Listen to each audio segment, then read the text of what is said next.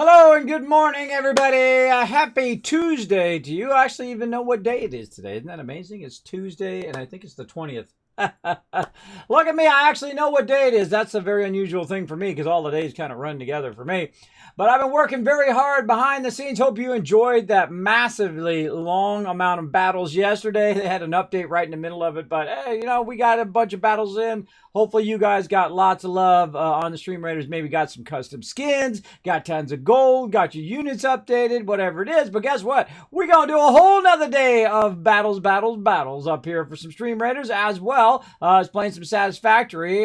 Very, very fun. We're on the nuclear part of Satisfactory with the highest end currently. And we're going to go ahead and test it out a bit. We're going to get our nuclear power up and running. Then we're going to fool around a bit. I'm feeling itch for a brand new playthrough. So I don't know. Maybe today is the day. See, I get to nuclear power and then that's pretty much it for the game. You really can go out and get all the nodes and do all of that if you want to.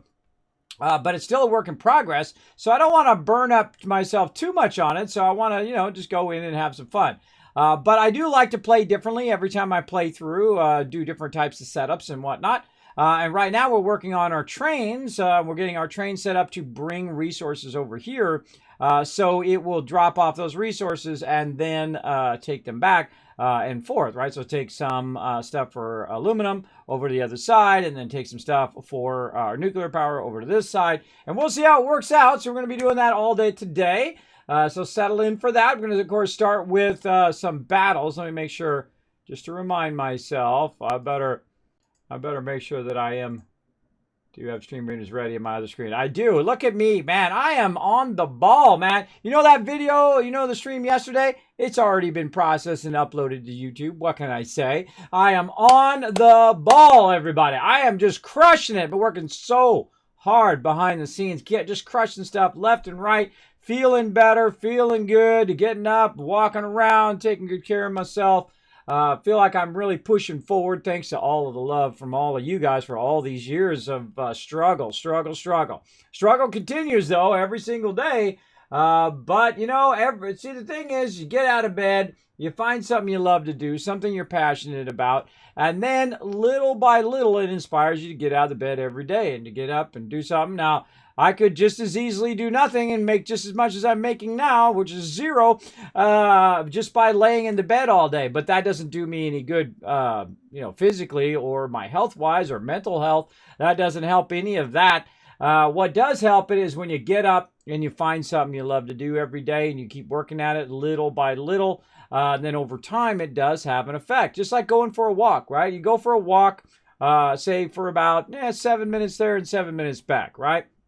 Do that on your break, say at work or at home, maybe in the morning, afternoon, evening, whatever's most appropriate for you. And do that, every day and just go out and just take a little walk. Now, that's about the same amount of time that you spent screwing around doing something else, I'm sure, or just zoning out or watching some video on YouTube or whatever. Just go for a little walk, come back, and then you do that every day. And the weird thing is over time, you start to walk further and it becomes easier and easier. And then you go a little bit further and a little bit further. And before you know it, you're like, wow, I'm feeling really good. It really does affect my health. That kind of small stuff like that, small little changes, small little things that do it. Like I've been doing lots of walking before it gets really cold. I've been walking around after the stream, hanging out with my kids, going on little bike rides with them. Bike riding is very difficult if you have vertigo, constant vertigo.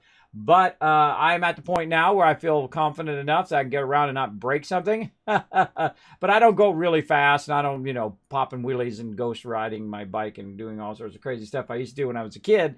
But, I, pedal very, moderately, and my kids are way up ahead of me and let them ride all over the place. But getting back to just normal stuff like that, it does affect your mental health, which inspires you to keep working on your actual physical health.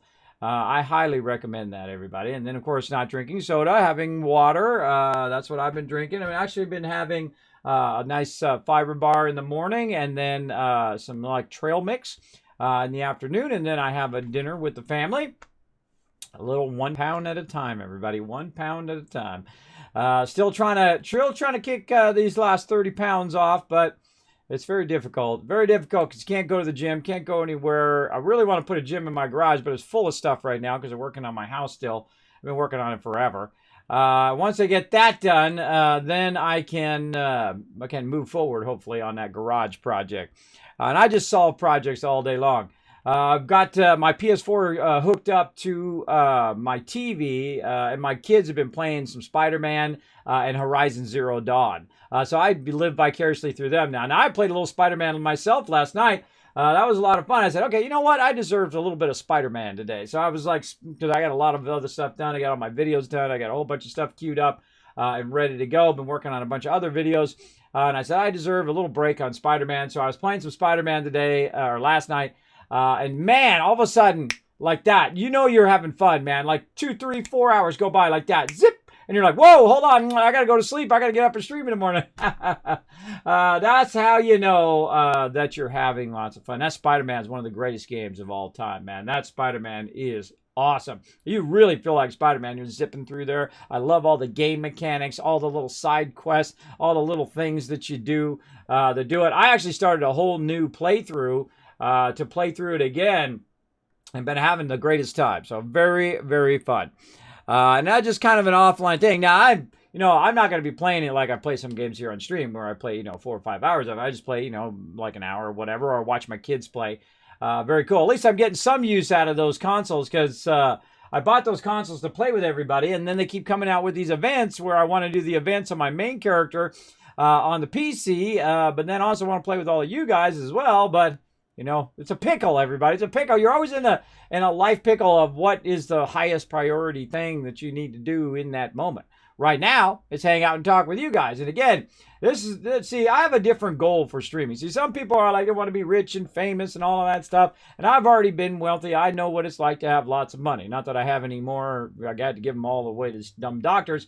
But I know what it's like to have lots of fancy stuff. And after a while, it just becomes stuff. And if you're not enough without that stuff, you're not going to be enough with it because you still got to live. Even if you're the wealthiest person in the world, you still got to live every day. You get up every day. You got to put your clothes on every day. You got to, do all the standard stuff you do in a day. And of course, the more responsibility you add to yourself, of course, hopefully that makes your income go up too. But then, of course, the more stress, the more mental fatigue that you have as well. I've been in some really stressful situations where literally millions of dollars were on the line, bro. You want to make sure that project comes out right. That's for sure because, that's a loser, win or fail, right, in life. You have a lot of those win or fail moments where if you win this one, well, guess what? Boom, that opens up all these opportunities. But if you lose that one, all those opportunities go away, and then you have to create more opportunities from that. Very, very tough in life. But, that's what we like to do here at the beginning of the stream is just chat away a little bit. Let me say hello to everybody in the chat. Hey, Subi, how you doing? Good morning. Hope all is well. Dragon Overlord coming in says, hey, Kismet. Hi, everyone. It's great. Honor that brings me the joy to watch the best streamer on Twitch. You're so kind, Dragon Overlord.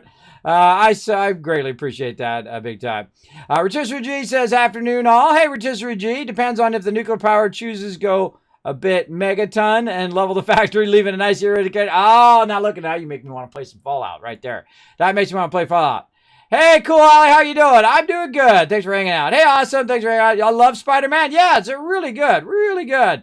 Hey, Nikki, how you doing? Hello, Kismet. You're wearing your Spider-Man costume.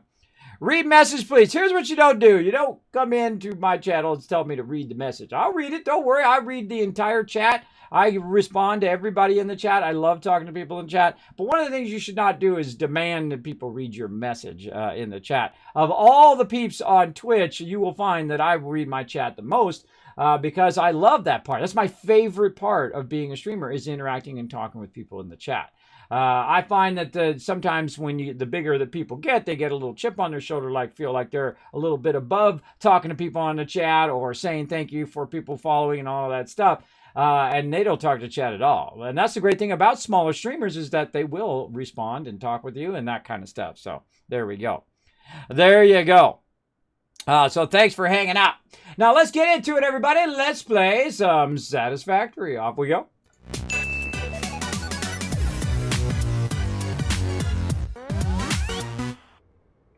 All right, let's get into it. Well, first we're going to do some Stream Raiders. I almost forgot. Look, see, that's why I put the Stream Raiders thing up there. Otherwise, I forget. We're going to go ahead and start up some stream race. Then we're going to get into Satisfactory. Where we feel like going today. Well, either way, we got. I hate doing mystery ones right at the end. Though we might make out like a bandit. Let's go for it. You know what? YOLO sometimes, right? All right, we're going to start up this game right here called Stream Raiders. A very fantastic little side game. We do this every 30 minutes while we're playing our other primary game, which is today is Satisfactory. So I'm going to set my little buddy Norbert right there. He's going to heal the heck out of you. And then come join me by following that link right there in the chat. Put down your units. We're all going to battle together. We're going to get some epic loot. We're going to be battling all day long. And Kismet, when are you going to play Satisfactory? Right now. How about that? Because I always have it at the ready because I got a full head setup. Do I remember you? Yes, I do. But I got to remember that I do have sleep apnea, so I do have a bad overall memory, and that's what happens. Can you guess what my Halloween costume is? Let me guess. Voltron. You probably don't even know what that is. That's an old cartoon. I don't know why I thought of that. I don't know. What is it? I give up. I'm a terrible guesser, by the way. I am a terrible guesser. All right, why did I take that out? Actually, I need that. That's right, it's already set up. Already set up. Hold on, we got to put our trade back. I just realized I already have the actual train set up there. Yeah, all right. So now we got to remember which input is what with what, right? So we know this one, the third one here, is our box right going in. And that's going to go back down. So that's a loading. So this one right here is a load. And this one here is unload. Let's start with that before we do anything else. And this is an unload. And this one here is an unload as well. The Poultry Man. There you go. There you go. Get it going on. Yeah, get that poultry going on. I never even heard of that costume before, but hey, be you uniquely you. I really stopped getting into Halloween when I was about 16. I'm really not into it. I'm more into it when my kids are into it, right? That's the thing. I've gone around with them since they were little babies, walking around when they get to pick their Halloween outfit, and we take them around and do that. Sometimes it's so cold here in Tennessee, though, that we'll actually drive them in the car. So we'll go in the car to the next house, then I'll get out with them, my wife's driving the car, and then we'll walk up to the door, and then we'll get back in the car, and then drive to the next one, and so on. That's when it gets really cold on Halloween. Now, obviously, we got a pandemic going on. My wife doesn't even know what we're doing for Halloween this year. But she's putting it together, as she does. She's like the coordinator of the household. Big weather coming in, dropping the Dragon Hammer, crushing that follow button, becoming part of the Teamwork Tycoons. Welcome to the stream. Appreciate you hanging out. Right over there. Let's see. I got to go and press some buttons. Over here, I see something I've got to fix here. Let's see. Where is that button? That's over there. That is over there. There we go. Oh, over here. Over here, I got to press some buttons. Flip some switches. No, not there. Okay. Okie dokie. Oh, hold on a second. I just realized something. else. I gotta flip on out of here for a second. I'll be right back.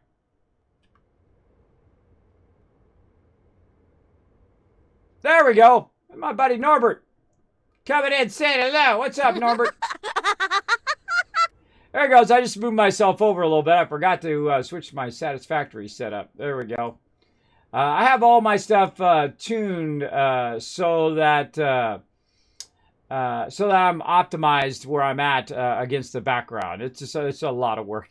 It's a lot of work to do each individual overlay for each individual game that you play. But I'm just that kind of hardcore type of person. Is your character holding a cup of coffee? It is, Adam TA. You think so, right? Because the name of the people who make it is called Coffee Stain. And of course we'd have some coffee. You actually can drink the coffee. Now, I have a little RP that I've added to the game. Now, notice that my coffee never spills. That's because of science, right? There's actually a little force field that's over the top of the coffee cup. And then when you need to drink it, he presses it down. Like, watch. See right here, watch. He's pressing it down, and the force field comes away, and then you can drink it, and then you let go of the button, and then the force field comes back in again. That's why when I'm in the hyper tubes or whatever I'm doing, it never spills. See? I add my own RP to games sometimes. I'm not a big RPer, but sometimes, you just got to add that in. Add your own little RP of how things work. All right, there we go. So we got that unloading. We got that one loading. Now, what we got here is we got a freight train. Now, this is what's called a push-pull train. Now, push-pull train will go and pick up some resources and then also deliver some resources. Now, over here is where we are doing our nuclear power, and that's kind of a bit away from our base. And what we want to do is we want to set this up so it goes down there and it comes up here. So we're going to go ahead and set this train up. We're going to set a timetable right here. And we're going to say, okay, go from this one to the other one like that. And then we'll turn it on. And then let's see if it goes. All right, now I'm not doing nothing. It's doing it. We're getting the back of the train, and we're going to watch the train and see if it loads the stuff and then brings the stuff back over here. Now look at this world, man. This game is easily a 10 out of 10. It already started at an 8 out of 10 in early access. Then they added trains, which of course made it a 10 out of 10. And then they also added fluids, which made it a 10 plus. This is an instant buy right here, this game. This game is really fantastic. It's called Satisfactory. You can buy it on for PC. It's on PC only for right now, though I know it's going to go console at some point, I bet, because it is really fantastic game. It's for console. You can buy it on the Epic Game Store. Whoa, look at them all going. You can buy it on the Epic Game Store, or you can buy it on Steam now. So you're good. Look at this. All these should be loading. Very nice. All right. Now, whenever you set something up, you should always watch it a few times to make sure that it is doing what it's supposed to be doing. Now, when this goes back up the other way, that last car there, the missing one, should actually load up there, and then these ones should unload into the upper part, right? So it's going to grab all the various resources that I've ran in there that has to do with our nuclear power. Now, we want to pre-set up some resources, right? We want to get them moved a bit from where they are to up there. Now, we're going to be retooling the entire factory once we get our nuclear power up and running, though I do feel like a new playthrough. I haven't played that second start zone yet. I have played all the other start zones except for the second one. I'm actually in the third one right now. And I feel like even though this one says it's the more advanced building, I feel like it's actually the easiest because they gave me pure nodes right at the very beginning. So that's pretty epic. Pretty epic. There we go.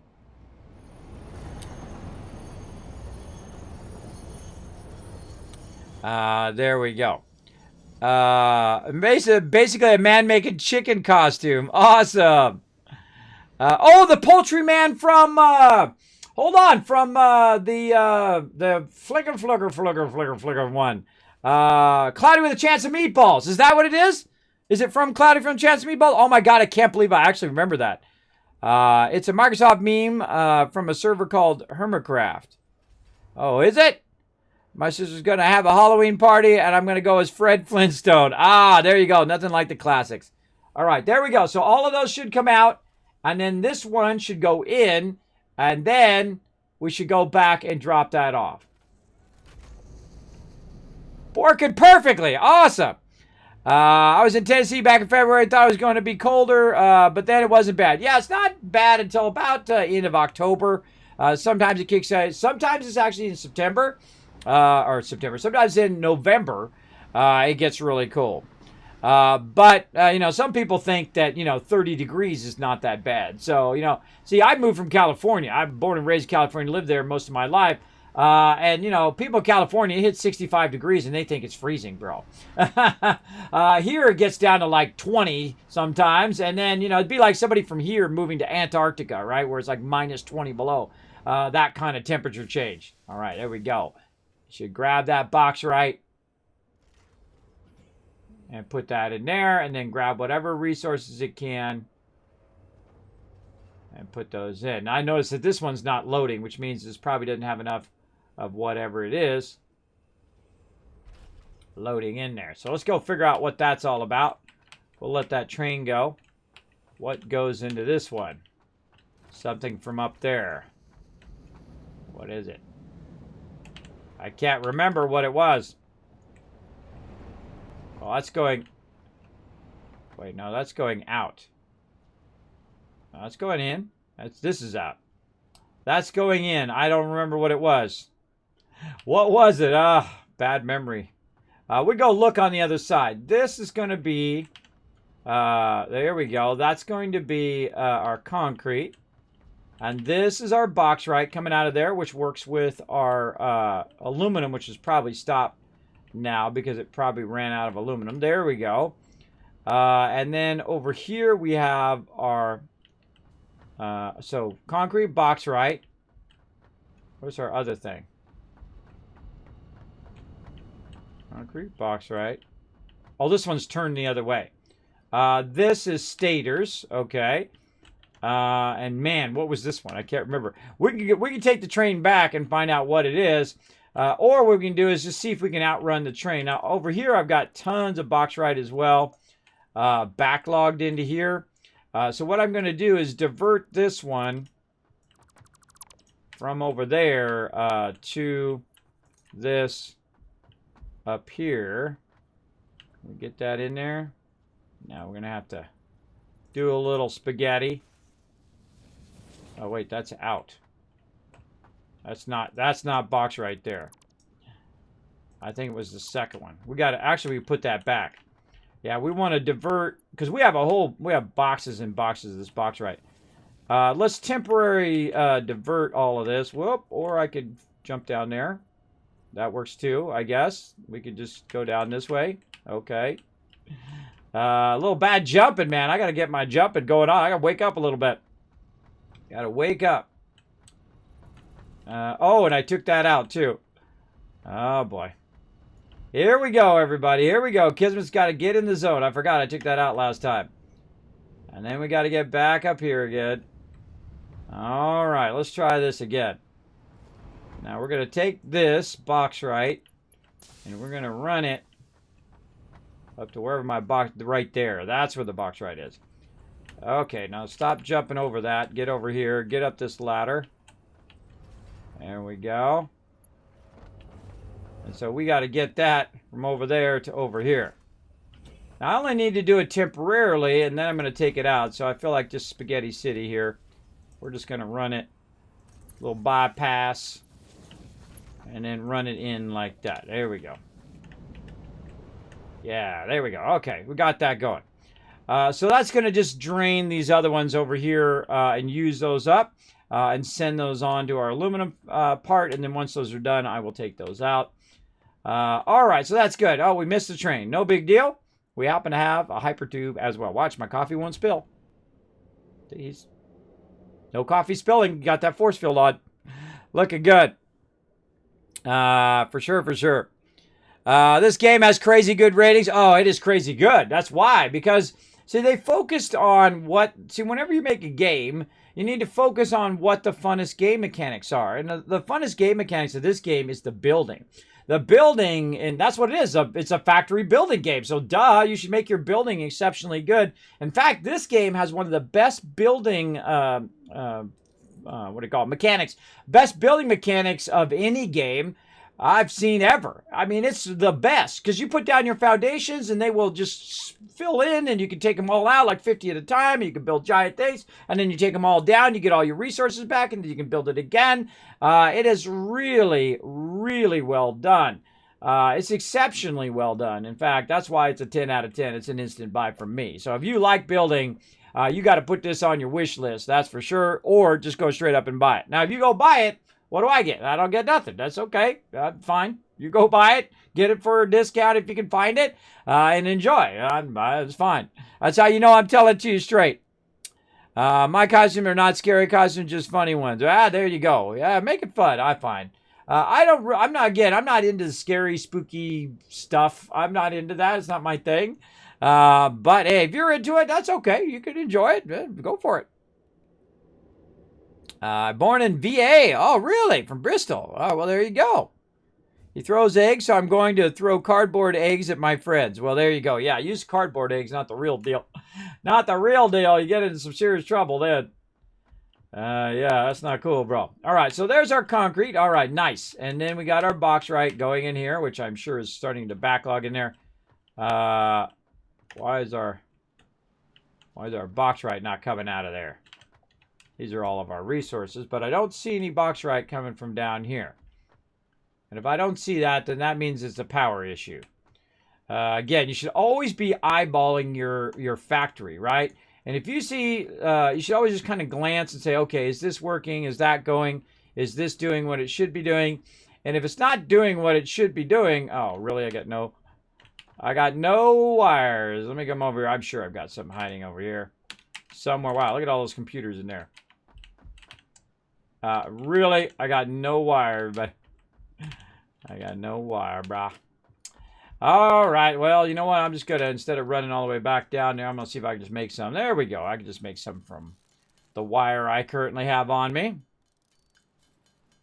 There we go. All right, so we're going to go ahead and run this power line. Now, here's the cool thing. Your power from your trains actually will go along the track, so you can actually run power lines from your trains to your actual resources. And that should be extracting a lot of this bauxite. We should see it firing up here in a second. Now, the conveyors don't use power. Oh, there it goes. The conveyors don't use power. So that does not an indication of whether your power is working or not. Because they'll just keep running without power and all. But over here, now that we see the bauxite coming along, we know that this is extracting the bauxite. Now, why is it so spread out? That's because I'm using a really fast conveyor. That goes at like 700 per. And it's only coming out at like 60 or something like that, 60 or 120, and firing that out. But it's going to backlog eventually. It's going to backlog into here eventually and we'll be fine. All right, what else we got over here? We've got, if it wants to let me see what's in there. Apparently no. There we go.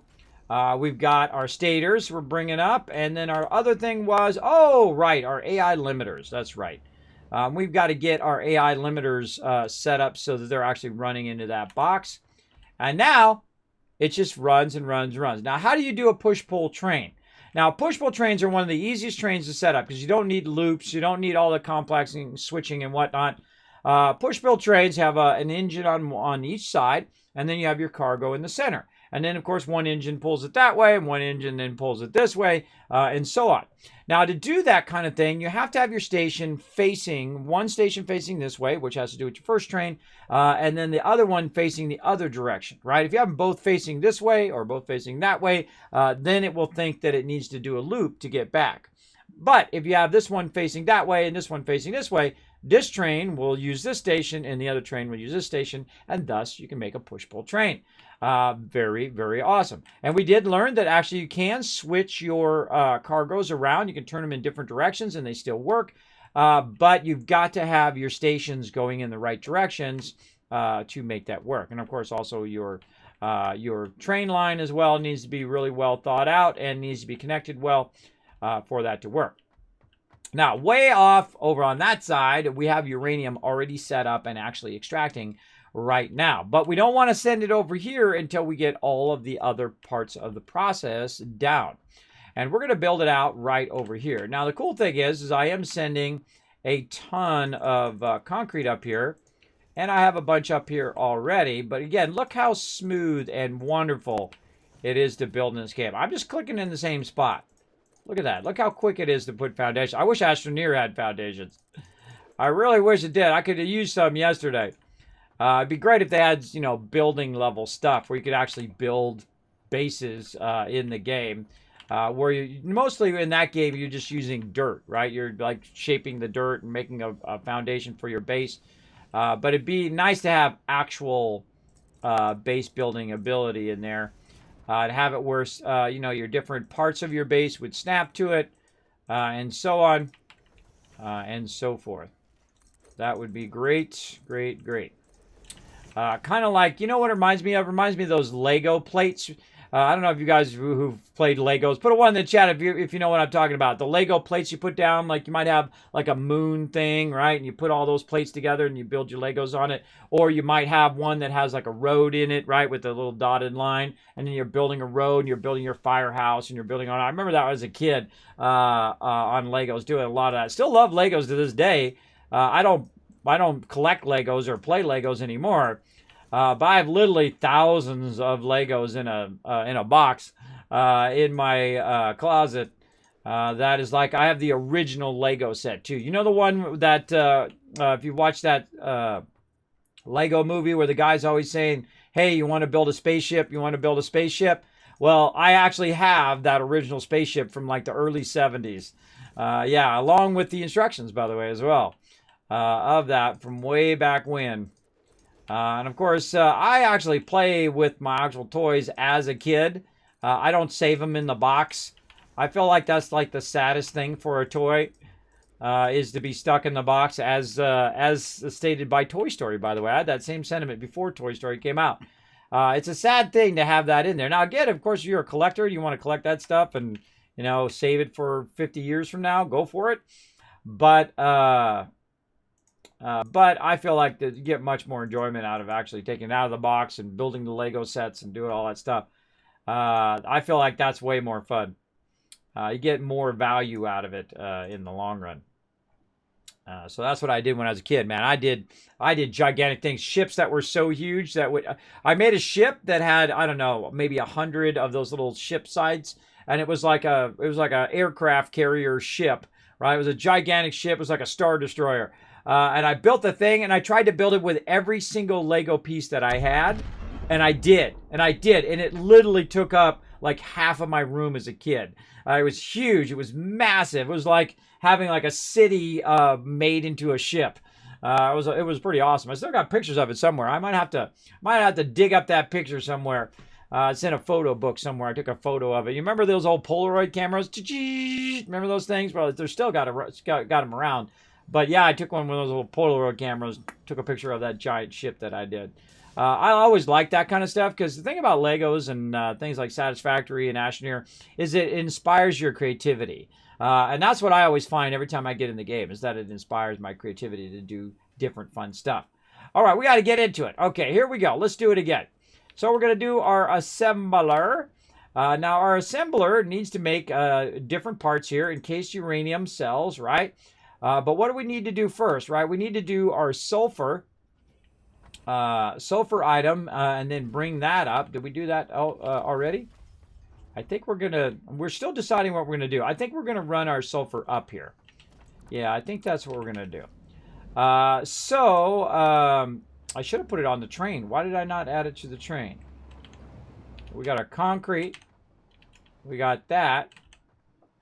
Got this. I did not add it to the train. So I should add another one, I think, to the train, which is going to be our sulfur.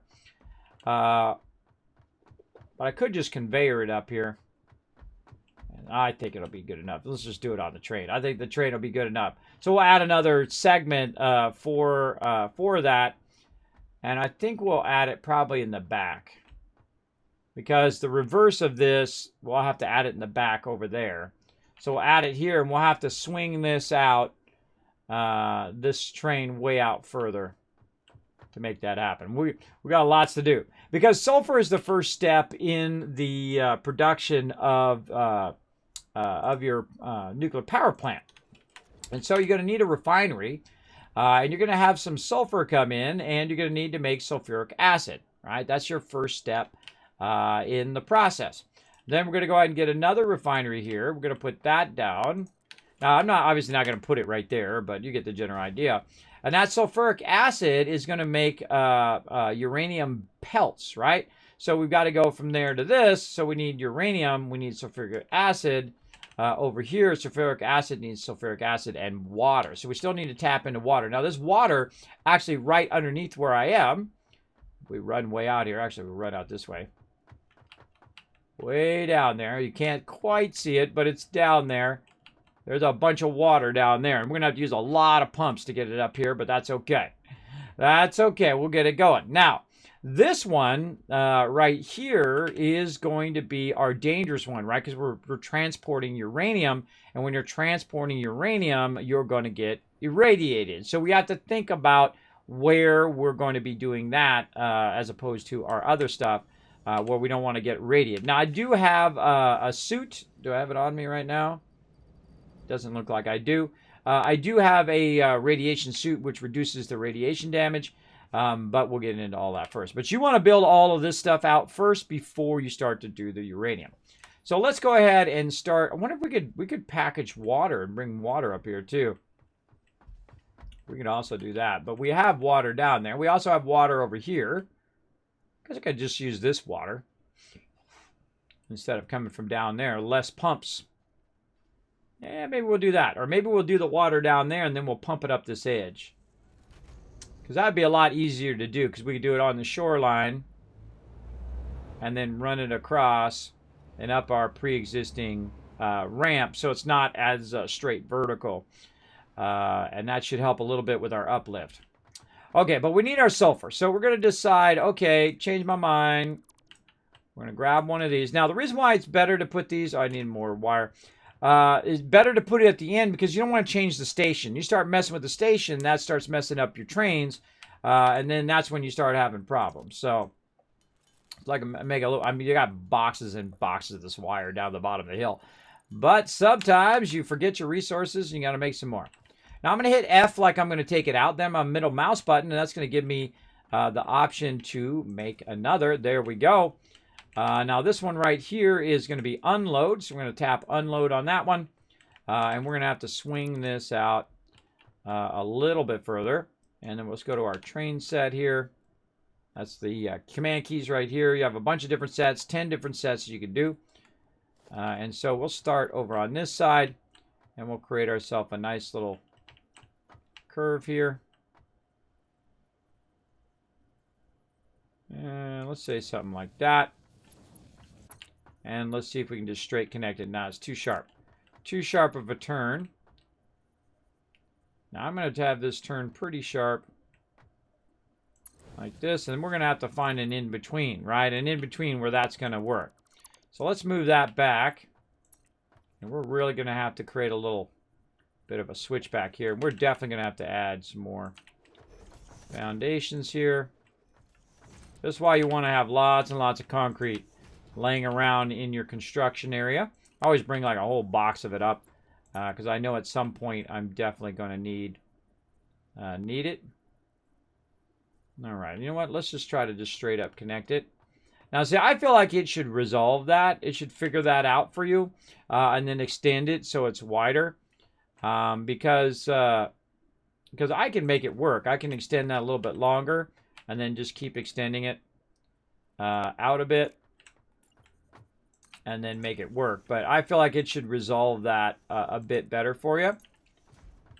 So you don't have to spend so much time, you know, trying to figure out angles and doing all of that. Which is a lot tougher. Now, see, the problem with this right here is the fact that it has a tendency to rise right there when you're bringing it up. So you got to watch out for that. I feel like we'll go something like that. We basically got to get this to go this way and then turn back around. So maybe we'll go out a little bit.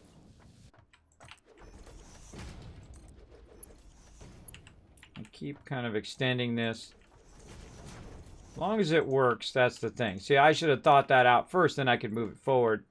But I've got a bunch of resources there, so I don't necessarily want to redo it right now. But let's see. Nah, I don't like that. It's a little too much. Try to get it all within one turn. Yeah.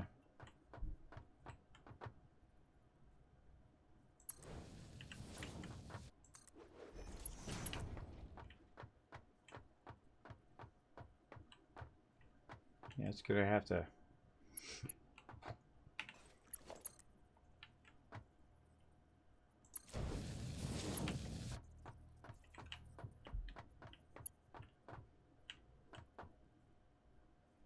Gonna have to come out See, another thing you can't do is use your scroll wheel to try to control that angle. Right? That would be way better to be able to control that angle with the scroll wheel. Because we're so close to the edge, it's really difficult to fit that in there. So I feel like it might be a smarter idea to fix it in between. And this takes a lot of fuddling, right? You're going to fuddle with it until you get it in such a way that you can get it to go. Now, I'm going to get this in such a way we can go like this, and then take this out, and then we're going to curve it downwards. So you guys can get the idea, right? So as long as you can get to this point like this, and you just kind of work it backwards, then you're good. Like that. So that's going to come up and swing. So, see, it looks impossible when you first do it, but, you know, you kind of work it a little bit until you get it to a point that's pretty rock solid. And that's actually pretty nice because it's still pretty flat. As you can see, if we look under there, it's pretty flat as it goes along. You don't want it to go up too high because, of course, more elevation is going to cause it to turn tough. Yeah, Lego fans in the chat. Oh, ready for a battle, too. Let's see. This looks fun, says Tommy Crackers. Wait, what battle? Nanny? No, it is time for some Stream Raiders battle time. Let's go. This is a little side game we play called Stream Raiders every 30 minutes. We go ahead and battle out. This is all the peeps in the chat, and that's me right there, Norbert. My little buddy Norbert helping you guys out. Look at him battling it out. Look at him giving you that healing love. Look at him watch those wings glow. There they go. We're battling out. We got peeps up at the top helping out. We got peeps on the side there battling out as well. It's all going to come to a head right over here with all these guys right here. Now, this is a free-to-play game. You can't play it in the stream. Next time we fire up another battle, feel free to follow that link in the chat and come and play with us. We have a lot of fun playing Stream Raiders. We're going to be playing it all day long. You can get epic stuff unlocked. You get scrolls. You get gold. You can update your units. Of course, then you can unlock all sorts of legendaries and whatnot along the way. All right, open that captain's chest. Grant you guys some rewards. Beardo, Insane Paco Taco, Rotisserie G, and Nikki all getting the love this morning. Congrats to you. Sleeper coming in with the 12 kills overall MVP. Look at that. I came in with the most assists. Look at me working out. Look at me lending a hand. All right, there we go. Now we're going to go ahead and click right here and start the battle. Let's go. Now, again, you can join us in that link right there in chat. Find me, your captain, Kismet. And we are going to just be battling all day long. Feel like we're going to go ahead and rock that lower right corner. Feel free to put your units down. And we're going to get going. Bam. Now back to some Satisfactory. Now, train went running back that way. And we need to get this one right here filled up with some sulfur. So we got to get going back the other direction. And eventually we need to stop our train. But the cool thing is oh, does that not have an entrance? Oh, it doesn't have any power. I've got to give that back some power too. Because we cut the power on the bottom side because we were using the top side power. Top side means because your rail trains can actually act as a power conduit, your rails itself. So you can run this to. Oh, we're already running it on the other side. We have to key it off of that. You can run power through the actual rails itself, so you don't have to run power lines. So I just saved you like hours of your life. Running power lines unnecessarily when you could just run them like so. Now, I don't want to run them in front of my train, so I'm going to run it out here. And then we'll run it, and we'll run it out here again. It's more of a cosmetic thing. It's not going to get in the way of the train. I just don't like it in front of the train. I actually should bring it up over the top and then down, but we'll go with that for now. Okay, so we added another one here, which means we need to add another one at the other end of the track as well. Now, the train's coming back this way. Let's see if we can get all the way down before the train comes all the way up and goes back down again. And that's what we're going to do. These are called hypertubes. These are awesome, by the way. I love the hypertubes. Hypertubes are amazing. Now, I feel like after we get the nuclear power in, we might start a new playthrough so you can see the game from the very beginning. We're going to try that second start, which is the other desert one. I call the old desert one. Woo! There we go. All right, so we're down here at the bottom. We're going to go ahead and cut this bottom off again. We're going to go ahead and grab this one. Luckily, we left ourselves enough room. Look at that. Kismet doing the right thing there. Kismet. Now, right here along the side here, you can see I've got all of my resources queued and ready to go. Now, I actually set this next to my hub. Now, what I do is I play the game until it gets to the point in which I no longer need my space elevator. Notice I don't have a space elevator. And I don't no longer need my hub.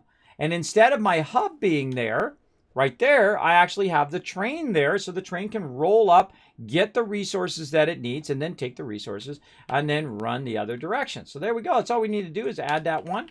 Now this one over here is going to be loading, and the other one's going to be unloading. And so we need to add one more car to our train, but we also need to add our sulfur coming up here to this upper level. Now we have it down here at the bottom, and you're like, Kismet, watch out, don't fall off, bro, don't fall off. Oh, God, ah, boom. You're like, whoa, Kismet, why didn't you die? The reason why I didn't die is because I have one of my favorite things on, the Blade Runners there. There's also a jetpack. I rarely ever use the jetpack, by the way, because I just don't like making the fuel for it.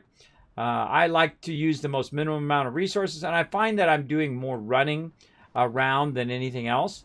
And I do have a tendency to run from place to place, and then this makes me run faster. It allows me to jump higher and then also fall from higher distances, because I have a tendency to fall from high distances. All right, so there is our sulfur going up to there into that upper part. Now, I was going to run it on the top there, but I feel like since we're using our train, let's go ahead and utilize our train up there. And we're going to, oh, look at all that sulfur there. Wow, hold on. Now, let's put that back. That is a lot of sulfur. We're going to have to get that picked up from there and run back the other way. But let's go ahead and take our hypertube here. That'll get us back a little bit faster. We want to go up above. I really should replace this ramp over here. What do I got over this ramp now?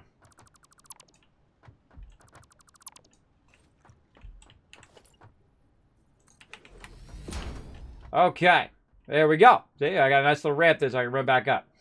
All right, so we got to get this train to come back over here, and then we got to stop the train and add another car to it, and then it should run that back and forth. But we also need our sulfur, which is way over there, and we're going to have some fun running that from up here all the way down this other way. Actually, I think we're going to move it along the edge here. I guess we'll just leave it this way, even though I should probably have faced it that way, but that's okay. We'll just leave it for now. And we're going to go ahead and just run it along the wall here. Oh, that's going the other way, actually. Let's turn that around. I hit F, middle mouse button. You're going to see me do that a lot. If I look like I'm taking something out, most likely I'm actually just copying that item. It actually picks up that particular item so that we can... so that I don't have to go and use my command keys down here. I don't have to switch as much down here. Something that I'm very much getting used to and trying to master. Doing that instead of doing... constantly have to go in here each time and whatnot. All right, we'll go ahead and put it up here. And we're just going to make this go at as fast as possible speed. Changing my thing. 9, there we go. Okay, so we're going to have it come out of here, and we're going to have it go there. So it's going to grab that sulfur, going to run it down this way, and we're going to actually run it back, even though we are a portion of the way that way. And then that's what we're going to do. So now, we're going to go ahead and find out what our max distance is by just grabbing this and running it down. Now, it's going to say, oh, it's too long when it hits a certain point, like right here. So we're going to go ahead. There goes our train. And then we're going to go ahead and build our wall. Now, probably a good idea if I just went to walls, and then I could just go ahead and do it like this. There we go. And then we could set number 8 to our wall hanger. So we can just hit 8 on my mouse. And then now we can go ahead and just have the walls and the thing. We just switch back and forth. And then we hit 9. I'm hitting, actually I should set it to 9. We're going to hit this as 9, which is going to be number 9 down here in the keys, which is going to be our fastest conveyor right now, which is the Mark V. Boom. All right. And then again, we go ahead and get our conveyor. There goes our train again. I love just sitting and watching the trains run back and forth. Always a very, very fun experience. All right, and then 8. Put it up like that, and then 9. So these command keys are very handy, but also want to get used to picking those up. So let's look and see what we got. We got 1, 2, 3, 4, 5. So we're doing it at 5 just because it's actually 6. You can go 6 max foundations, but when you're on an angle, sometimes it doesn't, the math doesn't work out. So we're going to go 1. Actually, we're doing the 5th one. So 1, 2, 3, 4. It's the 5th one. So 1, 2, 3, 4, 5. Oh, and then my my hypertube is cutting into my wall edge. So I'm going to have to take that out temporarily. Then we have to count again. 1, 2, 3, 4, then 5. We'll come back and fix that hypertube. 1, 4, 5 right here. Oh, no, that's in the way. So we'll go a little bit early on that one. And then I feel like we'll go ahead and feed it with a wall connector. Now, these wall conveyors are the greatest, man. When you start using wall conveyors and wall holes and all of that stuff, I feel like the game really gets better. Now, we're going to take this out. I don't know why I don't have one of our two-way things in here. Probably because I built that early on. But I love these two-way wall outlets. They are the greatest because they actually connect from both sides. So you got 4 on one side, 4 on another. Makes it way easier. So you want to unlock those as quick as possible because they do make it way easier to connect all your power and keep your stuff powered up. So speaking of wall connectors, we're going to go ahead and use our transport wall connector, which is our hypertube support. So we're going to go ahead and run that a little bit lower, like say like this. And then we'll go ahead and run a hypertube from there to here, and then from this up there, and see how we diverted that around the wall. Works so well. And then we can go ahead and do this. Now, I find in any building game that you want to build the same thing over and over as much as you possibly can. Let's actually put this one way out. Meaning that you want to put in all of your walls first. Then you want to put in all your conveyor well mounts. And then you want to put in your actual conveyors. The more you do it like that, the more efficient you're building. If you have to stop and switch items every single time, it's a lot less efficient. But sometimes you got to do what you got to do, right? You got to do what you got to do. All right, and let's go ahead and just say we might get lucky here and hit this one right here. Run that across.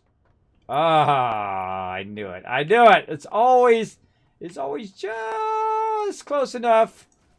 But no cigar on that one. All right, let's try that. Let's take this out.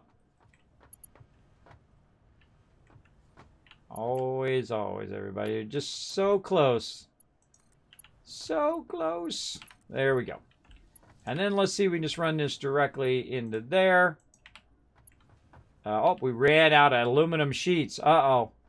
Now, here's the thing. I find that when you're working with steel and when you're working with aluminum, man, I'm making a mess over here. When you're working with steel and aluminum, those are the two that you have the most amount of, right? You have plenty of those once you get those running. Like right out here, you can see I've got 4 boxes, and in those 4 boxes, I've got massive amount of aluminum being made. And so I can actually go see, I've got almost 2 boxes full of aluminum sheets.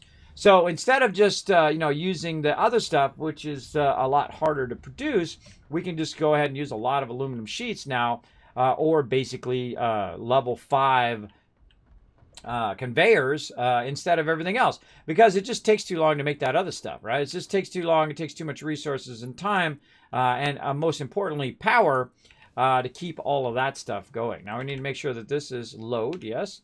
And there we go. Our sulfur should be flying in there. There it goes. Yep, sulfur's filling up. And so now it's going to pull our sulfur and bring that up there. So now when the train comes back, though, we need to tell it to stop. We need to turn our auto thing off. So let's go over here and get ready to turn it off once it gets over here.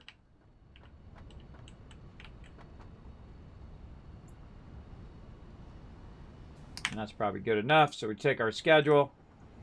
Go ahead and delete that. Turn the autopilot off. There we go. All right, so our train is back in the station. Now, again, what we want to do is add one more cargo area here and take out our train. Or take out our train car. What the heck? Well, let me take it out. Oh, it's in the middle of unloading. Yeah, you can't do it while it's in the middle of unloading. All right, so we go to trains. We need another freight car. Let's put our freight car in. And then we need to put our locomotive back in. Make sure it's going the right direction. I'll move back just in case. Make sure. Yeah, this way. There we go.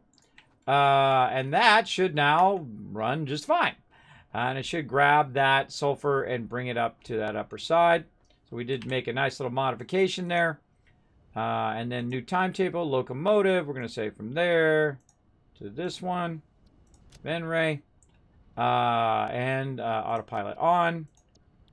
And at first it'll say no timetable, but it lies. It just needs to kick in for a minute. And then off we go. Now, we need to, again, watch the train to make sure that it is doing what we want it to do. That it is going to go up there, grab the sulfur, put the sulfur in there, and whatnot. And we'll see if I have it correctly or not. Because it should be the reverse of whatever it is. Oh, actually, I don't have it correctly now that I think about it. Because the sulfur is going to be at the end now. Yeah, sulfur is going to be at the very end. But that's okay. I can readjust it after I do it on this end, on the other end over here. And that's okay. As long as it ends up correctly on both sides, and you know what it's going to do. Whoa, here it goes. Oh, I actually like that little loop there. Now, why didn't I build it straight this way? That's because there's a tree in the way. And I'm going to build all my nuclear stuff over there. Okay, so all of this stuff should be taken out and put away. And then the box right should be put in.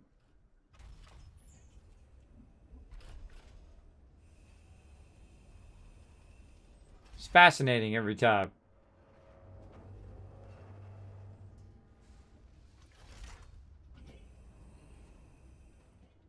Oh, box right's full. So yeah, that means that it's full. Can't put it in there. All right, now let's go see if it gets our sulfur.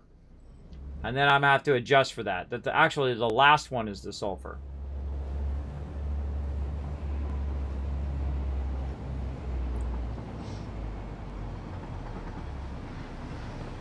So I have to take the items that are in there out of there, move it to the appropriate one, and move that stuff around at the end thing. But that's okay. I'm going to run it into a box anyway.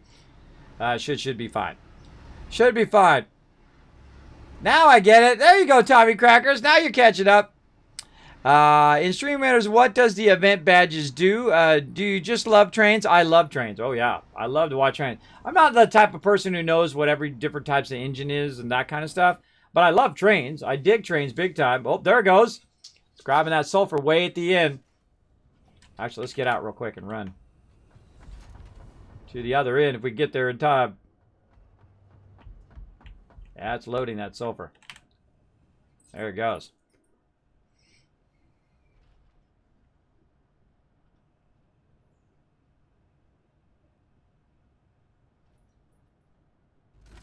So I'm not doing nothing. See, it's doing it automatically. And I like stuff like that. I like where you set it and forget it and it just does it automatically.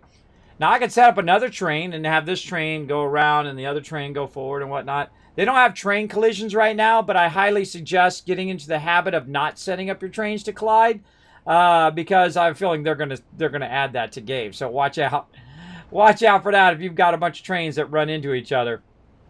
I don't like doing clipping. I don't like to clip trains through each other or items through each other or anything like that. Not even power wires do I really like to clip anything through. That was beautiful landscape we're part of. All these pink trees up here. All sorts of fun stuff. Now, have I gone and explored every inch of every part of the map? No. I'm not in any hurry because it is early access. And so I'm really waiting for them to come out with Tier 8 and come out with the new stuff. And then we'll get into all of that massive exploring of stuff. All right, here we go. So only one of these should load, and all the rest of them should unload. Yeah, there we go. Yeah, 2 of them are not unloading, I noticed.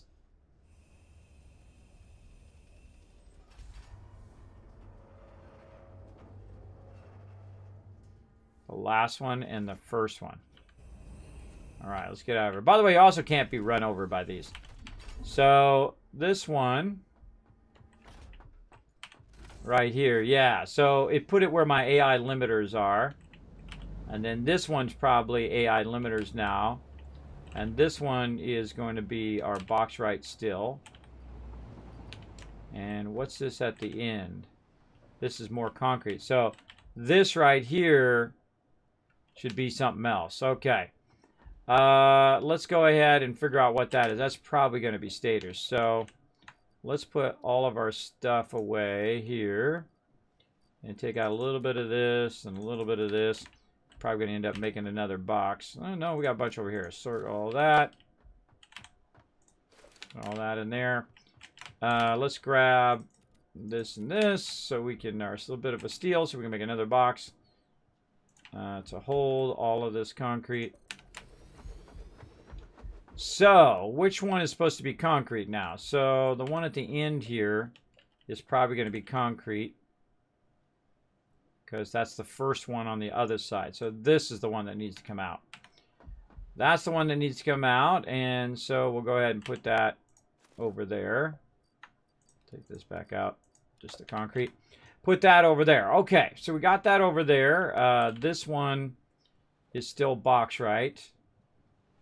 All right, so it's this box right. Huh. Oh, man. That. Shouldn't box right be the second one now? Oh, boy. We got to go look at it on the other end.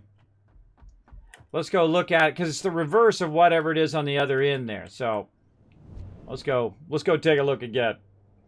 And we'll figure it out. That's the hardest thing. Let's see. Don't you just love trains? I do. I think they're really fun. The stream category says Stream Raiders. Shouldn't it be Satisfactory? Just wondering. No, it should be Satisfactory. I thought I changed it. Let me go ahead and just refresh and see. Sometimes it doesn't kick in. Sometimes I have to. No, it says Stream Raiders. All right, hold on. Let me change it again. Even though I did change it and tell it done twice. Let's see if it works this time. Thanks for letting me know. I appreciate it. Even though we are doing Stream Raiders, I guess. Yep, didn't work. I don't know what's wrong with the dashboard. Done. Updating. I'm going to update it. As a standard Twitch glitch. Yep, I told it Satisfactory. Did that. Let me do it in the chat. Thanks for letting me know, though. I appreciate it. I got to do it in the chat because it's broken. It's broken. I find, by the way, if you have trouble with it on Twitch, if you have trouble getting it to change your category, you do it through the chat. There's a chat command. You can set game. And I usually do it a couple times if I know it's not working. So there we go. Let's try it a couple times there. And then I'll refresh my dashboard again. And see if it did it that time. Ah, there we go. Okay, so I guess 53rd time is the charm. Thanks for letting me know. Thanks for having my back there, JC Hunter. And for that, I'm going to give 1,000 Kiss Caps to everybody in the chat for you having my back. Bam, right there. There we go. And how about I give you a shout out as well? Let's see if my shout out button's working. Let's see if I can find you. Bam! Right there. Got a new function where I can press a button and then hit a shout out. It's really cool on my stream deck. There we go. Also go show some love to JC Hunter over there. Awesome streamer pal of mine. He's over there having some fun, just like I'm having some fun. So make sure to go over there and press the follow button. Check him out the next time he goes live. I greatly appreciate it. He likes to get on the Kismet love train. You'll see him sometimes in my Discord as well. Because if you do want to be a streamer pal of mine, I do give you the option of streaming out or shouting out your stream on my Discord. Never know, might find some new peeps who like what you're playing as well. Never hurts to get a little bit of extra love. That is for sure. So if you want to get on that Kismet love train, feel free to check out the Discord right there. Feel free to check that out. Get it going. So we are now, box right is the second one. Okay, so we got concrete. We should do this. We should rewrite this. Hold on. We should write this over here. Let's see. Up here. I'm going to write the order so I can remember. Concrete. Then we are box right. And we got to see if it's actually feeding in a box right. It is, yes. And then this one is stators. So the third one is stators. Over here. Yeah, stator. And then this one is now our AI limiters. And then this one is our sulfur.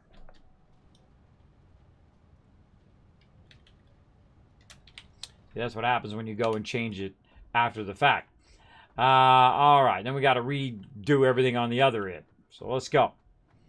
Now here's a great reason to have a hypertube while you're waiting. You can also use a conveyor, by the way. I get on this conveyor and just use a conveyor to run along. But on this one, we're going to go ahead and just use our hypertube to get back up. That's why I wait for the train to come back, because we need to rearrange the other side where it's dropping off all the materials so that it drops it off correctly. It picks up the right materials and puts it in the right box and so on. Because what it's going to do is start to take a bunch of my resources and put them in the wrong thing down there. But see, I've got those set to load and unload. So it should only load and unload the correct ones and not, hopefully, the wrong ones. We'll find out. Because we might have a bunch of this box right now going into the wrong box down there. And that's not going to be good. Or it's not loading at all. It's not loading or unloading any of that. So we'll get it all fixed up. Now, we've got to do the reverse order over here. Instead of it being concrete at the end, or concrete at the beginning, it's going to be more concrete next to the station. That's a better way of saying it. Concrete next to the station is actually going to be the opposite, where it's actually going to be at the end. So it's going to work at the end, or where we're first coming in, will be our concrete, and then it'll work its way backwards that way, because the train is that way, because the train's going to be reversed on this side than it is on that side. So the first thing we're going to have is concrete. Then the second thing, box right, and so on and so forth. And we'll have to change the load and unload part of it all as well. And this is what you do with trains. You gotta get your two sides in sync when you're doing a push-pull train. So our first thing is going to be concrete, and that should be an unload, and that looks good. Our second thing here should be box right, and that should now be load. And then our next thing should be unload, but we got to get all that box right out of there, and we've got to get it moved from running in there. Now this is going to get really messed up, so we're going to go ahead and stop our train by going to the station, and we're going to say turn it off. All right, now our train should just stop, and then we can balance this out before it gets too messed up and we get the wrong stuff in the wrong boxes and so on. So concrete, this is going to be our box right here. So we're going to take this and we're going to run that in. Really I put my resources down. I got to go pick them back up.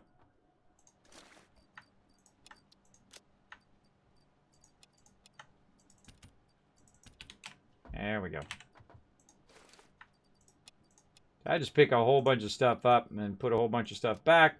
Then maybe grab a stack or two of that particular thing. And that makes it easier. Okay, so box right now going from here into number 2. There we go. Now, next thing is going to be our stators. Now, we got a bunch of box right in there, so we're going to have to do this again. And I think we'll just go ahead and add a couple right here. Or actually, we can just do this. And grab this box right from here. Take all of that. Then just backtrack down the boxes. and put that in there, and then that'll just eventually feed forward. There we go. And that'll now feed into that, and now that's clear. All right, and then this is going to be a load, because this is actually our stators. So load, or unload, I mean, stators. And then we're going to grab our stators from here, and we're going to put our stators in there. There we go. And then this one should be AI limiters, and then the front one being sulfur. And sulfur's already good. That's on unload. These are AI limiters, which we need to get working and running into our train. And then this is going to be stators and so on. So we also need to look on the train and see what's in that particular thing to make sure that it is loading and unloading correctly. Right here, we've got concrete, and that's fine. That's going here. This one here should be a load from this. That should be bauxite. This third one over here is our stators now. So all this bauxite of this needs to come out, and all of those stators need to go in. And then this one here, which is our front one, should be sulfur. And then this one is currently empty. And that should be our AI limiters. Okay, there we go. Let's turn it back on again. Over here. On.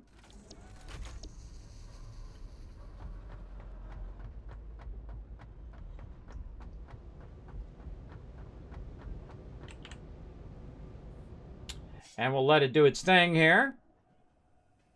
Should grab the bauxite, put the bauxite onto there. Grab the stators, put the stators in there, put the sulfur in there. Right now, my concrete is full, so it's not going to run it into there.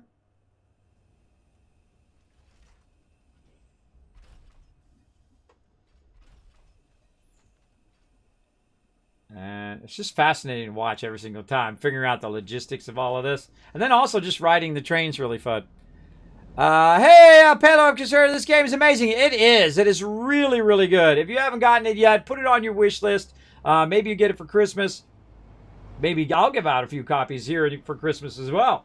I've given away literally thousands of games. Thank you, Willie, also for the follow. Appreciate that. I've given away thousands of games here for sure, or $1,000 worth of games here on the stream as well. So you never know. You never know. You might win this. I might have to contact Coffee Stain, see if they'll donate some for Christmas. Give out some codes maybe. Or I'll just buy some codes and give them out to you guys. We'll see, because this is definitely one of my favorite games of all time now, and it's not even out of early access. It's really, really good, really fun to play. And I'm trying not to burn myself out on it, where I'm playing 900 hours a week on it. I basically am playing very casually, where I'm just like setting stuff up and letting it run and checking out the new mechanics and trying to figure out different ways of doing the same thing and all of that, and so on. And there we go. All right, train's fully loaded. Except for AI limiters. All right, there we go. Looking good. Now, actually, I'm going to jump off. Just wanted to make sure that it did do that. And now we should just double check that all of our stuff is feeding into the proper thing.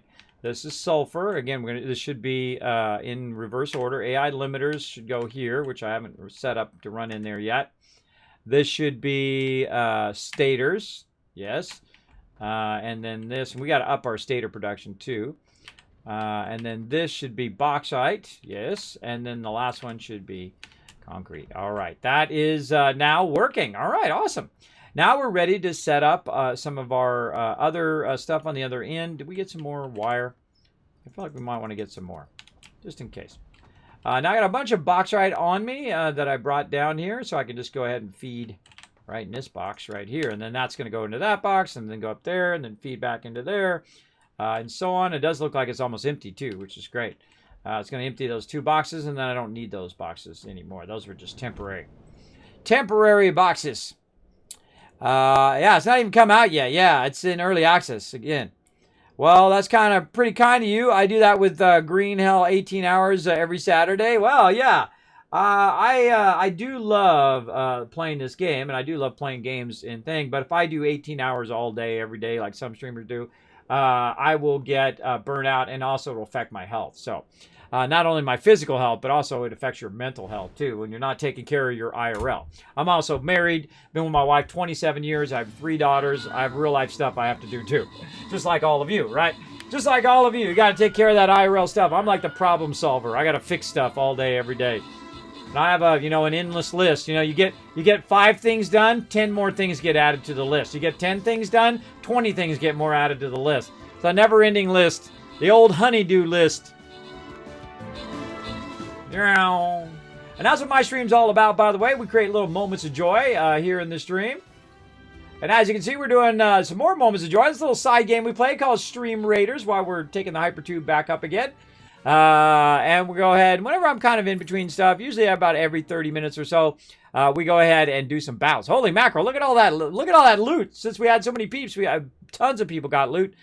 Damien, Nikki, Big P Daddy, we got Bear Brave and Insane Paco Taco all getting some love, but Adam coming in MVP with the 12 assists. Nice job. Oh, go mystery or go 4. You know what? We're going to roll the dice and go mystery. Holy mackerel. Okay, we're going to have to call in the Wasteland Tycoon for this one. We're going to have to call him in. That's my guy right here. There he is, the Wasteland Tycoon. We're going to go ahead and take him, and we're going to get right up in their business. I'm going to say, actually, right here. I would definitely cluster together. This one's going to be insane. We need to clear these as quick as possible. These are a bunch of 10s down here. Yeah, these are all 10s. Holy moly. We're going to need every unit we can muster. Now, here's what you do. You click that link in the chat. It is a free-to-play game. You can play it on mobile or on desktop. Yes, we are playing Satisfactory in the background as well. Don't worry. We'll get back to that in just a second. So what you want to do is put down 1 unit every 5 minutes. Now, here's a great Kismet tip for you on Stream Raiders. You want to put your range unit down first if you are new to the game. Here's a great tip for you. You want to go ahead and put your archer down first. Now, the reason why is your archer takes 10 minutes to cool down. So every 5 minutes, you can put a unit down. So you put your archer down first, then you go ahead. Whoa, train just went by. And then you put down, say, your warrior or your tank. And then by the time another 5 minutes goes by, well, guess what? Your archer's ready to put down again. So you're set to go. So great little tip to start with your range first. Start with the ones that take the longest to cool down so that you can, of course, put up to 6 units down. Right? And you put down one every 5 minutes, up to 6 units down. The more units put down, the more chance of kills, the more chance of assists, the more loot you get, the more epics you unlock, and so on and so forth as you go along in the game. So definitely come and join us. It's free to play. Everybody in the chat's playing it. You might as well come and join us as well.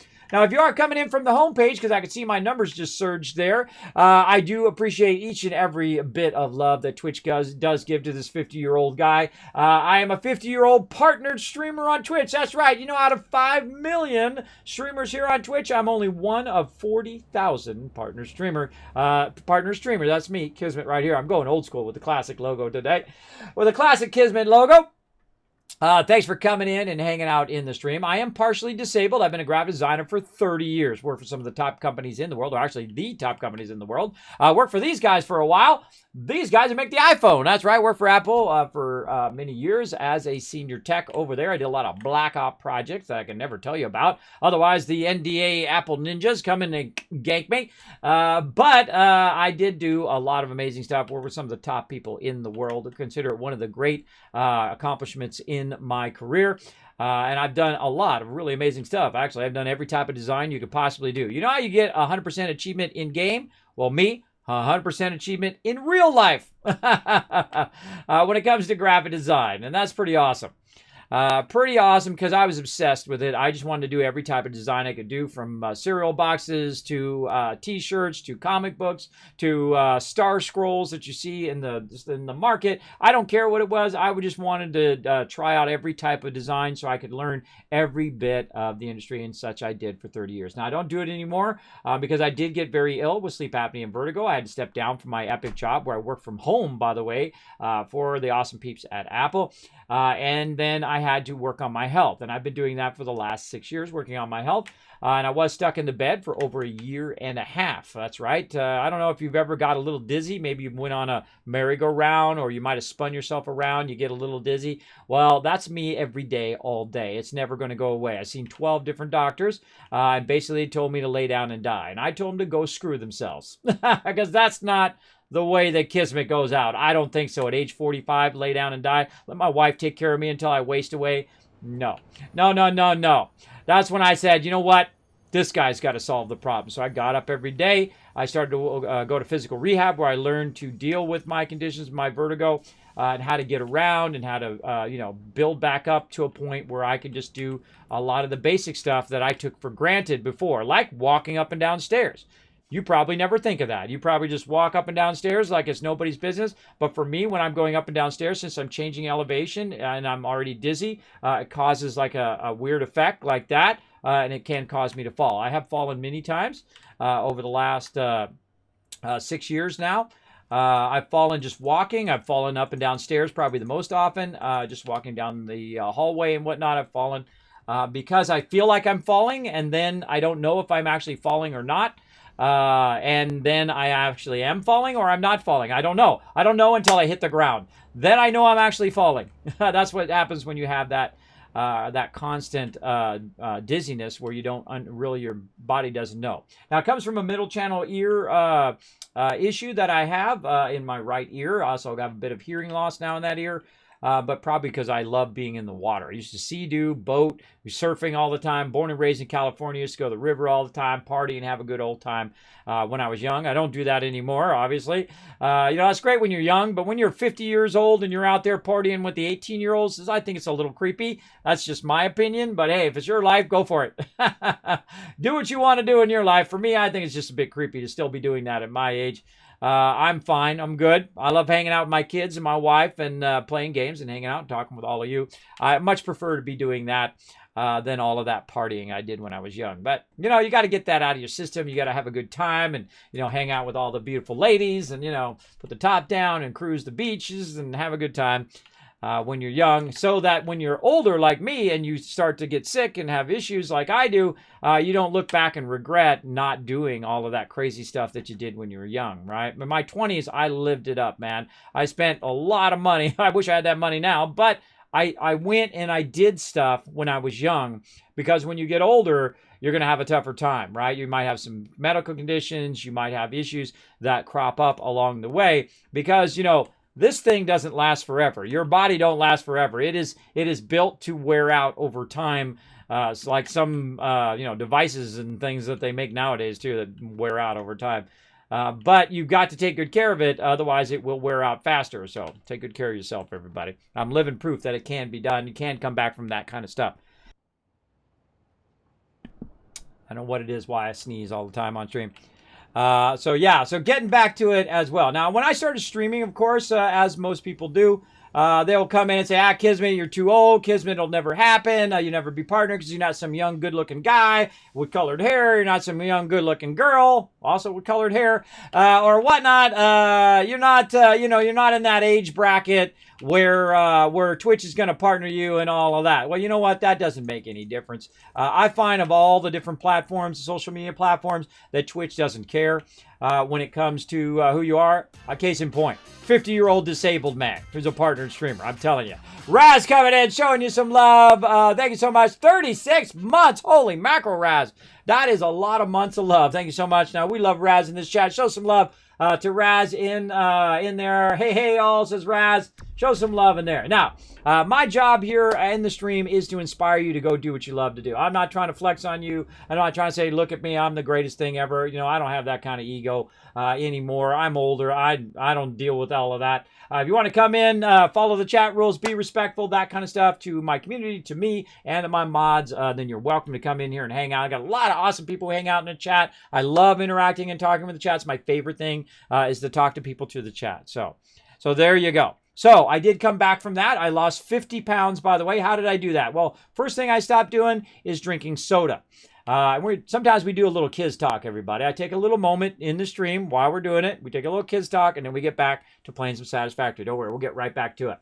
I stopped drinking soda, and so I started just drinking water and orange juice and other things like that. That Simply Orange juice is super awesome. I love that. Not sponsored in any way by them, though I'd love to be sponsored by them. I love their orange juice. And just started going for little walks, 7 minutes that way, 7 minutes back, once or twice a day, and start building up my endurance again. I started learning that instead of, walking quickly, which is normally what I do, I walk in a very brisk pace just naturally, that I walk slower, and I have to focus on an object like a doorknob. And I focus on that doorknob and I walk toward it, and I'm just looking at that one thing. It really does help a lot. If you start getting overwhelmed with dizziness, a great thing to do, close your eyes and look down. Put your head down a little bit and breathe through your nose. This is what I do in the waiting room when I'm waiting for my doctor for like an hour or 2 hours, even though he told me to show up at this time. But then I have to wait for an hour or two to get over at this time, when he could have just like beeped me and let me know he was ready instead of me sitting there for 2 hours. Because sitting in a chair for a very long time, and when I first started getting vertigo, it was very difficult. Now, I've been on the computer forever, since the computers came out, since like the Apples and the Windows and all of that stuff came out in the early 70s. So I've been on it forever. So having that stolen away from me, where I could no longer sit for more than 30 minutes, was very depressing, one, and very scary as a person, that you couldn't no longer do the thing that you do for work. Imagine if you suddenly couldn't do the thing you did for work every day, right? If I had to step down from the brass ring, the job that you work for your entire life, and that you'll finally get, that you spent all your time and effort on, and you get that epic job, and then guess what? Now you get sick, right? And then you have to choose, lay down and die or get up and live. Well, obviously, I chose the second one, because I could just be laying in the bed right now. And by the way, if I was laying in the bed, or if I was doing this, I would be earning the same amount of cash, because I earn zero from doing this. This is not about making money. It's not about going out and having clout and trying to tell everybody how awesome that I am. It's about my survival, about me being alive. And that has got to be your highest priority, I find, in your life, is that you need to figure out what will get you out of the bed every day. And sometimes getting out of the bed and going to a job as a dishwasher or a janitor or digging ditches or whatever, and if that's your thing, you like doing that, more power to you.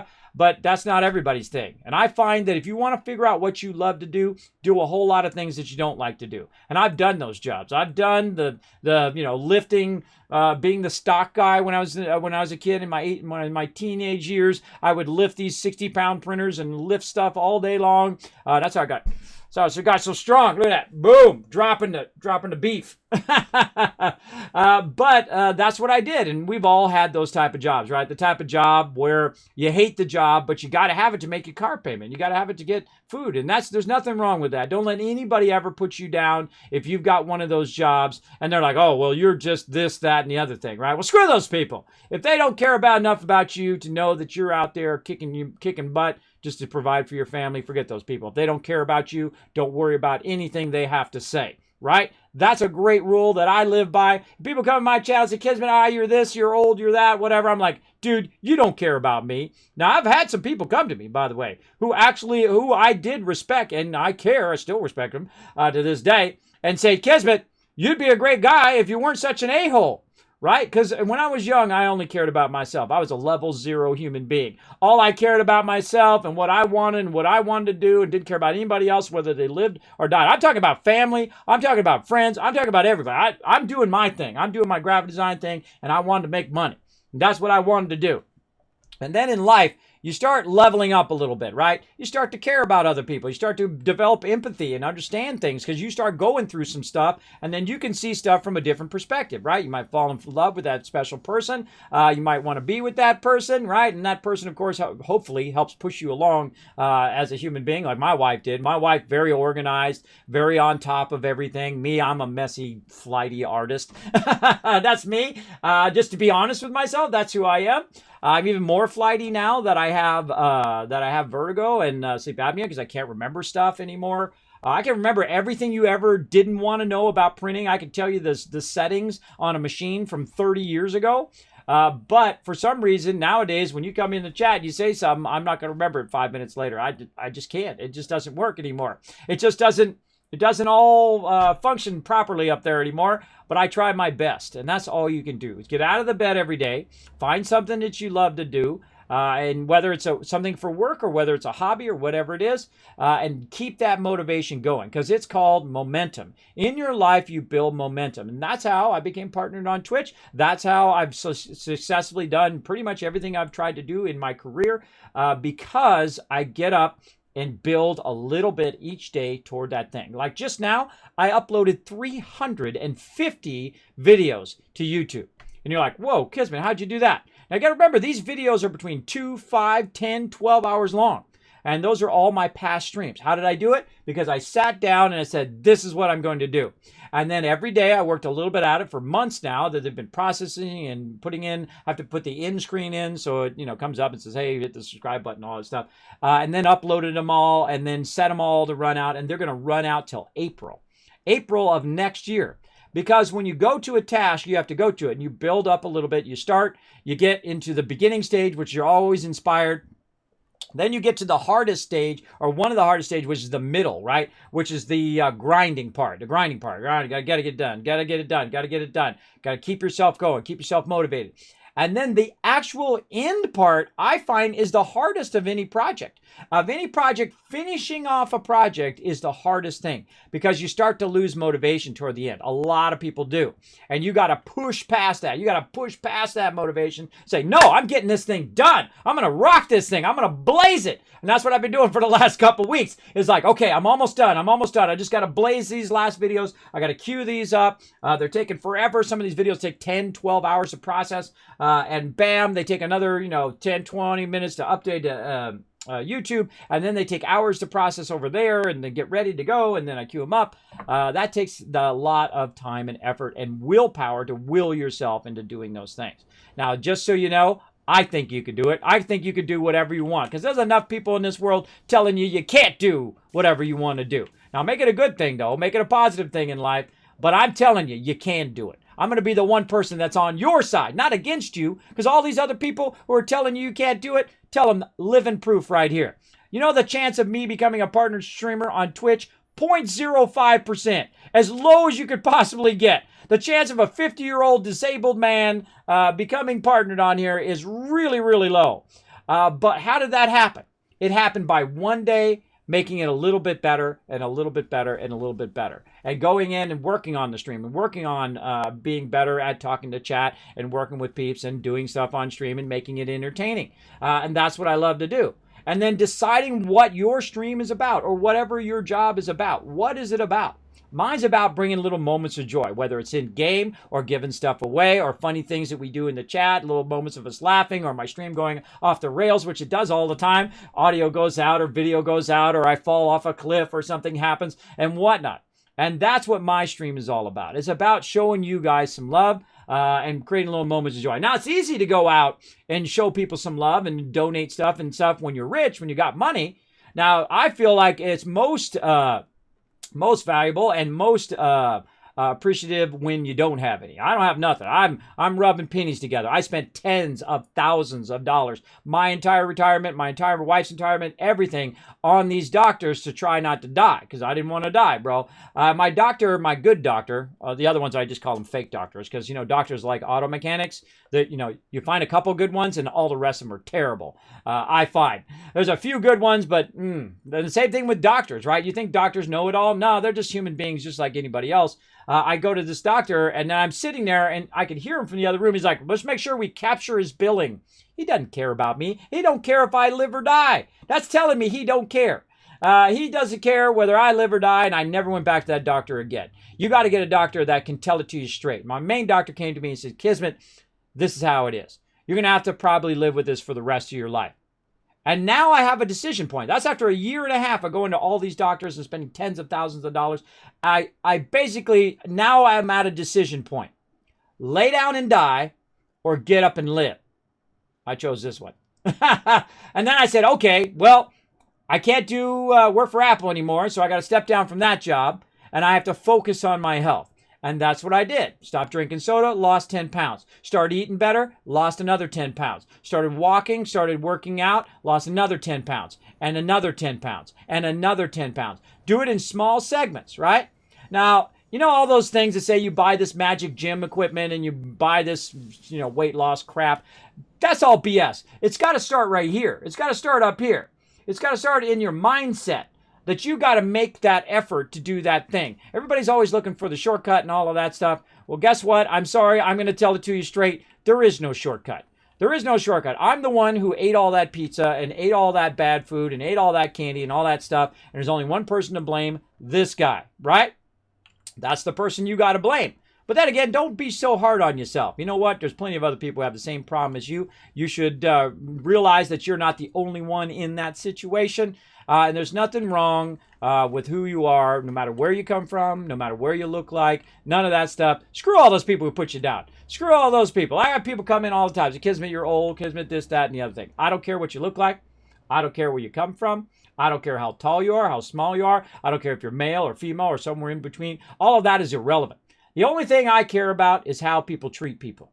If you treat other people horribly and pets, that's a red flag, bro. That's a red flag. I don't want to be around you. If you're going to be disrespectful and rude and mean to me or other people, I don't want to be around you at all. I don't want to have anything to do with you because life is too short to have those type of people dragging you down. You're trying to be like a locomotive here, right? You're trying to be like a train. You're trying to get your wheels running, right? You're like chug, chug, chug, chug, chug, chug, chug, chug, just trying to get life going, right? You're trying to get your life going, trying to get it going. And right now is a really tough time. You got to have empathy for other people. You got to care whether other people live or die. At the basic, that's level 1 human being, right? Level 0 is only care about yourself. That's all. That's what it is. Actually, I put that clip up on Twitter now that I think about it the other day. And that's the way that I think about life. So that's what I did. I'll sub you on YouTube. Well, thank you, pal, Cursory. I worked very hard on my YouTube stuff. Got more guides coming up. I really want to get back to my guides that I'm probably most known for on YouTube and all of that. So definitely going to get into it big time. So hopefully that inspires you to go out and do what you love to do. Again, I'm not, I don't have an ego. I'm not trying to tout how awesome that I am, but I do appreciate Twitch coming in, and I know some of you are coming in from the homepage. Consider hitting that follow button. Consider hanging out in the stream. If you need a little bit of love in your day, if you need a little bit of positivity, you might have a rough day, you might be having a rough year, a lot of us, right? Just come on in. We're going to give you the love here in the channel. Feel free to say hi. We'll actually say hi back, and I'll say hi back too, because I love to interact with people in the chat. So thanks for hanging out, Cold Fusion. I see you saying hello, and thanks again to Raz for showing that love. Appreciate that. Let's see who else we got in here. Yeah, Kids Talk. Yeah, we're doing some serious Kids Talk today. There we go. I can't do heavy lifting no more. My back can't handle that now. Hey, Palo, I feel you on that. Me too. I can't lift those 60-pound printers anymore. My back gets really bad very, very quickly when I'm out mowing the lawn. I get about 10 rows in, and then that's it, bro. And I don't have that big of a lawn, too. I just have an average size, backyard and a little size front yard. I don't have that much, but I actually got rid of my riding lawnmower. I got rid of it on purpose because it wasn't doing me any favors. Riding that lawnmower around, while fun and fast way of doing my lawn, is not a great way for my health. And I use actually mowing my lawn as a health check, right? So at first I could mow a couple rows, right? And I don't know if you've ever mowed a lawn when you're really dizzy. It is very difficult. And thus I have to stop. So I have to stop, wait for my vertical to subside a bit, make sure the dizziness goes down, and then I'll do another couple rows. And then eventually I could do about 4 rows. And then I could do eventually 6 rows. Now I can do the whole backyard. 6 years later, though, it took me a long time, but now I can do the whole backyard, the side and the front yard. GG, right? Good. Now, not every time. Sometimes I do still get dizzy, and I will always be this way until I die. It'll never go away. And yes, I've seen doctors, and I do have sleep apnea, and I have tried the CPAP machine, and I have what's known as a mandible device. You get it from your dentist. It puts it in there, and it holds your jaw forward so you don't die. Because every night I go to sleep, I may not wake up tomorrow. I'm not kidding. I'm not looking for your sympathy either or anything like that. I'm just telling you that's what I deal with every day. And I'm sure a lot of you out there deal with even worse stuff. I consider myself partially disabled because of my conditions. But there are people who are fully disabled, people who have a lot worse than me. They're dealing with cancer and all this other tough stuff right now. Very, very tough on them. And my recovery is force of will. Me saying no. I'm not going out that way. I'm not going to die at age 45. I'm going to get up and I'm going to make a change every single day and work a little bit at it and a little bit at it to build that momentum to get to the point I am right now, where I can sit here and I can talk with you guys and we can play games and we can have a fun time, which inspires me to get up out of the bed every day and hopefully inspires you a little bit in your day. All right. So thanks for hanging out and listening to that Kiz talk there. I'll give you a few Kiz caps for listening. That was a pretty long one. I'll give you some Kiz caps toward the giveaways here in the stream. I do a lot of giveaways. I'm actually sponsored by a lot of epic people down below there, including Bethesda, Elgato, Blue Yeti. Man, tons of awesome peeps who come in and show the stream some love. And anytime they send stuff to me, you know what I do? I just give it away to you guys. That's what I do. I've literally given away tens of thousands of dollars worth of stuff here in the stream. Thanks to peeps who do subscribe. I put every penny right back into the stream. Again, this is not about me being Mr. #1 clout earner or making money. I've made lots of money. In fact, I've made more money than some people make in a lifetime. I'm talking lots of money. Not millionaire status, but pretty close. Pretty close to that. And I took that money and I spent that money because I was a young kid. What do I know about money? I just spent it and stayed at 4-star hotels and lived it up. And I'm glad I did. At age 50, I'm glad I did that in my 20s. Because otherwise I would have been now in this stage where I couldn't have done a lot of that stuff. And I did a lot of crazy stuff. I'm talking like rent 30 Sea-Doos and go party at the river and stuff like that. I'm talking about crazy stuff that I couldn't do now. Just, one, I'm too old for that. And two, it'd be too dangerous for me now. There we go. As someone that's gone through a lifestyle change like that, he's got everything right. Yeah. You got to find that thing that gets you out of the day. Oh, sorry to hear that, Raz. Sorry to hear that. Good that you don't have a riding lawnmower for your kids. Well, I don't have a riding lawnmower, so I get out and push the lawnmower. So I'm out and I'm being active, and it helps me with my health, big time. Now, let's go ahead and get back to some Satisfactory. And again, I appreciate all of you hang out in the stream and just chill out and all of that. That's why I give you extra love in the chat. Because sometimes there's new peeps coming in or I'm on the homepage or whatever, and I want to just give them a little bit of love in their day. A little bit of love. Now, some people don't like it. Kismet, just play the game, right? Don't worry. We're going to play the game a lot. We're going to be playing it all afternoon. We'll get plenty of the game in. Don't worry. And I play it every, you can see my schedule. I play it every Tuesday and Wednesday. We get plenty of Satisfactory. Don't worry. We might start a new playthrough. We'll see. We'll see. But right now, we're on nuclear power. So we need to get our very first thing going, which is our sulfur. Right over here. There we go. Okay, so we got a lot of sulfur in there, and now we're going to work on our sulfur and our water. So we need to think about our water over here. And I think this is our plan, is to run it from down there. We're extracting some bauxite down there, and it's running up. That's working with our aluminum. And that's being fed in there, and our train is taking it back and forth. Yeah, they got trains in this game. It is awesome. This is a 10 out of 10 game. This is an insta-buy from Kismet. If you got a wish list on Steam or on Epic Game Store, I don't know if they have a wish list. Do they have a wish list on Epic Game Store? Let me know in the chat. But on Steam, you can get it on the wish list, and hopefully some of your friend gets it. Or, I don't know. I might have to remind myself. Hold on, I'm going to remind myself and see if Coffee Stain would be willing to donate a few codes for Christmas for me to give out to you guys. I got to remind myself because I do have sleep apnea and vertigo, which means that I'm going to forget this in about 10 seconds. Let's see. Ask.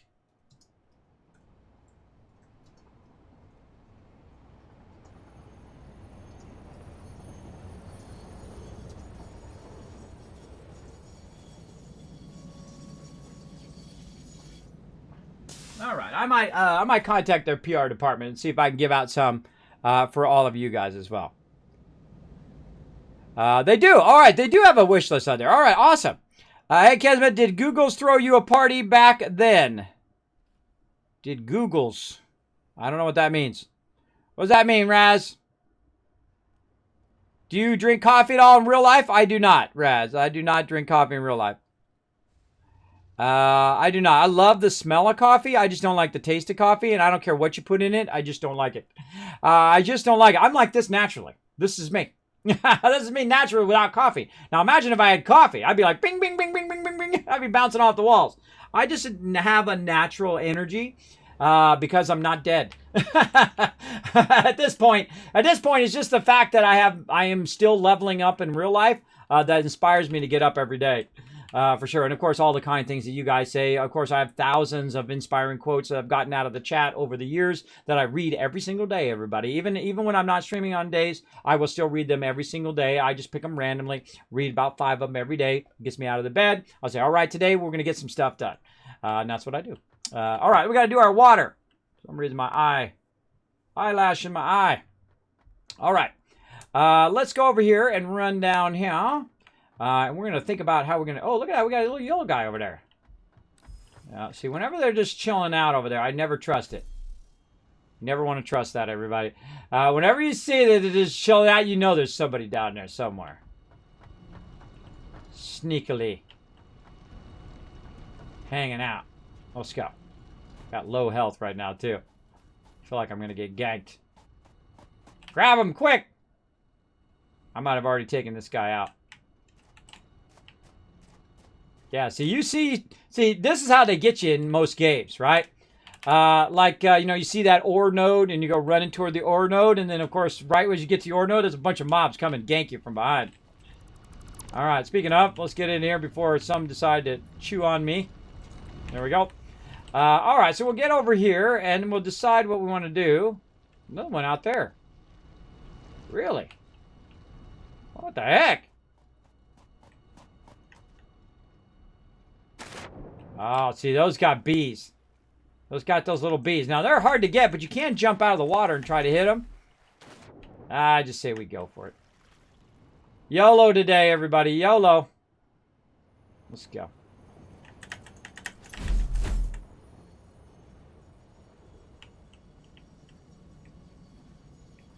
Now, see, I'm dragging him back. How far am I away?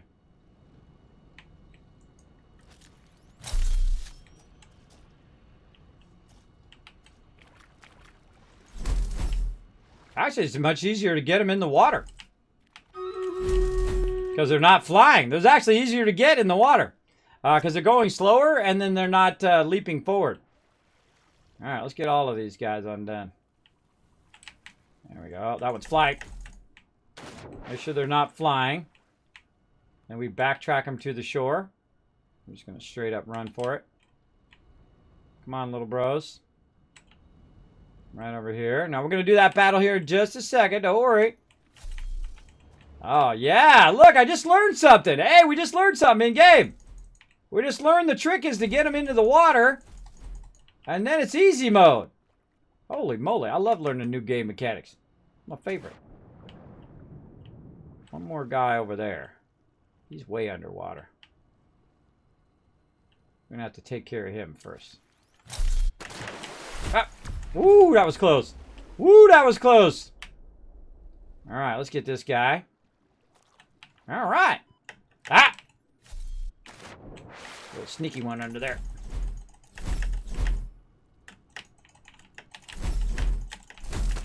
There we go. See, there's always one. There's always a sneaky one in there. Now, thank you again, Cole Fox, and also Pale Curiosity. Thank you so much for dropping the Dragon Hammer, crushing that follow button, becoming part of the Teamwork Tycoons here in the Kismet stream. Welcome, welcome. Thanks for hanging out. Appreciate each and every one of you. Now, we're going to be doing a bunch of battles because this is the mega stream, and that's where we're doing a whole bunch of stuff at the same time. That's right. We're playing some... Look at the shadows. Neato. We're playing some Satisfactory, but we're also doing this game on the side called Stream Raiders. I love this game. It is so incredibly fun. This is everybody in the chat. Look at that. Look how many peeps. We got 108 units. We're going to blow it up right now. We're going to get everybody some loot. Go, go. Rotisserie G right now. Heading the list. Oh, wait. We got Fat Ray Nelson coming in. And Old Skew coming in as well. Getting those kills, getting those assists. Oh, they got no chance. No chance. We're going to destroy them. They are going to get owned. Bye-bye, suckers. There we go. More loot for all of you guys. Open that captain chest. No even chance of going to get us there. Adam getting some extra love. Casey getting 50 gold. Big P Daddy getting some Berserker Scroll there. Awesome. And Old School rounding out the top. With 19 assists there. Overall MVP of that round. Congrats on that. And now, it's boss time. Now, if you've never joined us for any Stream Raiders, there's a link right there in the chat. Come and join us. It is a free-to-play game. It is on mobile and on desktop. Now, you can help support the stream if you so desire, if you can afford it, by going in and purchasing skins or gifting skins to other peeps in the chat. But no, it's never required. You're never required to donate or subscribe or any of that stuff. I'm not entitled, everybody. But I do appreciate those who do keep the stream going. Know that every penny does go right back into it, into the stream in the forms of giveaways and other things like that. All right, let's get into it, everybody. Boom, come and join us. Follow that link. Find me, your Captain Kismet, and we're going to get into it now. Whoa, hey, doggo. Scared me there, bro. Scared me. Come out of nowhere. All right, so we need some water. We need to run that water up there. So let's go up here, and let's go ahead and get our logistics, our production going here. Not power. It's brain. Huh. Where is it? Where's it hiding? Production. I thought it was production. I don't know. My brain was like not processing that properly. Oh, we got to go get. We got to go get the stuff. Let's go ahead and make ourselves. We'll do some double walls. I unlocked all this other stuff. Now it's in the way of my easy access of this. There we go. Put that right there so we can jump up on that. And we're gonna run back up here. Get our coffee cup out. Take a little sip. A little sip of coffee there. Good thing you don't have the right. Yeah. Wait, I see your news. Wait, I don't see your news schedule on Twitter when you left. I should be on Twitter. Did I not put it on there? Sometimes I forget. It's on there. Yeah, it's pinned. It's pinned to the very top. News schedule is pinned to the top of Twitter. There we go. Will Kismet rewards help you out anyway, or are they just fun for fans? What do you mean Kismet rewards? Like the Kiz Caps? The Kiz Caps are for you guys. They're for you guys to earn it. For people who hang out in the stream, they can use it for giveaways and contests and stuff like that in stream. Nuke Power. There you go, Raz. Let's see. I love my new badge. Yeah, look at that. Look at that awesome badge you've got. Yeah, 36 months rocking that heart dragon there. That's the gold dragon. If you get to the higher end one, you get the gold dragon and the black and gold dragon. So this is the gold and black dragon, and the other one is the black and gold dragon. They're the time and destiny dragons, which actually I have on my shirt right here. Look at that. You got the red and black dragon, and you've got the gold and black dragon. On this side, this is time, and this is destiny, right there. Did you know that? Now you know. Now you know where that logo comes from and where those little dragons come from.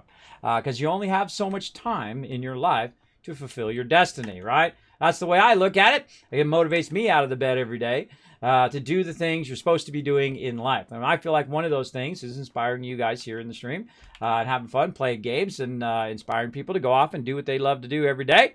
That's what I try to do. Yeah, the caption. Okay, thank you. You're welcome. Hey, no problem. Ask away. If you have any questions, feel free to use my name, Kismet, in the chat. Hey, what's up, Riverdog? Riverdog hanging out in the chat. Good morning, Riverdog. Hope you're having a great morning as well. Hope everybody's having a great morning. And again, thanks everybody who's coming in from the homepage. Feel free to hit that follow button. I do play a lot of different games in here. Satisfactory, a lot of building games, space games, fantasy games, MMOs. We're going to be playing some New World coming up. Gonna be awesome. So make sure to hit that follow button. Come back anytime you can. Lurk in the channel all you like. We also play a bunch of Fallout. We play 7 Days to Die, which is another fantastic game, and really any game that I feel like playing. I do get sponsored sometimes for games, and sometimes we play a bit of those as well. We're playing Crash Bandicoot the other day. It's About Time. That's a really fun game. It's cool because you can freeze time, and then also you can phase in and out of different boxes, so you can grab the boxes and whatnot. Great platform game. Very, very fun. All right, so we need more resources because I put my resources back. Yes, I did. And we'll go ahead and put these little wormy guys back over there. And let's get all of our resources out of here. Oh, where do we put them? That's the hardest part, remembering where I put all my resources. In here, there we go. All right, so we're also going to go ahead and queue up a bit of our production here. We're going to say, how many water are we going to need? Ooh, that's a good question. How much water are we going to need? Okay, so we're going to start with sulfur. Now, our sulfur extraction is 180. And right here, we got 50. So 50 and 50 is 150. So we're going to do, how many of these? We're going to do 4 of those. That'll be almost 200. And then we'll underclock them so they're all in sync. So we need 4 of those. So water, we're going to need 4 times 50, which is going to be about 200. So we really only need 200 water. So we only need 2 of the water things. But I usually do them in groups of 3s because it's just easier to make them in groups of 3s. Because the water pipe goes to 300. So you might as well max it out the water pipe. And if one of them turns off, Well, bam, you're using less power anyway. So we're going to go ahead and do those in groups of 3, so we know how much water to run. And that's going to produce 100. So we do four of these, is going to be 400. So 400 sulfuric acid. And then over here it needs 80. So basically 400 is going to get us about 4 of those as well, with about 40 left over. That's fine. But how much uranium are we extracting? I have forgotten. I think it was a normal, it was a coarse node. Uranium is how much? I forget what it is. We'll have to go look. I wonder if I have my suit up here somewhere. What did I do with my suit? I don't have it on. I bet you I put it in a box down below. I don't see it. I don't see it in any of these. Whoop, no, it's spark splitter. Nope. All right. I don't have my suit, so I have to go find my suit. Yeah. All right, let's go find my suit that I put somewhere. Who knows where? I know not where. Oh, the train's gone. Train's gone. We could have rode the train, but that's okay. We'll race the train. Let's race it. Now, the train is the thing that's the fastest. It's about 100 out of all the vehicles. It's about 100 miles an hour. Now, actually, the hypertube can go faster than that. If it's going down an angle, like you can see here, I'm actually gaining momentum the faster or the further and further I go down. Now, this is the least amount of a ramp that you can do. Notice it's really, really long for a purpose. That's so the train can go up it without losing too much speed. If I make it steeper, it's going to be a lot slower or not be able to go at all. Now, look at this. This is an automated train. Look at it gathering all the resources and bringing it up. This is the coolest thing, bro. It's the coolest thing. All right, let's jump to the other side. Over here. Where did I put that? Right here. Okay, this is where I put all my stuff. Oh, there's nothing in there. All right, we'll take that out.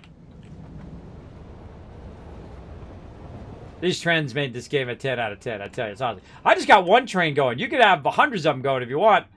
Going from all different sorts of places. Now, where would I put that if I was going to put it somewhere? If I didn't put it on that side, then I would have put it on this side. Over here. I would have, see these boxes laying around? That's usually my resources. Okay, that one's empty. We can take that one out. This one here. There is my filter that I'm going to need. Let's sort this. Put a bit of this concrete back in there. There it is right there. There's my filter. Yeah, I got a bunch of resources just laying around up here. What do we got over here? These are probably my resources I don't need. Yeah, these are my resources I don't need anytime soon. That's why I'm off by themselves. See, I didn't remember that until just this moment. All right, so we got our uranium suit. Let's go. Now, all of this looks like it's working fine. We do have to up our stators amount, but we'll get into that in a bit. Let's go ahead and use our hypertube to get back and get this going. I love building games. That's a lot of storage space. Yeah, those are all my different resources from all the different parts of my factory. If you notice, I have multiple levels. There's a level down below. Then there's a level above that, which is the actual production part. And then I have my kind of finishing level, which is the top level of my base. Now, we're going to get the power going. And then we're going to have a little bit of fun. But I am feeling like a new playthrough because I haven't done that second one yet. Start on that second one, which is a desert one. And I feel like we might do that. But we're about to do the highest end stuff right here, which is the uranium and nuclear power. What exactly is this game? A fantastic question, by the way. 1,000 Kids Caps for a fantastic question right there in the chat. That's for my giveaways, by the way, if you want to know what those caps are for. This game is all about building, exploring, bringing resources from one place and converting it and building up your factory. Now, what you do is you get sent down here from the parent company, Fix-It. I actually have a Fix-It shirt. I don't have it on today. I'll probably wear it tomorrow. And they send you down here to this planet to build a factory collecting resources so you can send those resources up to them in space, right? And you build a space elevator in which you send them resources up there. That's your job. You're employed by them to do that. Now, however you do that is up to you. But they do have milestones along the way that teach you on how to play the game mechanics, how to set things up, and how to build your way across. Now, remember, this game is in early access, so they're still probably going to be adding the storyline. They're going to be adding a whole bunch of stuff to the game. They've added already trains and fluids, and they've added a ton of really epic building stuff. Right now, we're working on nuclear power. Once we get our nuclear power going, forget about it. We're going to be set. We're going to be set and ready to rock. Now, I set up some water extractors over there. As you can see on the side there, it's got a to-do list. Let's also set up a bit of our logistics here. Maybe some pipes, a little bit of pipes, maybe some of the... Oh, nope. I didn't want to do that. Some pipelines. Let's say maybe some wall supports, maybe some holes. Maybe a few of these. Now, the reason why I do a few of these is it just tells me whether I have that particular resource on me. Like right there, I don't have any iron rods. See, so before I run all the way back down there and yet again forget that particular thing, now I can have plenty of each of those things. It's like that was built for me. That was like, hey, what would Kismet need to help him build better? Well, he'd need a to-do list, right? And that is awesome, man. That to-do list is the jam. So we're going to run down here, and we're going to run fluids. Now, this has fluids in this game, and it actually knows whether it's going up or whether it's going down. And this is called a head lift when it's going up, and then it's a positive head lift when it's going down. Basically, it allows the water to flow because of gravity, and you don't need pumps. So now we're going to be moving it upwards, so we're going to need pumps to push it up from down here up to this upper level where we're going to have our nuclear power. And we need about 300. Really, we need about 200, but I'm going to do 300 because I like to do them in groups of 3. So we're going to take our water extractor, and we're going to stick it out here in the water. Now, if it's deep enough, it will let you go ahead and put it in there. Now, I'm going to turn it around like this. Now, I like to have foundations down when I'm working on stuff. So I'm going to actually use this as a bit of my thing so it connects perfectly to my base. So I'm going to go ahead and bring that foundation out there. And I'm going to use one of my favorite pieces called the double ramp. And we're going to try to see if we can get this to be just below the water level. All right, that's a little too far below. So we're going to go ahead and use, say, a little bit less. No, that's not it. Oh, that's actually not less. That's about the same. That's a little bit too deep. But let's go ahead and use this one right here. It's just below the water level. And that's going to allow us to put our foundation down underneath here like this. And then we can build forward. And then now we have a foundation that's just below the water level. Now, why do I build foundations just below the water level? Well, I do that so that when I do the water is not going up. It's actually coming down, and then it comes down, and then it runs along the ground level, and it's fine. Now, of course, if I was running it here, it's going to go up anyway because of the terrain, but you get the general idea. And so I like to be a little bit below the water level. And then I like to go in and add our water extractors in at the end here. And I'm watching the little white line right here. See these little white lines that are around? That tells you basically the angle and how you're lining it up versus your foundations. So let's go ahead and start, say, with that one. Like that. So we got one in there, and then we need to look. I'm not looking up here. I'm looking at the white lines way over here. Let me get my little red arrow because I go above and beyond, bro. Watch this. Boom. That's right. I did this in a program called Maya. A huge overkill. Look at it's even transparent. It's a huge overkill for doing streaming. But again, I'm a 3D animator as well as a graphic designer. So yeah, right over here on the corner right here. There we go. We can see this red line and we can see these white lines along here. So we're going to try to get that white line lined up on the side here. Now it tells us we can't put it down. It's red because this is intersecting with this one. So we're going to go in and we're going to fix that by just simply moving it out a little bit and watching those corners and lining up nicely. Now, it doesn't snap yet. I have a feeling they're going to add the snap to it later. Add a few more foundations here. And moved it. Now, these always look a lot smaller than they actually are. They're actually pretty huge in terms of your base. Oh, that's not deep enough. Not deep enough. So I'm going to have to push this one out a little bit. That area where it is not deep enough. So I have to push it out, but that's okay. We'll line that up anyway. Okay. So now we have all this. You know what? Actually, let's make this nice. Now, there's two ways of playing this game. There's the functional making it work, and then there's the making it beautiful, which I do spend a lot of time doing that. Not only making it functional, but making it beautiful on top of that. And I feel like if we're going to do this, we can only go out to there. We might as well just bring them all out to there. So they're nicely lined up, and then we can line up our pipes nicely and do all of that. So let's start again. This time, let's start here at the end, and let's make sure we got enough room. And line this up off this one. Bring it up nice and close. Line it up somewhat in the center. Doesn't have to be perfect, but it needs to be lined up at least. And then we're going to go in the opposite direction. Now, here's one of my biggest suggestions, and that is work your way forward and then work your way backwards, or start from the end and work your way back the other way, right? You want to do that in really everything that you do. I've done that in graphic design for many years, where I would start, what's the end result? What am I trying to end up with? And then work your way backwards, because that's going to help you a lot more. Have to go. Have a good day. Take it easy, pal. Thanks for coming in anytime you want, man. Appreciate you coming in. Hey, Tired Mango, what's up? Hope you're having a good day. Yeah, River Dog using that. He's using the arrow. All right, another 1,000 kids cats for using the arrow, River Dog. There you go.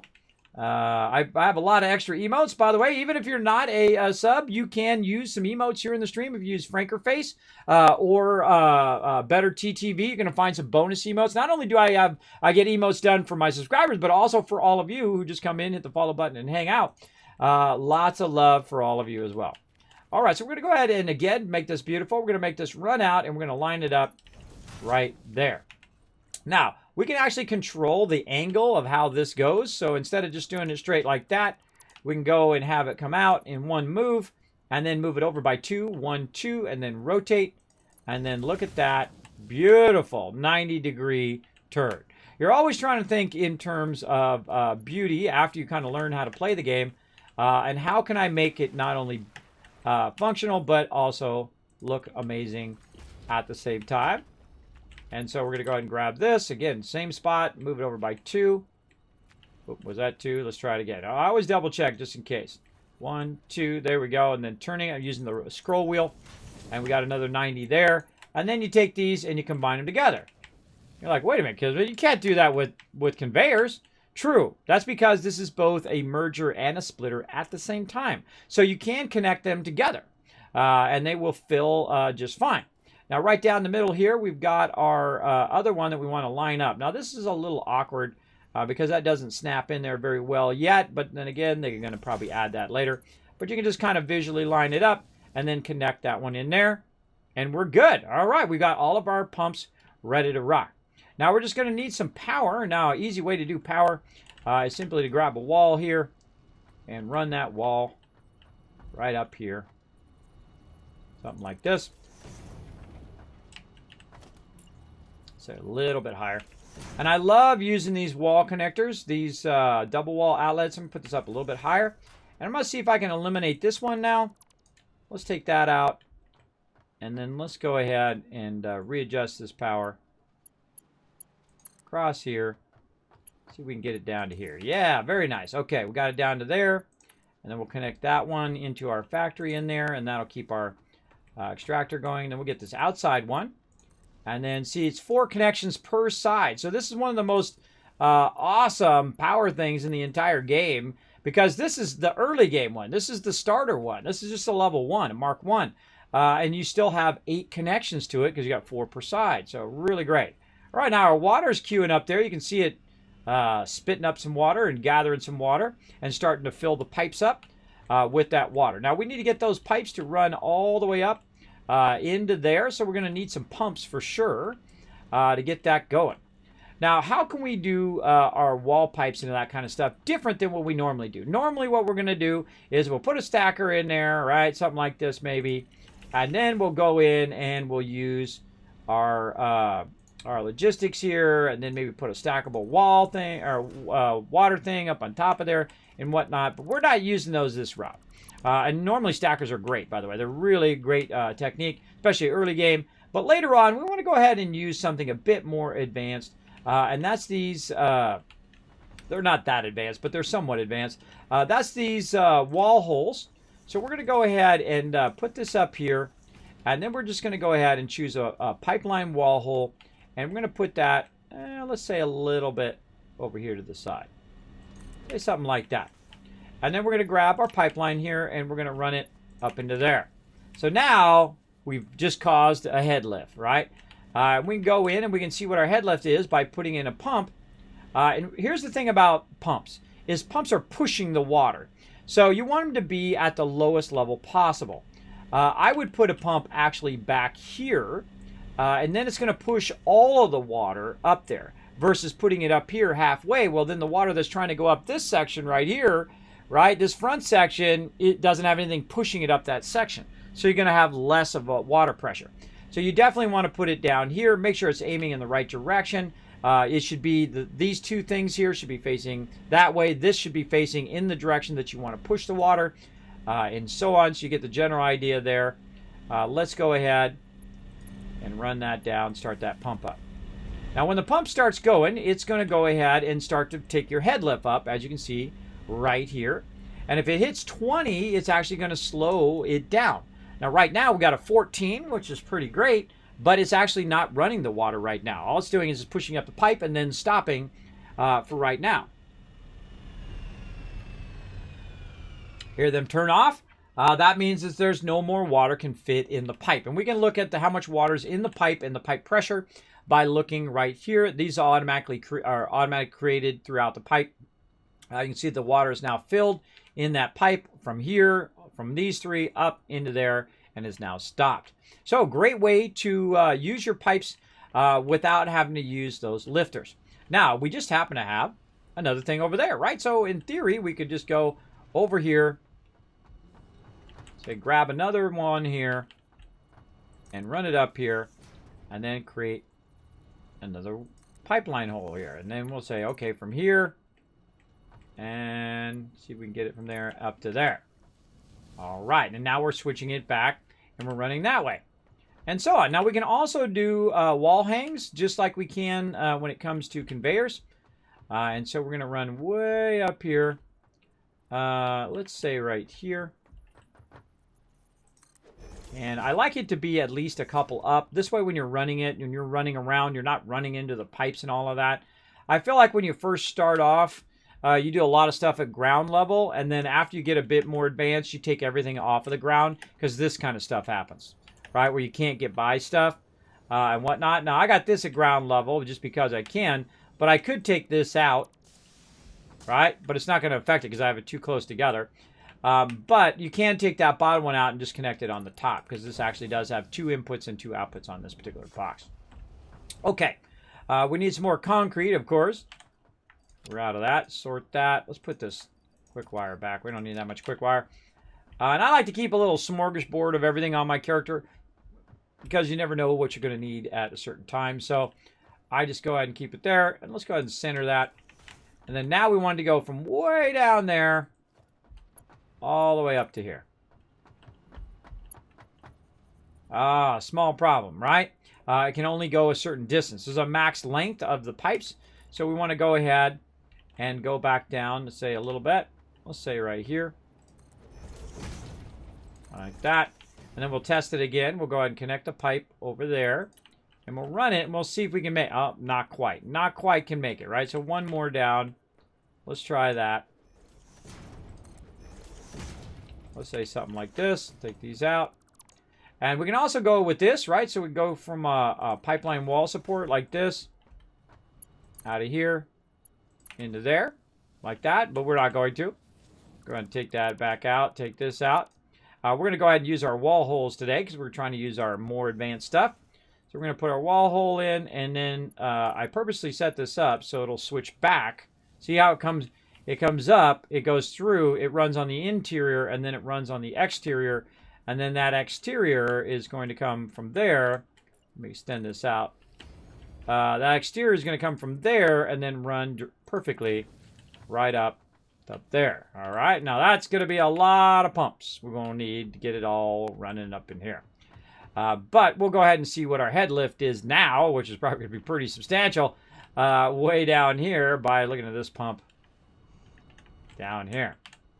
There we go. Oh, yes, 22 right now. Oh, it's exceeding. It's getting worse.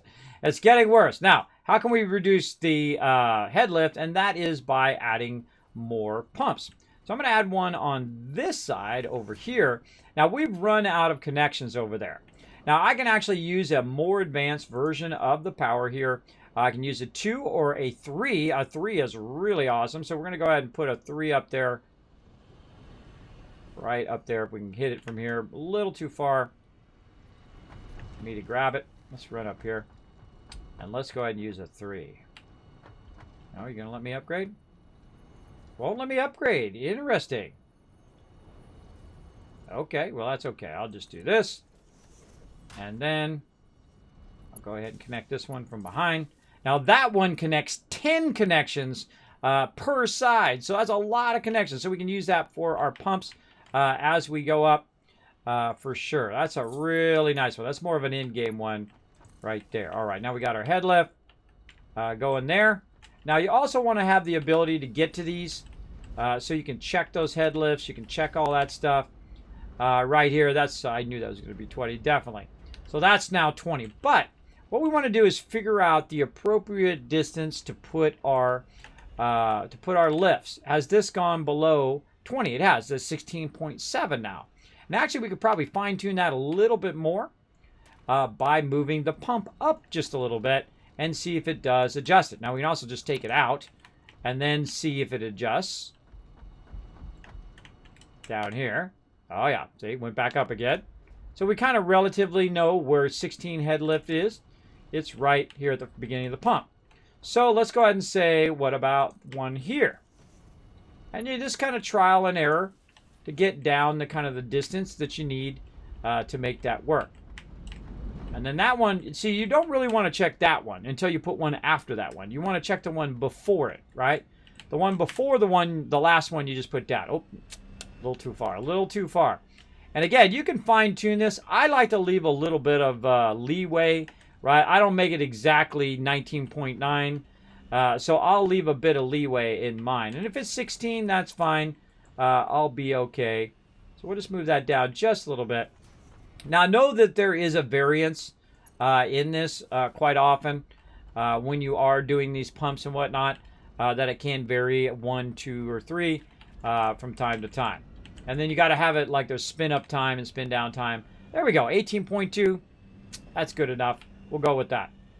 Go with that so we have it. Hey, look, little K-Fox, how you doing today? Hope you're having a great day today. Welcome, welcome. Thanks for coming in and hanging out. Appreciate everybody chilling out in the channel today. We're having fun today. This is fun stuff. We're doing nuclear power. So we're running our water. Now, again, we have our general distance here. So let's say a full pipe length of that, a full pipe length, maybe up to here. So let's go ahead and grab this one. Let's go ahead and make sure it's going in the right direction. Let's go ahead and put that in there. And now we got it pumping. And thus we'll go back and we'll check this one. What's its head lift now? All right. Starting to run. Oh, very, very close. 20.1. Very close on that one. That was a really good guess. All right, let's back it up just a little bit and see if we can get that really sweet right over there. All right, let's check that head lift again. It's going to be a super close one. Now, I'm cool with 18. You can get it closer to 19 if that's your thing, but I like to leave like a full point, leeway in my head lift. That's just me. You can optimize it for even better. All right, so now we know about the distance, right? Because all of these are going to be going very similar angles. This one's a bit steeper angle than this one because you can see it comes up steep and then it starts to even out a bit in the upper one. So we might be able to put them further apart. But again, here's what you do. You put it in. Let's guess right there. And then let's go ahead and run. Let's run it from the interior here. Up to there, and then that's going to start to run, and then that's when we go back and we check this one.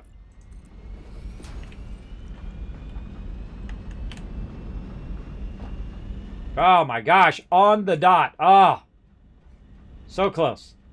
So close. So you're going to do this. You're going to kind of tinker with it, right? Try to get it right.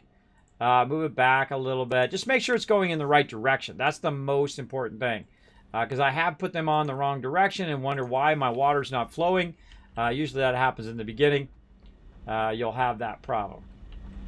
But after a while, you'll just get the hang of it. 18.3. Now give it a minute because it's got to flow some water through it. 18.4. Looking pretty solid. Like it, like it, like it. And we're going to continue to keep putting these in here. I'm going to continue to just kind of drop these babies up here and run power lines and stuff like that. While you guys battle it out. Let's go! A little side game we play called Stream Raiders. Very, very fun. Highly recommend coming in and joining us, everybody. Let's go.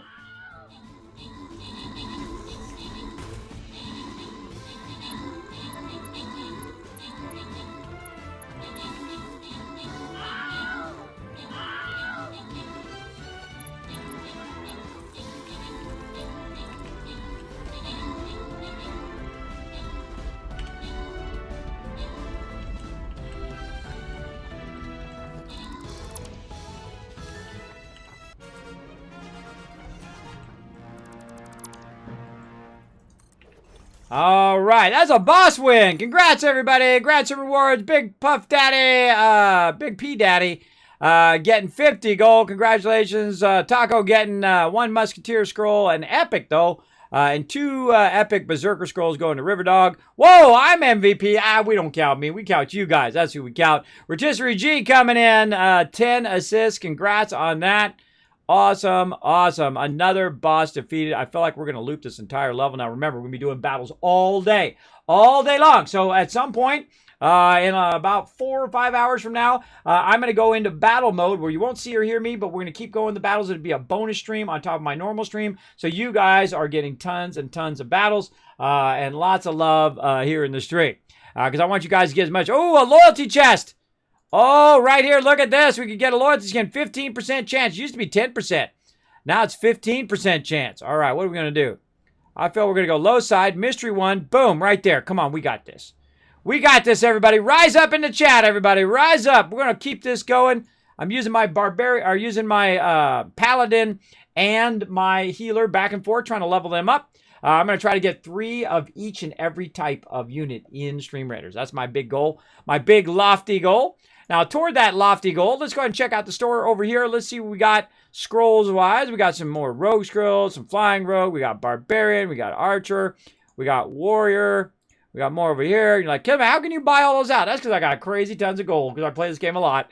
Right there. Very awesome. We got that going. Now, what else can we upgrade over here? Oh, we got specialized one of them. Anything else? We got some upgrades for our flying rogue. Very nice. Upgrades for our barbarians. Now, these are all the different types of units you can have. You can have tanks and healers and paladins and centurions and barbarians and rogues and busters. These busters are awesome. There's a balloon buster and then a regular buster, which basically just runs up and blows up on the mods. You can be a mage. You can be a flag bearer. You can be an orc slayer. You can be all those kind of cool stuff. Or a templar. We got specialize our warrior. Let's see. A specialized melee unit that deals 50% more damage to melee units. A specialized melee unit that grants 30% damage boost to nearby allies every 7 seconds. A specialized melee unit that deals 200% base damage to nearby enemies. I like to boost you guys, so I'm going to go boost mode. Boom. There we go. Boost you guys big time. Get you going. And we'll also upgrade our warrior again. Apparently we have more scrolls to upload him. Oh, or maybe it's just acting funny. Let me go back. Upgrade. All right, not letting me upgrade because I just specialized him. But I'll come back and upgrade him later. Now, you can help out this stream tremendously by going right here to this thing, typing in Kismet, and then, of course, gifting or purchasing yourself some things. Some skins right here. I've got the epic Norbert Healer. We've got the Wasteland Tycoon, and of course a whole bunch of other awesome skins. A great way to help support the stream is to purchase those Kismet skins in there. And of course, as we get further and further along, when we get to 100, we get another custom skin. I think we're going to do Sparkle Dog next time. I think that would be amazing. So again, remember, a great way to both get some epic skins and to support the stream at the same time. There we go. All right, here we go. Thanks, River Dog. I see you in the chat there, bro. I see you in the chat. All right, let's get back to this. Oh, I hear my headphones dying. I have wireless headphones that have a tendency to die quite often in the stream. So instead of wearing wired headphones, I can wear wireless headphones. And I have 2 sets of them. So I put one in the case and then put the other ones in my ears. And then I have to set it up so that I can hear the gameplay. Right up in here. Always takes a few minutes for OBS to realize that I have my headphones in. Come on, OBS. I don't know why that takes so long. But such is the way it goes. There we go. All right. All right, awesome. I have a little slurp of coffee. Slurpy, slurp, slurp.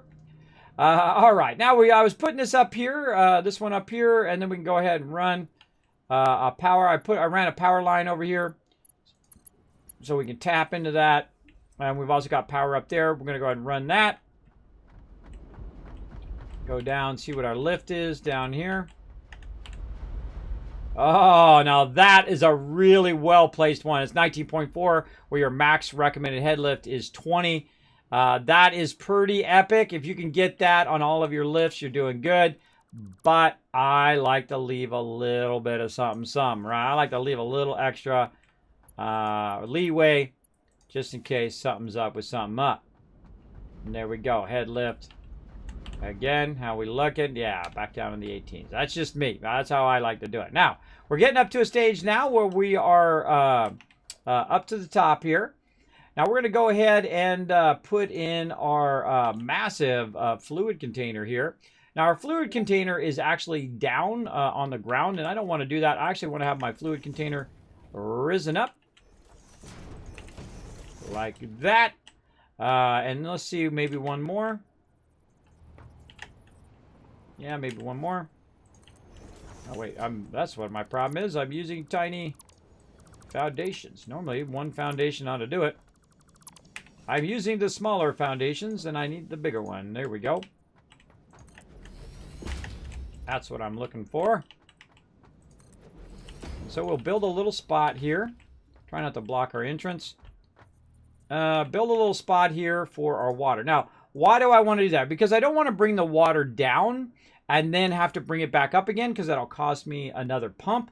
And that is more power. Power, all these type of games, everybody, is all about power, right? Mastering how you get the power from A to B, how you get the item from A to B, and all of that. Mastering that is your #1 goal, I find, here in Satisfactory, and in all games, really. Because if you don't get the power down, it's just your factory is just gonna keep turning on and off and on and off, and you're gonna constantly have this power issue. Now, right now, my power is being funded or being run by a lot of oil that I have running on the other side. I found a lot of stuff. Man, I keep not seeing where this is. There we go. Let's rotate it in this direction, and we're going to set up there. Now, that's a giant fluid container. This is the later version. Earlier on, you get the smaller one, which says 400 of fluid, and this is 2,400, 2,000 more than the other one. Now, this is going to go slightly up, and that's okay. Slightly up into there. And then we're going to look at our flow rate, and that's going to now hopefully get close to 300. That's looking pretty good. But one thing that I always do, just to double check, is I put a pump right here at the end.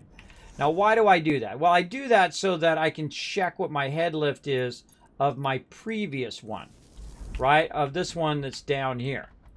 So we can go down and we can go ahead and put that in, get underneath this, and see what the head lift is. This is only 8.8, so that's not much of a head lift. So I don't really need this other one over here. I go ahead and take that out and then see what the difference is. Should be about 9. Yeah, so 9 is fine for that head lift there. Now, start over. Meaning that you go all the way to the bottom and you double check all of it. Because now it's actually flowing into something. It's actually flowing into that container, and it's continuously running. Now, I'm also showing you a great trick if you're having trouble with power or you just want to save power and be more efficient, is that these actually output at 120. You don't need them to output 120 because you can only put 300 through that pipe in the first place. So you don't really need them to go that particular fast. So I go down and I bring them down to 84%, which is the magic number, to make it 100, right? It's actually a little bit more than 100. So I'm going to bring it down to 100, which means it goes down to 15 megawatts. Now, if we go over here and we look at this one, how many megawatts is it taking? 20. So I just lost 5 megawatts. That's a big difference. in your overall thing, especially across a whole bunch of these that you would be doing. So again, same thing here, 84% down to 100 instead of 120 extraction. And that is called underclocking, where you underclock your items to make them more efficient, both power and resource-wise. I don't need to push out that much resources if it's unnecessary. No reason for me to push it out at that rate. Now, we're going to go ahead and optimize that, which I always do. And then right here, we'll go ahead and look at our head lift, 18.2. Perfect. And then we're going to work our way back up. Make sure to do them in order in which you put them in, starting at the bottom one, 18.6, looking good. Up here, we are 18.4, beautiful. And this one, 18.6. Man, perfect, perfect, perfect. We are crushing. This one's going to be about 10. Yep, 11. Very nice. And it's like, why did that go up from 8.8? Because it actually started to flow. So you definitely want to look at that. And then you want to look at this and see what your max flow rate is right now. It's 300. Perfect. Which is the max flow rate of the pipe anyway. Now, I feel like later on, they're going to add more pipes that can be bigger pipes that can run more. This game, really, if you think about it, how wonderful this game is, it does have a massive ability to add more and more cool stuff to the game, right? You could add bigger pipes, you could add bigger power plants, you could add solar power, you could add all of these things. And there are a lot of mods already, and it's only in early access for this game. All these cool things that can be added to the actual base game itself. But man, modders have been going crazy with this game, making really cool things like control panels where you can turn different parts of your factories on and off. Really, really phenomenally done. So big love to all the modders out there as well. Now, I'm not using any mods, and the reason why I don't use any mods is because I wait till the way later game before I start using mods. I always play games in the vanilla mode of the games until I feel like I've played them out. And when I've played them out, then I add mods because it adds a new life to a lot of games, like say like Fallout 4 or New Vegas or older games like that. That you can add a bit more content or maybe more mechanics, or maybe there were some mechanics in game that need to be fixed. You can add a bunch of bug fixes that the modders in the community have done, and so on. So this is backlogging a lot of water right now, and we're going to let that backlog. Now, you want to set up your backlog of stuff while you're working on your other stuff, I find. Like, say you're going to be working with iron, put a box there and let the iron run in there while you're letting it run. I always start at the beginning so I can kind of pre-queue a lot of that stuff first. Now, we're going to do the same thing on the other side here. We're going to go ahead and bring this up to a level where we can go ahead and use our wall hole to bring this across. Now, I don't really know where it's at. Let's call it middle there. And let's see if that's good. That's good, but it's kind of going off to the side a little bit. That's okay, though. I want to actually run it underneath here. Now, these boxes are not going to be here. And I think I could probably take this box out. Yeah, I can take this box out. There we go. And I want to run that through here so I can run it to my sulfur area. And I'm going to have to readjust all of this, and that's okay. And let's say run it to here. And then same thing. We'll go ahead and put in a nice wall hole right in the center. Well, center-ish. Run that across. Now, that cannot happen. That cannot happen. I mean, it can happen. You can do that. It'll still work.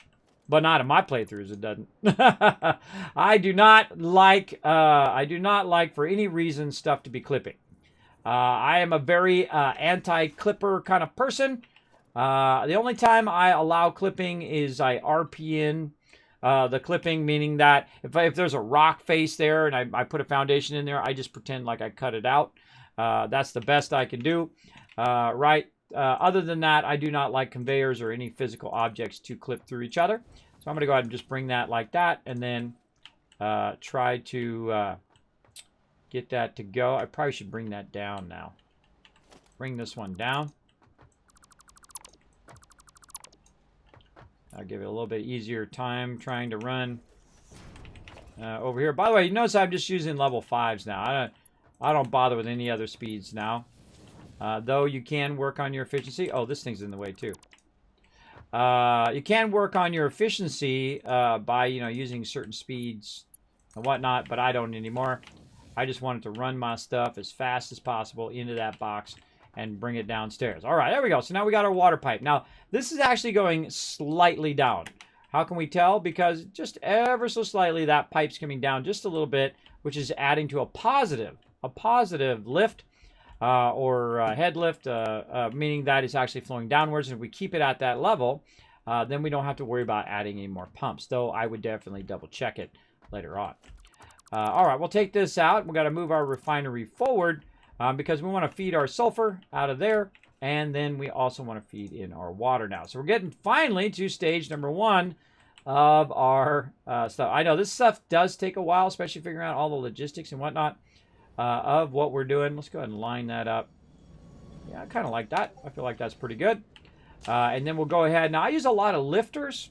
And the reason why I use lifters is so that it's not on the ground level. So this has a dual output. So you can go ahead and bring that from the higher area up into there. But hold on. Wait. Not working. Why is that not working? That's because this output is going to this, which is an input, right? When you see that little green arrow, that means that's an input. And when you see these 3 lines, that is an output. So always be watching the direction of your stuff. And yes, I did that on purpose. Sometimes I don't. Sometimes I do that on accident. It happens, even no matter how many hours you played the game. But you got to watch those directions. So here we got to look at the orange. The orange is the input, and green is the output. And we need an input. Now you might notice something that just happened, right? Oh, wait a minute. Now it's switched my inputs and output sides. I've got my fluid on one side and my part side on the other side. So we really need to make sure that we use a lifter so that it's going up and over the pipe. So we run the pipe under here and then run this overhead. So we're going to go ahead and do that. Now, you can run it the other way if you want. You can run the pipe up and that down and all that, but that'd be a lot tougher. I highly recommend running your parts up in the upper level because there's no lift on parts. There's our sulfur going into there. Very nice. And again, we'll go ahead and tell we want this to be. This is going to be sulfuric acid. And then now we want to get our water from way over there over to here. Now, what we're going to do is actually use our pipes to just kind of backpedal a lot of this. So it's coming through. It's ending up right there. And I think one of these is empty. Yeah, we can take this one out. And I think we got concrete and stuff into these. Let's go ahead and add another one over there. Put all of our stuff in there. Let's take this out. Like that. And let's go ahead and just make another one. Over here, put all that in there. Grab all of that. All right, there we go. Now we're getting somewhere. We still need to go back, though, and check on our uranium. So let's go do that real quick while I'm thinking about it. So we need to go basically this direction. Now, I do have an additional track running there. That's going to need to bring that uranium up. And it's going to actually bring it up and go straight and drop it off over here out of the way so we're not getting radiated. But one of the cool things you can do is just literally just grab, if you have the resources, just grab a locomotive here, put it on the thing, jump on it, off you go. Oh, wait a minute, there's no power. Right, so you got to have power as well. So we have to have it go into a station for power. That's okay. We'll go ahead and use the other backup plan, which is our little vehicle. I love this vehicle. It's so well done. It's the greatest. Because this is the very vehicle. If you work for some big space factory building company, this is exactly the vehicle they would give you. It's very true to lore, both in real life and in some future game. I might sound up just a bit. There we go. All right, so we got to get over here and we got to get radiated. Now, by the way, you can automate the path of this, right? You could have it just go back and forth and back and forth. Now, I don't know why you would want to automate it. I guess if you want to get in it and not drive it yourself and just have it take you from place to place in the factory. But you can see in the bottom right corner there, it tells you vehicle path. And it actually record where you went.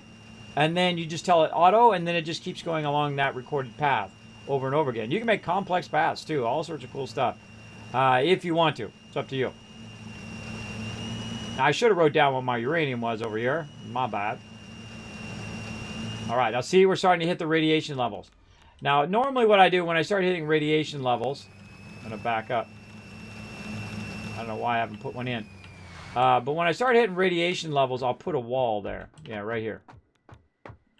Right there.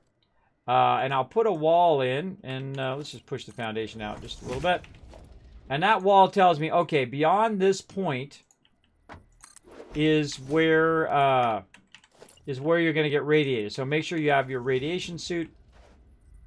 And these are just visual reminders for me in game. Just a little technique that I use. All right. Now I've got my suit on, so I'm fine. So we're going to run up here.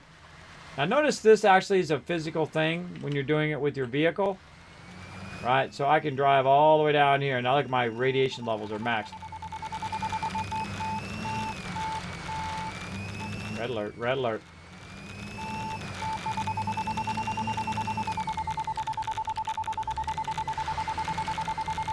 High radiation levels.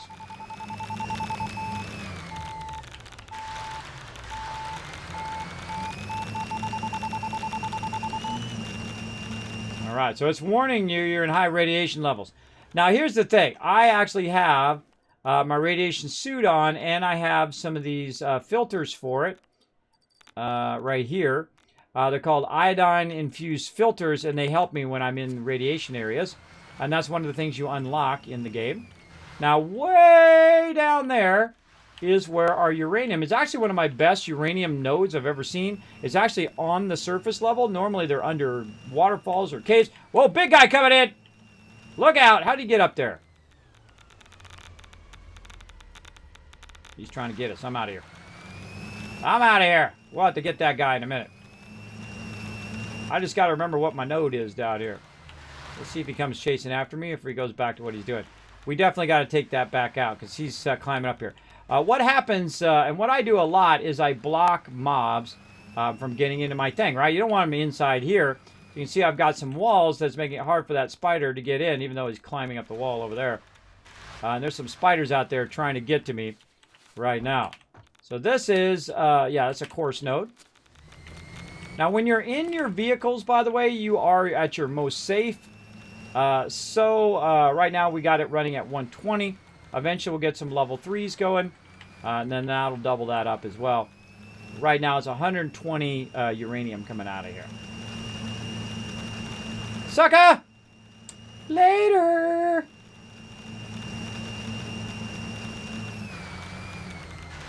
Alright, now here's the thing. I don't ever have to go down there again. I don't have to go down there again if I don't want to, because now I have all of this all set up, though I'll have to come back and work on the train probably a little bit. But for right now, we're good. We just needed to know that number. And it's all of this game's all about the numbers. It's all about power and about the production numbers. How much you're extracting, how many of each thing that you need to maximize the production of those things you're extracting. I'm going to show you all of that here in just a bit. For sure. Let's see. Hold on, let me catch up. Why is my chat not scrolling? Why is my Twitch chat so broken today? I take it easy. Let me catch up on chat a bit here. I've been super focused. Hey, old Mortem, more power. Exactly. Send your message on Discord for later, sir. Now can we slide down there? That's the real question. I know, right? A real engineer carries Java around with him always. Back. Getting some bacon. How's a bacon? Hi, rad levels, nasty rocks, nuke meltdown, slide time. That spoiler doesn't know how to slide. Exactly. That spider doesn't know how to slide. Exactly. I wish it had like Astroneer. Astroneer has like a slide thing where you can slide down as well. But we're gonna run back here now. Eventually, I've already set up my train here, and we'll pull all that uranium. Do not do uranium until you are ready with the rest of your stuff, right? Because you're going to get radiated like crazy. You don't want to just get radiated the whole entire time while you're working on your base. You get your base set up or your factory set up, then you get all of the other components working, then you bring the uranium in, and then it will just feed that into the end result of what you're doing. And that's going to be right over here, which is going to be our nuclear power. So we're going to start over here with our sulfur. Bad Kismet driving. Right over here. Now, whenever you get out of this thing, make sure that you pick it right back up again, because one time you're going to run really far out there and wish you had picked that up. I've done that many a time. Many a time. All right, there's our sulfur. Now, let's get our water going. Now, I'm going to go ahead and push forward by 1 block here, and then go up. Same thing we did before. Then we're going to go ahead and use our wall hole. About the same spot. Then we're going to grab this. Ah, so close. So close. Now, again, I stack a lot of resources up here so I can access them. That doesn't have anything in it anymore. That is that. I stack a lot of resources up here for when I need it, but there's always like a resource you're going to run out of constantly. No matter how much inventory space you have, I know how much resource you bring, you're always going to run out of something. That's just the nature of the beast. And so let's just throw that petroleum coke away. So we need some more copper sheets. Now I have a ton of copper sheets. We got a bunch of those that we can go and grab. Now let's see if we hit the train or if we gonna have to use the hypertube. Looks like we're gonna use the hypertube. No train to be found. It's doing its job, running back and forth. But that's why we have the hypertube, right? So we can take the hypertube or we can take the train, whatever's most convenient. Now I can actually run a separate train just for going back and forth. I could do that as well. Before they had hypertubes, that's what we would do. We would use conveyors and we would use trains to get from place to place. But the hypertubes are awesome. I want these in real life, bro. Except for the part where you come out and you slam your head into something. That part I can do without, because that's what this dude's about to do, man. He's about to whammy his helmet face right into something usually. Bam! Oh, actually he missed it. He just missed it. All right, how are we looking over here? Now I can actually hit F and check and see if there's anything in these. Currently there's no longer anything in those, so I can take these out now. Get some of my resources back. Take out all this unnecessary structure. Hold down control. I can get multiple things at the same time there. As you saw. Now, I don't like too much spaghetti, which is what that's called right there, where you just start running conveyors all over the place and whatnot. That does get not good after a while. But occasionally, when you're just using it for a bypass or whatever, I'll run it just to bypass it all, get all that bauxite in there, and now it's good. And it's got a lot of bauxite, a lot of backlog of that. And I could set this up so it has even more, right? So it's like 4 boxes or 10 boxes or 1,000 boxes if it was that crazy to have a backlog of it. But I don't need that big of a backlog. Now this stuff's running over here making a bunch of other stuff, including computers. I wonder if it's still running over here. Let's go look.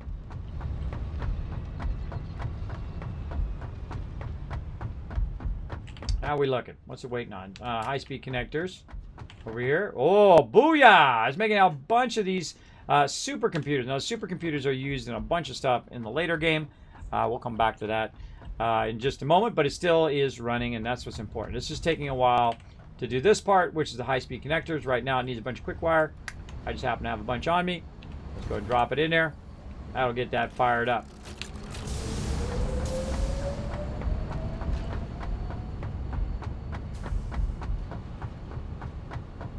Right, I feel like I gotta up my quick wire production too, and I gotta make AI limiters. I gotta do so much stuff. There's so much still to be done, but right now we need copper sheets. And as you can see, I have all my resources all lined up in a central junction here. I usually use it. Oh, no copper sheet. Oh, we must be diverting it. If I don't see it in this box, then I'm diverting those copper sheets somewhere else. So let's go ahead and follow our copper sheets down, way down there. Whee! Whee! Took a little damage there, but I'm good.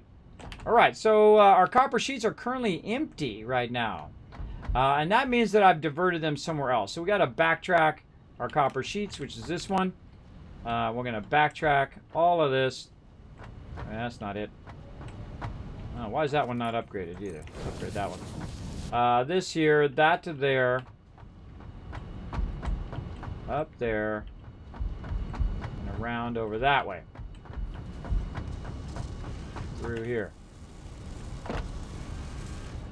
See our wires going through there. Our wires in there. Oh, I got. That's why I'm like jumping, thinking I got my thing on. There we go. There's our wire.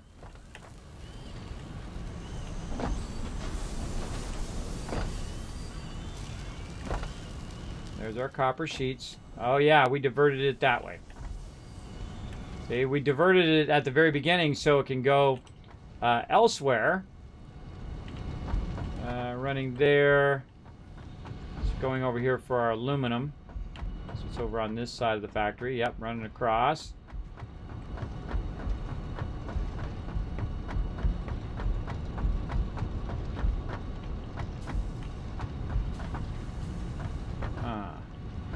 It's just running this way. Right into there. Ta-da! Alright, that's where it is. Our copper sheets are way over to there. Very nice. Okay. So now we got our copper sheets squared away. Now we can go ahead and run back. Oh, I took that one out. I gotta go to this side. Now this may seem like really complex, but remember, everything is built one brick at a time, or in this case, one foundation at a time. One item at a time. And you build it one item, you build your plates, you build your rods, and you just kind of go through it one area at a time, and then eventually you'll get to a point where you have it built up like I do, right? Oh, there's our train. Quick. Actually, let's get on the train. Get up on the train. You can jump there, but let's just, we'll just ride in it. Sometimes you can get up on top of the train too. I'd have to run up the ladder, get over there, jump across, run up here before it's done doing all that. You know what? Let's go for it. Oh, wrong side. It's the other side. It put me off on the wrong side. That's okay. Now, I'm not controlling nothing. This is automatic. It's automatically running the train. So we're going to ride the train. Come on, ride it. Ride the train. Come on, ride it. We're going to ride the train, everybody. Let's go. Get some stretches in. In fact, I think it's probably a good time for a break right now. Right after we do this battle. And you guys can ride the train for a little bit. Let's do the battle first. Holy mackerel, look at that wall of peeps. 162. Oh, these guys are toast. That is a lot of peeps.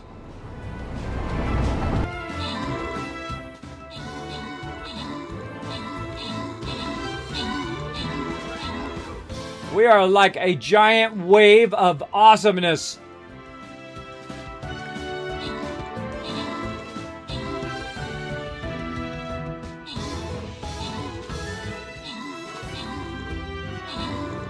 Later, suckers.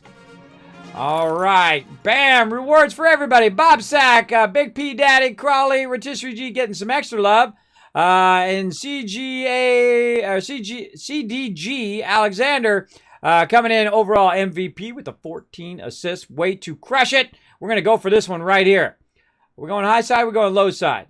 I think we're going low side. Yeah, low side. Let's go. Come on. Let's get you guys some more battles. Let's see. We're calling in Norbert. All right. Well, come on. We got to look at our battle tactics here. We got level 20, level 10, level 10, level 1. Oh, we got to go for the level 20. You know, we got to take care of business over here.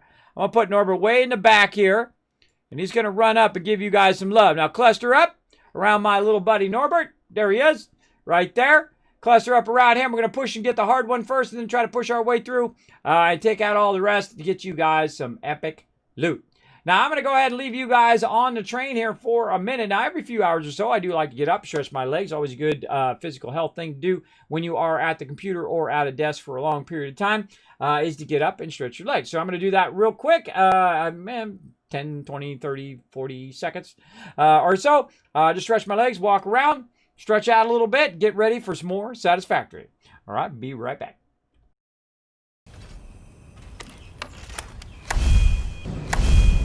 I'm back! Perfect timing. We're off the train. Hope you guys enjoyed riding the train. That was very fun. Now we need to get some water from over there to over here.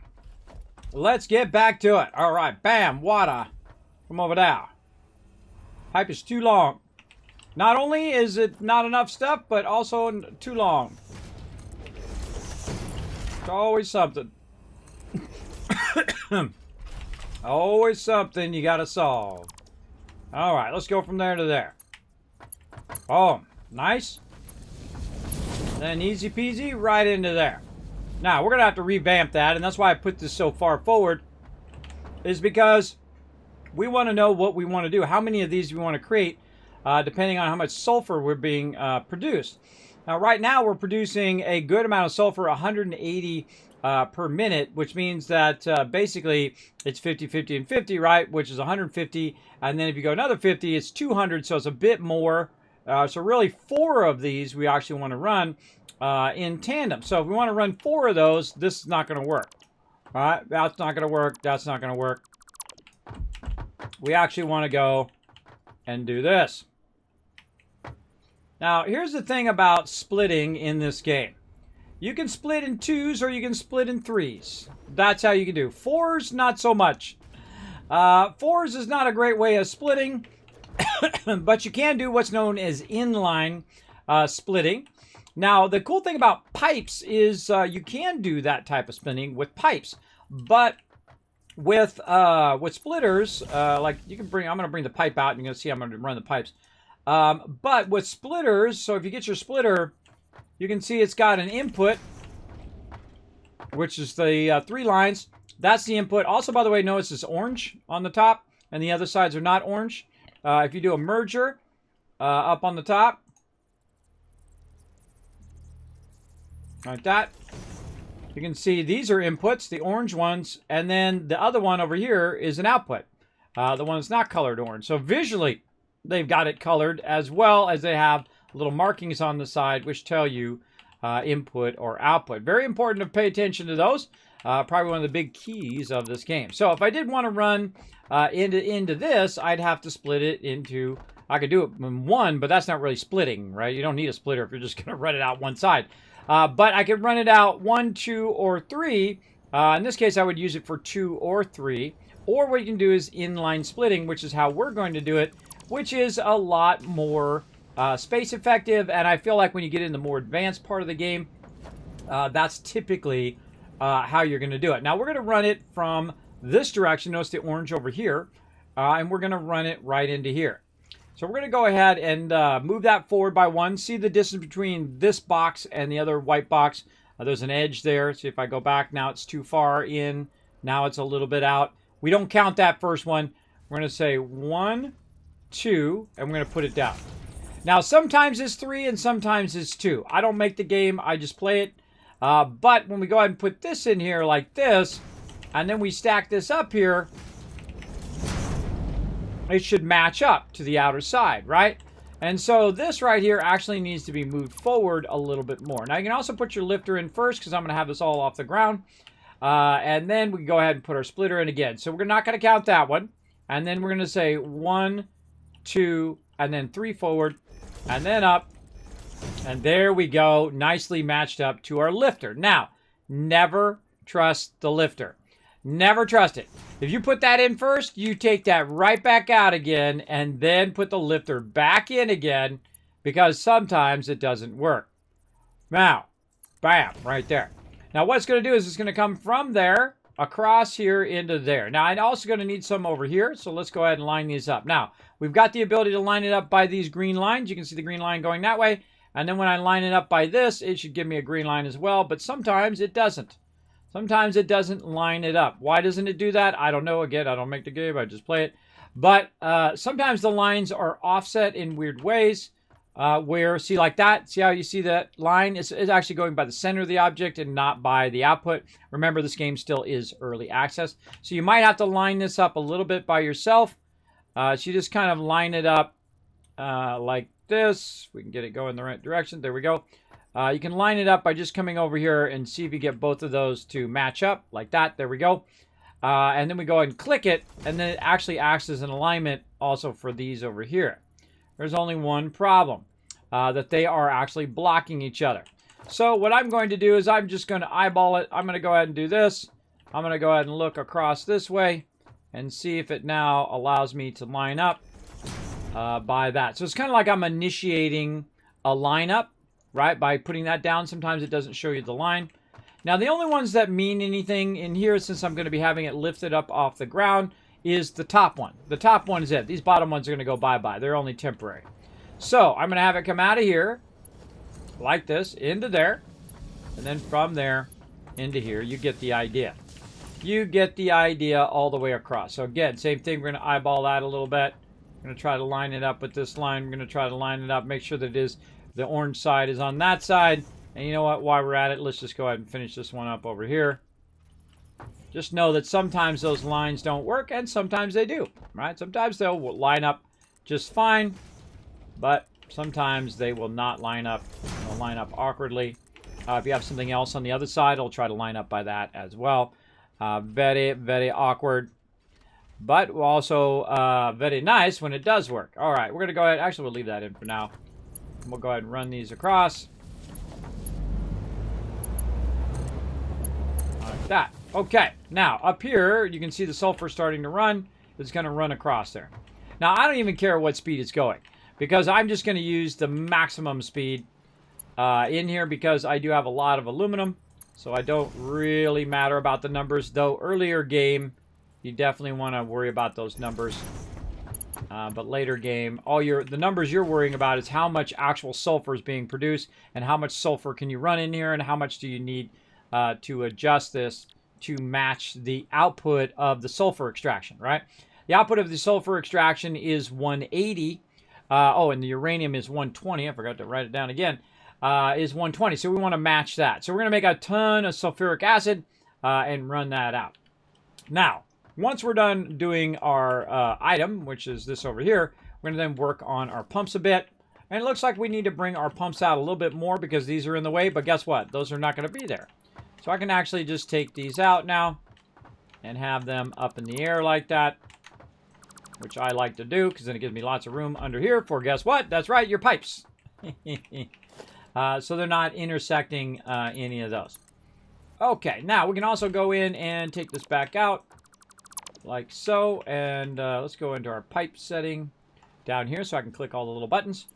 And we're going to bring it out, and then 1, 2, and then rotate. And then there's our beautiful 90 on that side. Same thing. I'm going to speed up a little bit. I hope you don't mind. Now, once you got the ends, you do the 2 ends, and then you do the ones in between.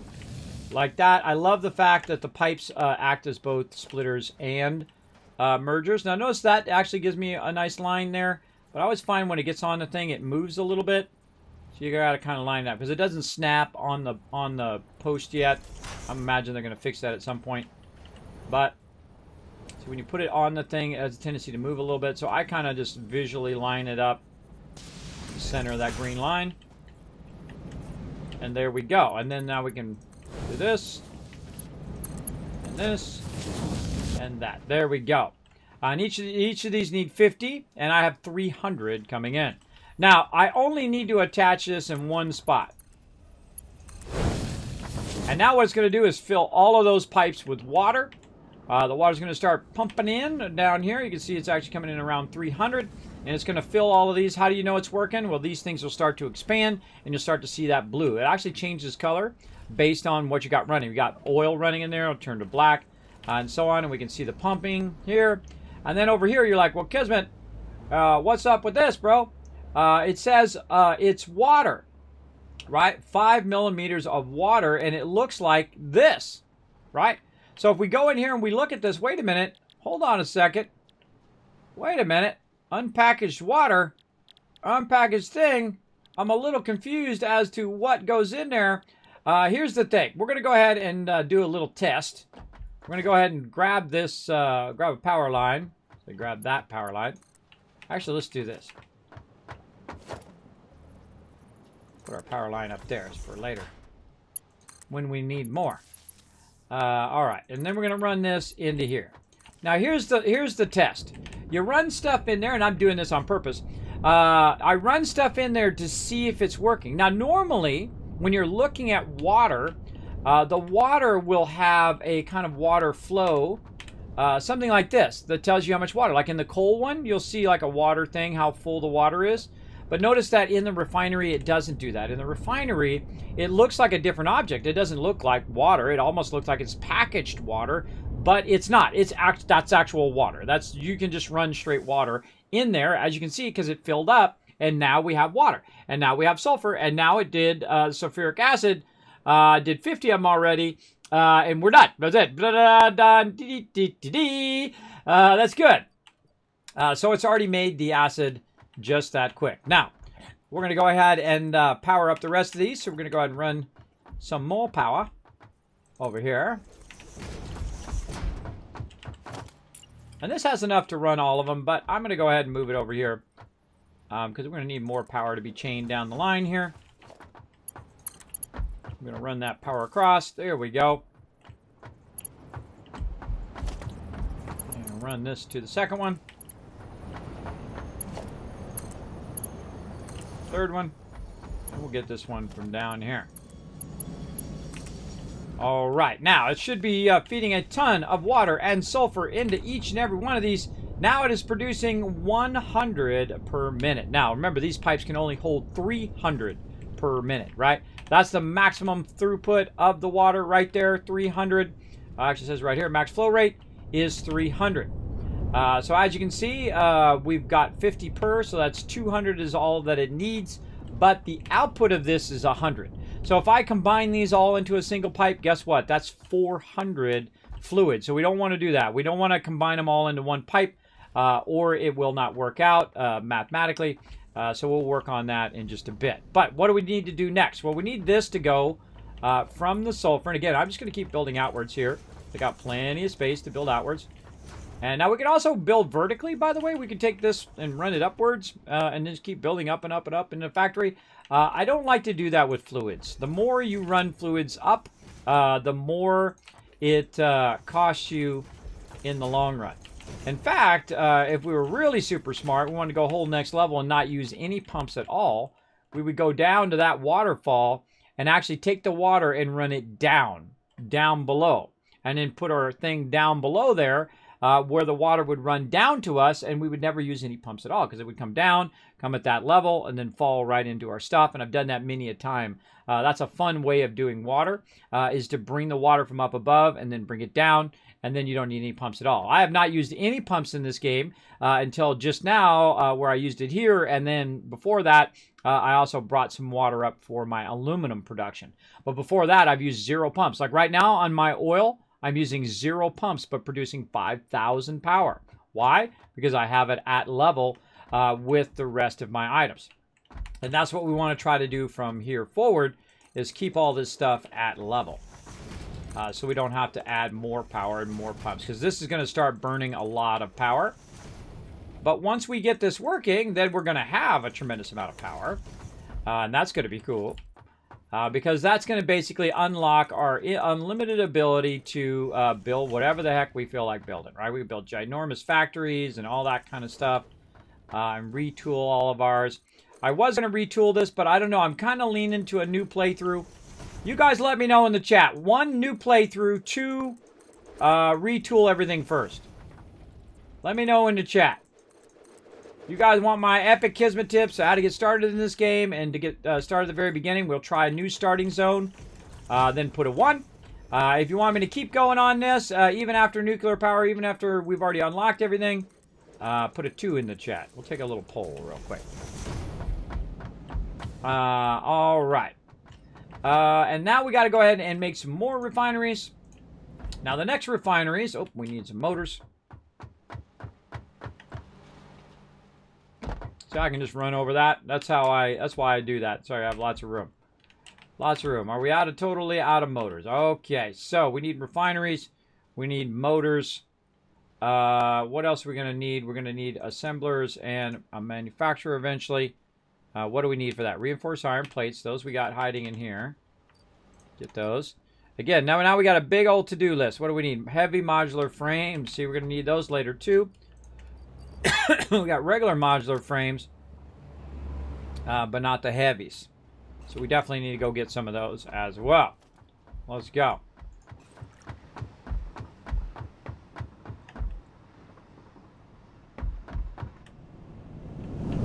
And off we go. Oh, lots of 1s. All right, lots of 1s. All right, well, we'll save this playthrough as well if we want to come back to it. We'll save this one for now. We'll start a new one. I think that's the consensus. So we'll start a new one on the one that we haven't played yet, the old desert, or the second selection, and see how we start there, right? See how we get started. We do all our biofuel. We build up all of our stuff. And we're going to start, normally I start with center splits, but I'm going to start with inlines. And we're going to try to get to all of our wall hangings and all that stuff as quickly as possible. So we can utilize that as well.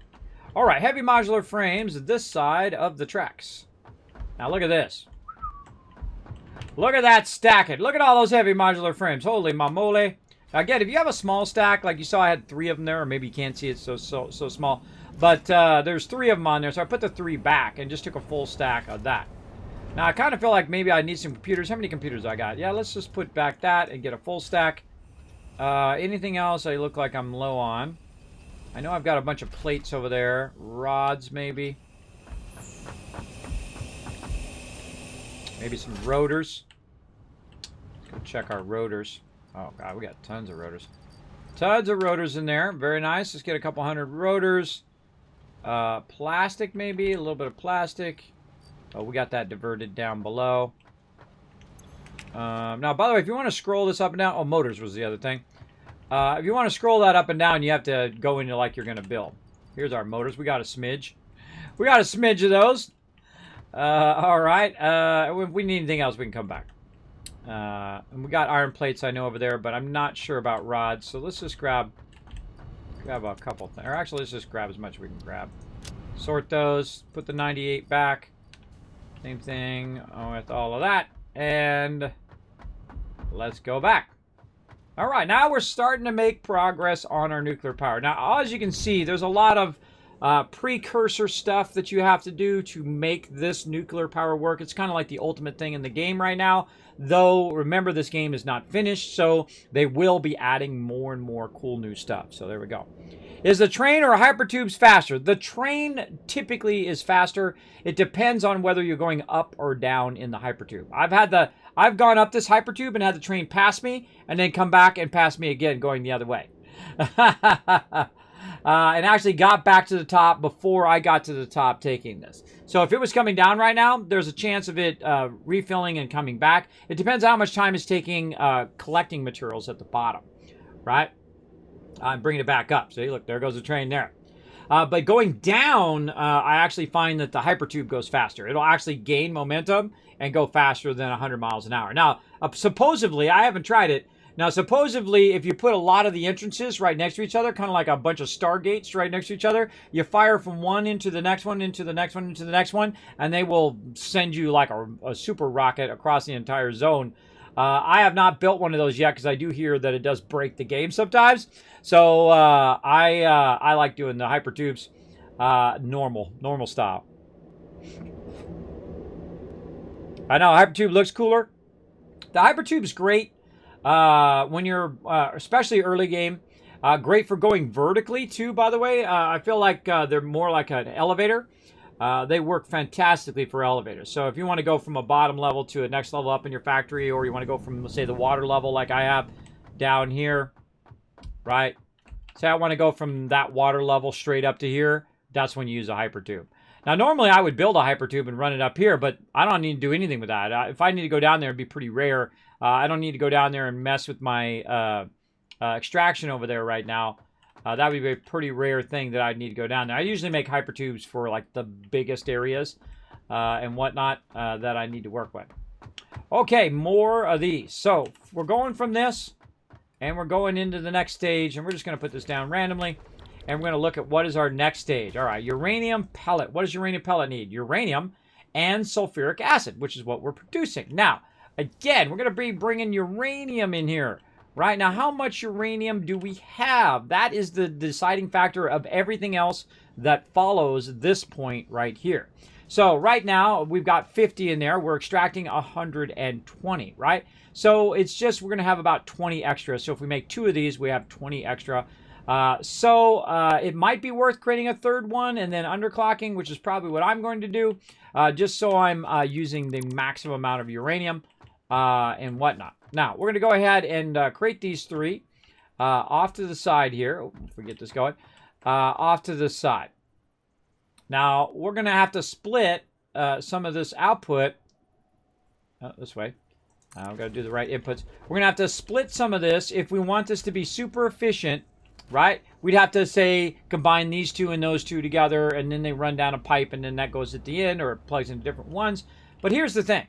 If I'm only doing all uranium pellets, and I'm only doing 3 of these, 3 of these is 80 times 3, which is just rounded up to 100. It's 300, right? So the maximum water I need, or sulfuric acid, I say fluid I need, or sulfuric acid I need right now is less than 300, which is less than the speed of a full pipe, right? So it doesn't matter if I combine it now.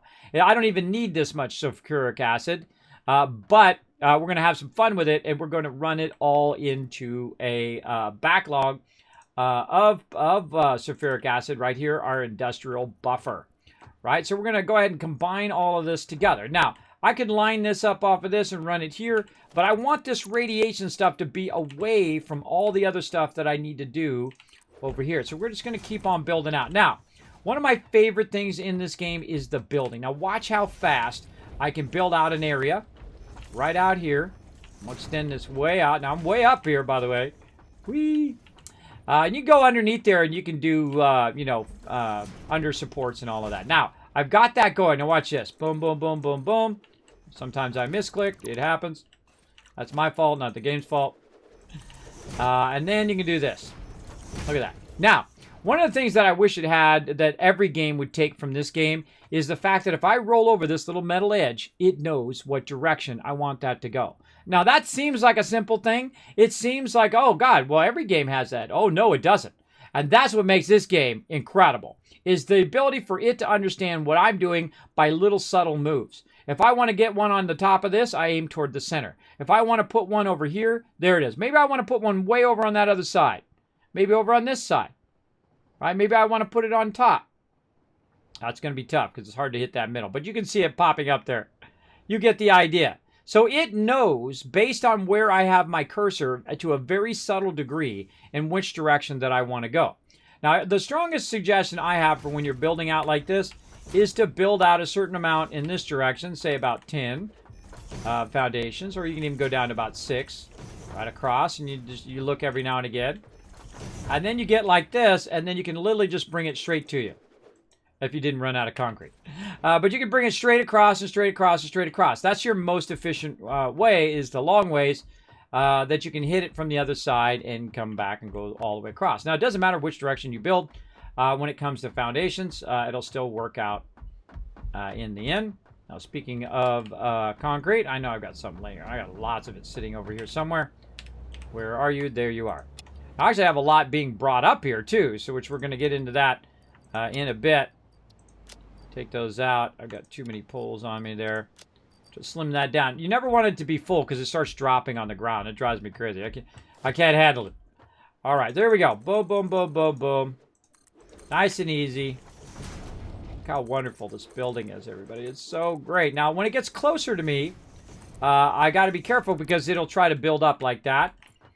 And so I can do like the first, say, 4 or so, like that before it starts to go up like that. And that's why usually that happens, is I click it one too many times. So you go 1, 2, 3, 4, 5, 5 on that one, and then move my cursor down a little bit, move my cursor down a little bit. Looking good. It's so quick and easy to build. It's so wonderful. I love it. Now, also, if I make a mistake, they don't penalize you for making a mistake. Wow, really, more cement. More of it, more concrete. They don't penalize you for making a mistake. If you make a mistake, you just take it right back out again, and you can just turn right around and make it again.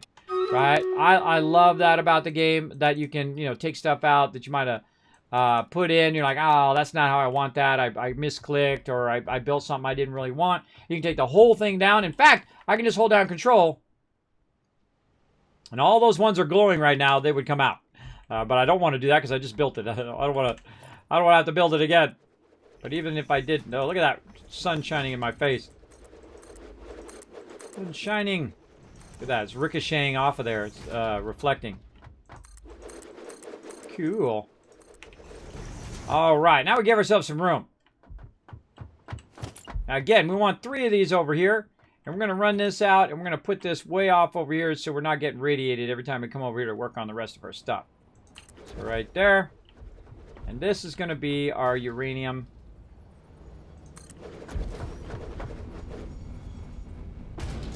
Over here.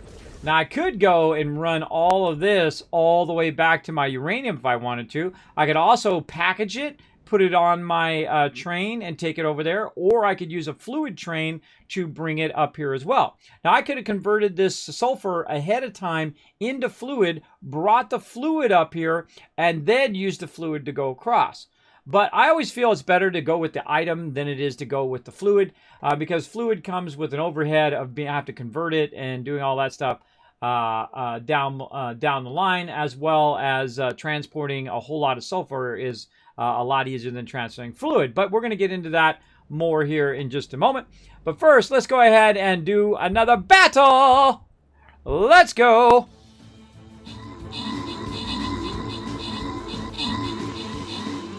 Oh, I see you in there, drunk. I see you in there hanging out.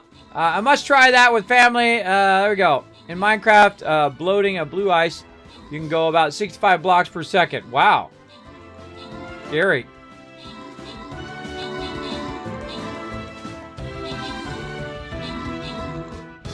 Yeah, late game use hypertubes for a thing. Yeah, that's very smart.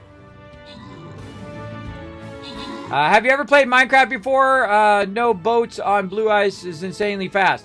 I have played Minecraft before, and Minecraft Dungeons, by the way. My kids bugged me for years to want to play. Now, if I was younger, I would have been absolutely obsessed with Minecraft. But I was busy playing MMOs when it came out.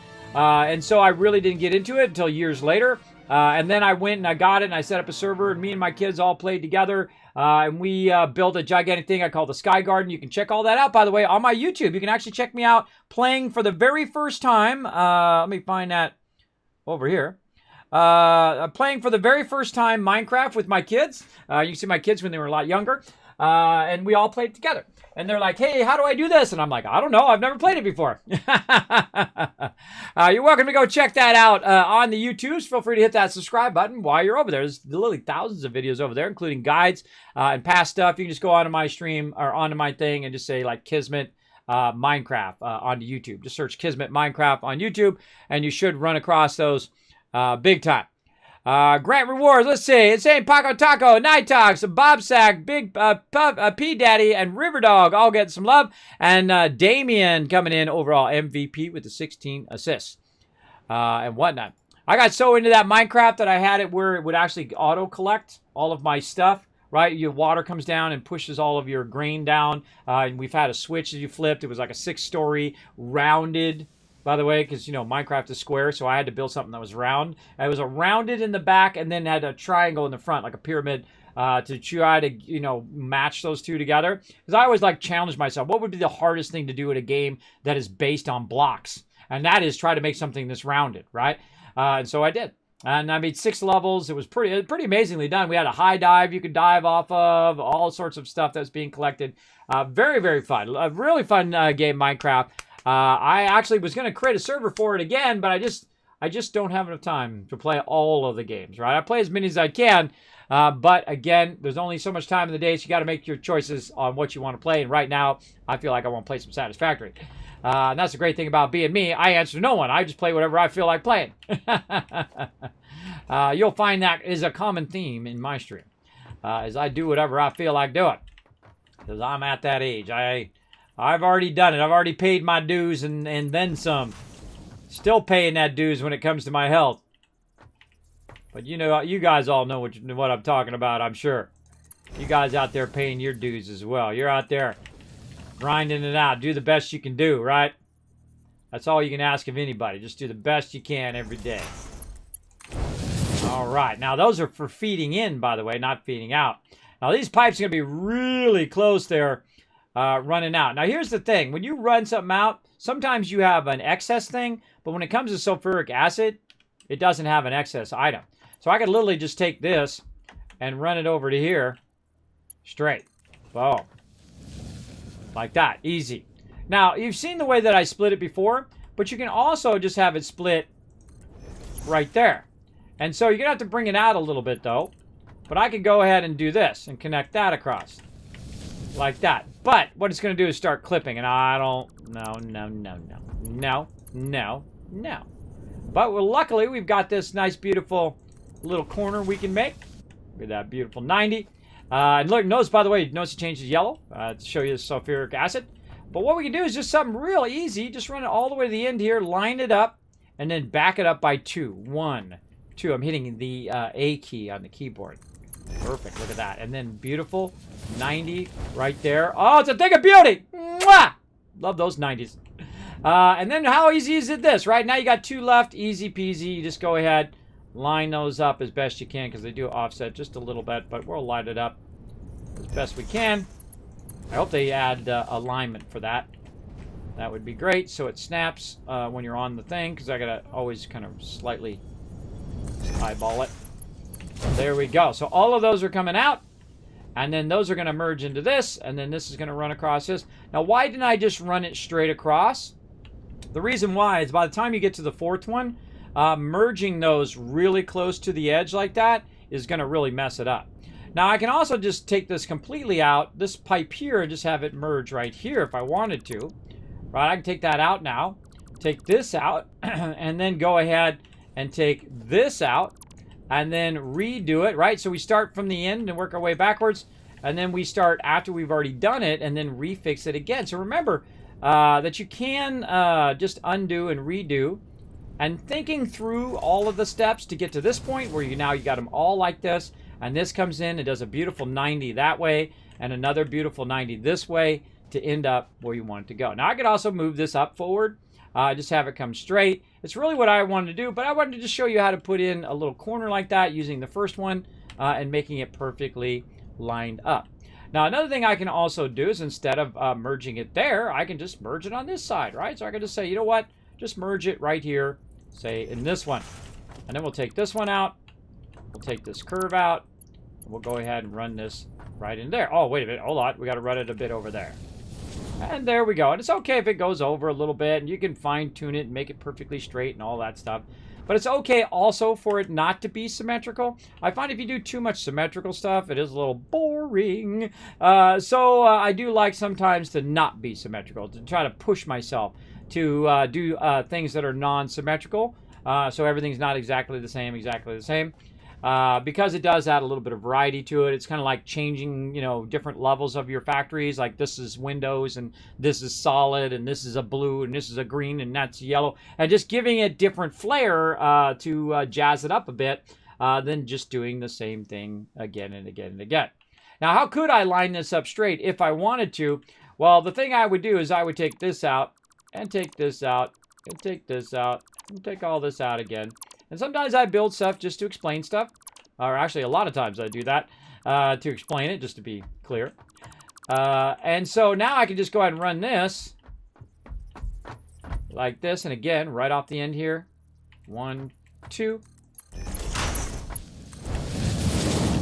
And just do the opposite of what's over there. Now, I call this inline pipe. Just like you're doing inline splitting with your parts, right? You can also do inline splitting of pipes as well. Where you can just go ahead and just put your splitters in. Again, you got to kind of manually line them up a lot of times. It doesn't matter which direction you put the pipes either, by the way. They don't have a set direction like conveyors do, because they are splitters and mergers. So now we got one straight line, and then you can see the end is just curving into there. And on the other end, it just curves into there. But everywhere else, it's just splitting along the way and pumping all of that stuff in there. Right, and that's pumping from down there over to here, and it's definitely going to be pumping at 300 once it gets started into there. So let's go ahead and bring some power behind here. I love putting the power behind. I'm a big fan of that, and the reason why is to have better control of all the stuff that runs out on the other side. When you have lots of stuff running out the front and you're putting your power there, you inevitably always run into your power running in the front, unless you're putting it up on top of your splitters or mergers or whatnot. But inevitably, they get in the way. So I like to run it from behind like this. Now, they're actually going to add some new power stuff and some new stuff for packaging. coming down the line. They've already kind of teased it a little bit. I'm super excited about that too. Maybe we'll get to play that in our new playthrough. Maybe that'll drop at a point in which we start a new playthrough and stuff. We'll see. Now, all right, we got that running in. Now that we started the power of this, by the way, we can go ahead and tell it what we want it to be. In this case, uranium pellet. And so that sulfuric acid is going to start to backlog in there. And another uranium pellet. And uranium pellet. Now, again, do not run the uranium yet. Do not do it. You're going to get radiated like crazy. Okay, now we're going to go ahead and put another refinery out here. And I'm just going to throw it however. And we're going to look down here and say, okay, what else do we need? Do we need aluminum scrap and all of that? No, we don't need that. How about this? Residue? No. Any of this stuff? Nope. How about this? Pod package, liquid fuel, any of that stuff? Nope. That's not what we need. We need to actually get our assembler right over here. And we need to drop that down. Now we need to go and utilize those things that we just created. In this case, the uranium pellets. And now we need the concrete, right? The concrete that we had from before. Now, those uranium pellets, do those radiate you? I'm not going to tell you. We're going to run it and see if they radiate us when we're standing next to it, because what we're going to do is we're going to do a little test. Now, when that uranium's coming in, it's going to feed in here as well. So I need to go in here and do the same thing we did before, and that's go ahead and put in our lifters like this. And you notice I left all this room. The reason why I left that room is for our splitters and mergers. That's why I did that, if you were wondering. Oh, not merger. We're going to do splitter. Here we go. And then we're going to go ahead and line it up against the item there. And we're going to go out one. That doesn't count. 1, 2, and then up. And then see if it lines up. Ooh, a little too close for me. I don't like it that close, but we're going to go with it because it will actually work. So let's go ahead and take out these. Oh, wait, no, I'm going to leave that because we're going to do the other ones. But take this out for sure. Take that out and put this back in.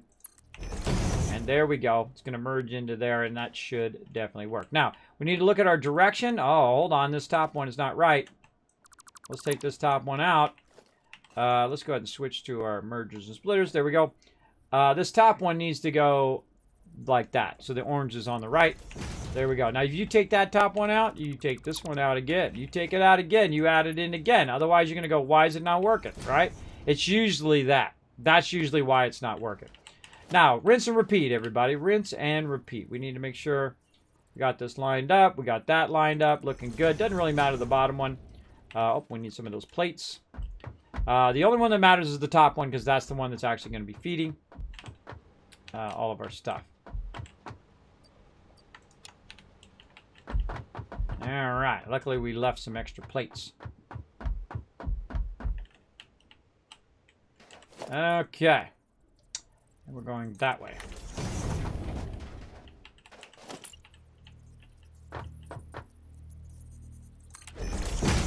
And these are actually really good to be up high, too. See which direction you're going. And then this. That. Lifters. Way too close. But I've already established my distance based on my pipes. So I could take the pipes back out again if I so chose. We'll take these out. And that out.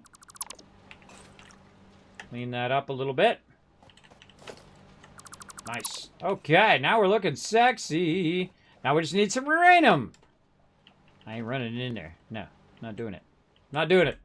All right, so now we need to run this out of here. We need to think what's this coming out. This is going to come out with uranium uranium pellet and some sulfuric acid, right? So we got those pellets coming out. We're going to put it way off over here as a test, right? As a test to see if it actually radiates us with those pellets. How would you know?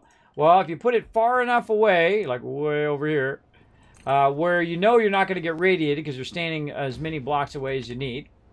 And then we're going to go ahead and tell it to make encased uranium cells, right? So we're going to run our uranium pellets and our concrete over here. Now, our concrete is actually over this way. And it's way in the back. Over here. There's our nice concrete. And so we need to get that concrete from over there to over there. Now, since it's the first thing in the row, I could run it in the bottom level, but I don't want to do that. I really want to keep it up out of the thing so it's not in my way. So what I'm going to do is I'm going to say right about here, I'm going to go ahead and start a nice wall, but I'm actually going to put in a doorway for once. There we go. And then we'll go ahead and put an extra wall in there, a little bit higher. And then we'll go ahead and say, okay, at this level, we're going to run. Actually, we only need to run one at that level, I think. Yeah, we'll run one, which will be our center. Yeah, all right. And then we'll go ahead and lift this out of here. And then we're going to tell it to go up. And I'll just guess. And then run it into there so it doesn't run into anything else. Perfect. All right, that's running out of there. Now, we're going to go ahead and run that out of there and run it across here. And we need to look at what our max distance is, which is 6 of these foundations. So 1, 2, 3, 4, 5, 6. So right here, we're going to go ahead and, again, get to our walls. I really need to go to my wall set. I think it's 1. Yeah. All right, and we'll go this way. Let's double count that again. 1, 2, 3, 4, 5, 6. Yeah. Then up there. Now this one here is going to be combined with a couple other ones here, right? Now these ones are already running, but we've also got other items in here, our stators and our AI limiters that we're going to be running. Now this one over here, sulfur, is already running this way. So that one we don't need. So that's going to leave us with 3 in the end, right? So 3 resources that we're dragging out of there, and we're going to run it into a specific place. So we need our wall conveyor times 3. See, it's good to think out those logistics of how you're going to make that work. So the center one is going to be the one we already have, which is the concrete, right there. And then we're going to have one on the left. Now, I would suggest using the one that's the furthest forward on the left. In this case, it's going to be these AI limiters. And so we're going to go ahead and run those. Notice, by the way, I'm just running it at its fastest speed. Now, I could put a lifter in there like this and turn it and do all of that. I feel like it's completely unnecessary. Just take it, just run it straight up there like that. Now, how do I get it on this side so it doesn't get all wonky and clip and all of that? Well, what you do is you do a little bit of this. Like that. And then I can grab this one by using middle mouse button. Like this. And then we pull this out of here. And now we've got them all running nicely into a center line. So there we go. So we got all 3 of the resources that we need for building the rest of our nuclear power. And there we go. Nicely, tidily done. 1, 2, 3, 4, 5, 6. Right there. Very nice. Okay, and we're at 3 high. And what I'm doing, by the way, is I'm hitting F like I'm going to take it out. And then I'm using my middle mouse button to pick up that particular item, like in the case of the 3 there. And running it where it needs to go. Now, I'm just going to temporarily have this over here. We're going to really work it over there a bit. But for right now, we're just going to straight up run that into there. And we're going to need some power. So let's go ahead and get our power switch. I could switch down there, or I could just add one. Now, I'm just going to keep using these level 3s right here because they are awesome. And let's see, I did leave myself one, yay me. I left myself one right there so I could do this later on. There we go, nice. And then we're gonna go ahead and run it from up here to this. And that's gonna start running that concrete. Now this goes at 9 per minute on the concrete. I way more concrete than that. I have so much concrete, it's scary. Okay, so uranium pellets over here. Now we're producing, needs an input of 40 per minute. Now again, over here, if we go over here and figure out what the numbers are, over here, is 50 per minute coming in, which means we can do 3 of them, but we're going to have to underclock them. So going out is the same amount going out as you come in, right? So it's 50 uranium in, 50 parts per minute out. So the math is really easy. So you know that if we're doing about 3 of these, we want to do about 3 of those, right? And so we also need to multiply our concrete, how much we need to do there. And then we're going to balance both of these to be pretty much the same so that it ends up. Now, the thing that's different about this one than that one is that this actually is at 40 versus that one being at 50. So the amount that we adjust it, we underclock it or overclock it, is going to be, in this case, it's going to be underclocked, is going to be different. All right, it's not going to be exactly the same, but they will be pretty close to each other because it is going 50 in, 50 out, and this is 40 in and 10 out. But if we're doing 3 of them, it's going to do 30 out, right? And that's what we're going to do. And we're going to go ahead and take this, and we're going to make another one. And we're going to try to put it in the right direction, though. I love how it flips my direction back to default. Even though I just picked... See, when I pick it up from that one, I think it should also pick up its orientation, in which direction that I have it rotated, and not go back to the default direction. That would be awesome as well. So let's put that over there. And then we're going to run way over here. Now remember, this has a byproduct of it. It has a byproduct of sulfuric acid.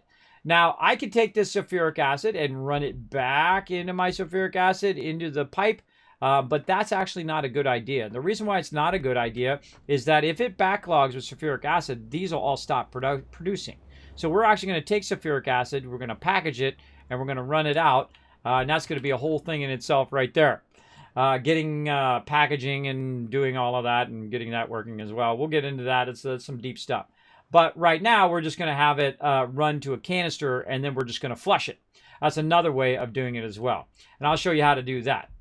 A good little thing. But you got to manually flush it, which kind of sucks. But we could put a huge storage of extra amount of that and then flush it later. Another alternative. What are we doing? We're doing logistics, pipeline. Oh, actually, I just switched my pipeline. Switch my pipeline thing that I set up down here. Now, you set these up, by the way. You tell it exactly which pieces you want in there. I feel like I'm going to pull this one way out. Oops. No. Make sure we get our nice 90s in there. Now, you've seen me do this a bunch of times now, so I'm just going to speed up a little. I hope you don't mind. If you have any comments or questions, feel free to put them in the chat. I love talking to peeps in the chat. Sometimes I get a little bit behind on my chat, though. It does happen. When are we playing Outer World again, Kismet? Fridays. Check out the schedule. It's down below the stream in the panels there, Raz. You can also find it on my Twitter page, on the Discord, on my homepage. You can find it on all of those social medias right over there. This clip, Love of Kismet. There you go. Ashner's latest patch changed the medium soil canister into medium soil and fluid can. What? Oh, I was just talking about that, Paco Taco. Wasn't I just talking about that yesterday? That'd be awesome if it had like a hydrazine. Does it work with hydrazine? Does it work with hydrazine? That's what I want to know. Don't tell me. Wait, no, I don't want to know. Don't tell me. Don't tell me in the chat. Oh, maybe I did set it too late because it's going to be 20 seconds before you see it. It's okay. It's okay. You told me. It's okay. Because there's a 20-second delay between when I say something sometimes and when people see it on the thing. That's okay. But yes, it works. I would just... Now, guess what we're going to have to do now, Insane Paco Taco? We're going to have to take our production and move it back to the... move it back where I just moved it from, right? Because it was more efficient to have it where I was in my main base. But now that we can actually put it in a canister, it would be more efficient then to move it back to where I'm extracting my other material. So I guess that's what we'll be doing next Monday.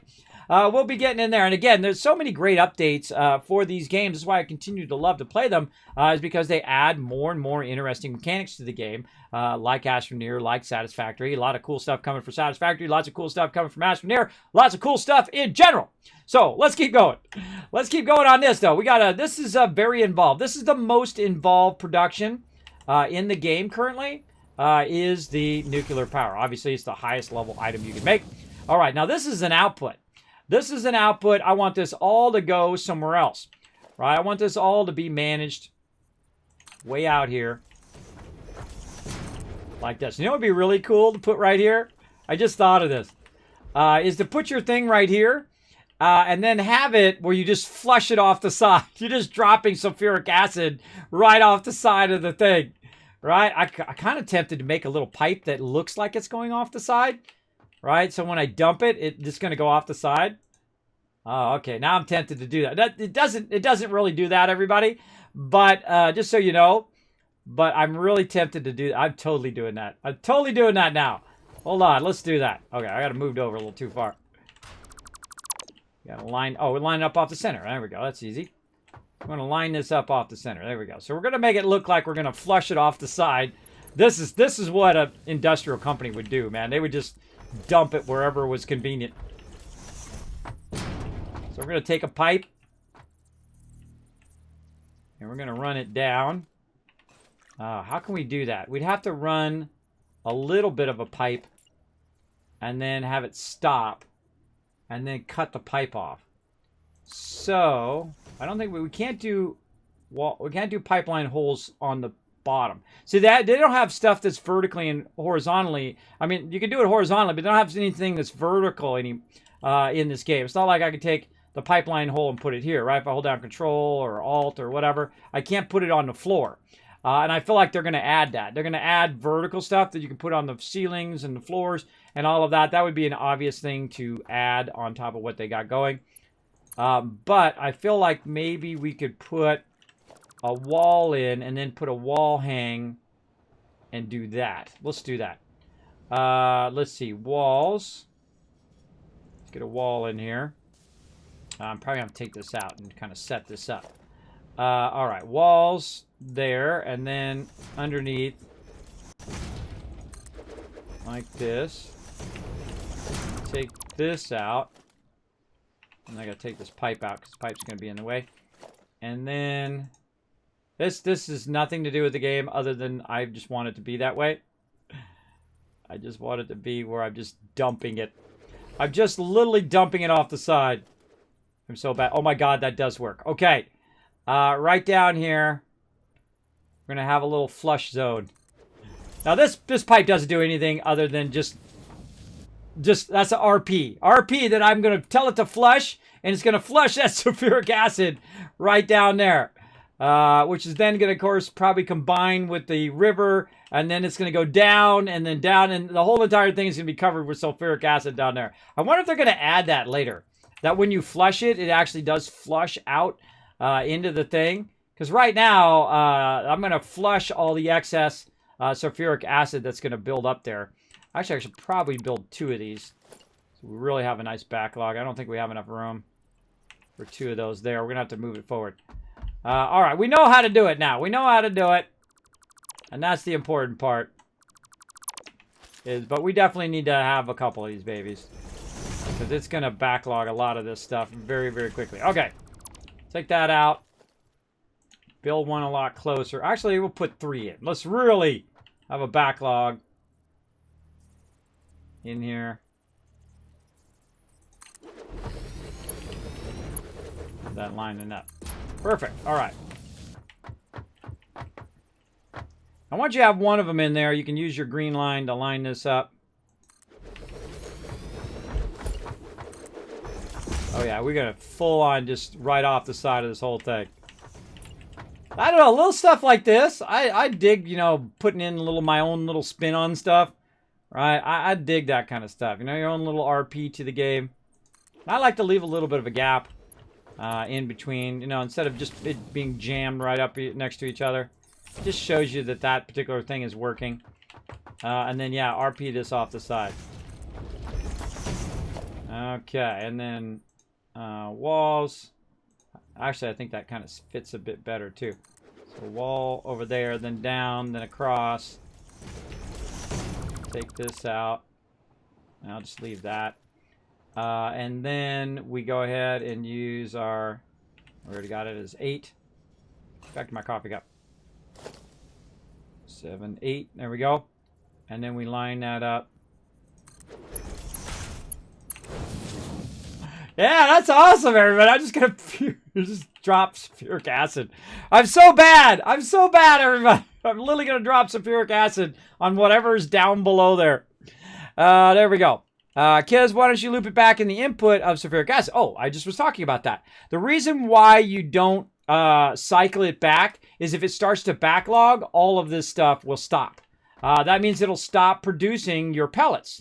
And that's why I don't circle it back. Now, if you want to figure out the math, circling it back is actually a really good thing to do.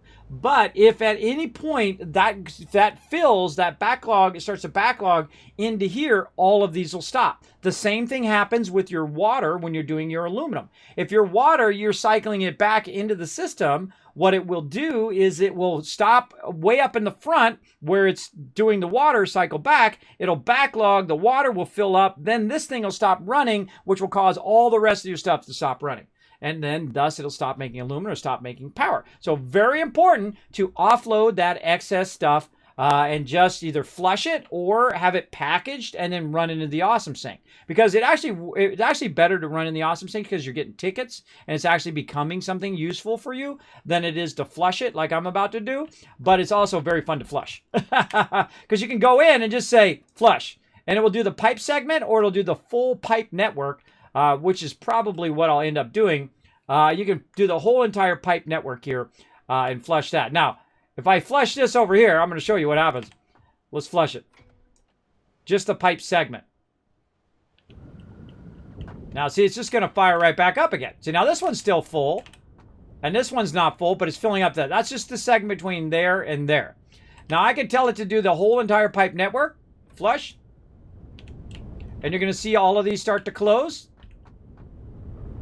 And then start to fill back up again. There they go. But does it affect behind it? Does it affect any pipes behind here? How about the water network? Doesn't affect the water network, but watch this. I can go ahead and flush the entire pipe network of water. There we go. Now, how far back does it affect it? There. That's closing up. That's closing up. Ah, look at that. That actually affects the water pipes all the way back. All the way back down to there. Now, look, you can see it start to fill back up again. Start to fill up here. You're going to see it start to kick in up here again because we flushed the entire thing. So it's got to now start all over and work its way back up. But every now and again, that's a good thing to do, right? It's a good thing to flush any excess. So there, now it's getting to there. And now it's getting here. Now, it's also a great way to test your pipe network is to start it from scratch and to see what your head lifts are after you flush the entire network. But eventually you'll see it. Oh, that pump's going. Now this pump's going. You'll start to see this expand. Yeah. No, now it's okay because you have an endless amount of water, right? There's only one thing in the game that actually runs out. And I'm not going to tell you what it is. That's part of the fun of discovering stuff in the game, right? There's only one thing that runs out. Water is not one of them and all that. Now, I don't know later on if they're going to add that to the game where stuff runs out. But right now, there's only one thing that is very difficult to get and really doesn't have a purpose yet. But it does actually run out. All right. Let's go over here. Now, a lot of stuff you're going to find in this game, because it is early access, doesn't have a focus. Now, also emptied the entire canister of water over here. So this 2,400 gallons of water, I don't know if you've ever seen 2,400 gallons of water. That's a lot of water, bro. I'd hate to have that water bill after I just flushed 2,400 gallons of water. Makes me feel bad just doing it in a game, let alone doing it in real life. But it only flushes that part of that type of resource. So it's only going to flush this pipe network, just the sulfur acid over here. Now, if I had to cut into two separate networks, then it would still backchain through that network as long as it was connected to these pipes, right? So it's just all the pipes that are connected to each other. Like these out here in the front, if I flush all this extra sulfuric acid, it's just going to flush this. And it's going to flush a lot because I'm going to have thousands of it. And so I don't have to come up here every 5 minutes and flush it, right? I want it to flush. I want it to fill all that up. Oh, my nuclear power's off. Go up there and flush it. Or I can have it go do all this, and then I can package it and then do that.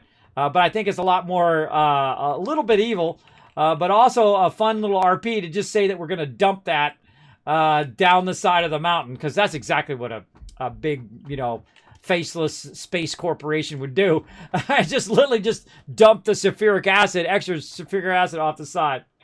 All right, let's go, and that's a little RP there. All right, let's do another battle. 133. Oh my gosh, another wall of peeps. Look at this. Let's go to it. Who we got? We got Bruja coming in with the Epic. We got Twister, our Twigster coming in. We got JD Kings. We got Bob and Old School Englander all coming in with some Epics to help us out. Hopefully with the win. I don't even remember where I put my character. Where did I put my dude? Did I even put my character down? I don't see him. I don't even think I did. I might have forgot.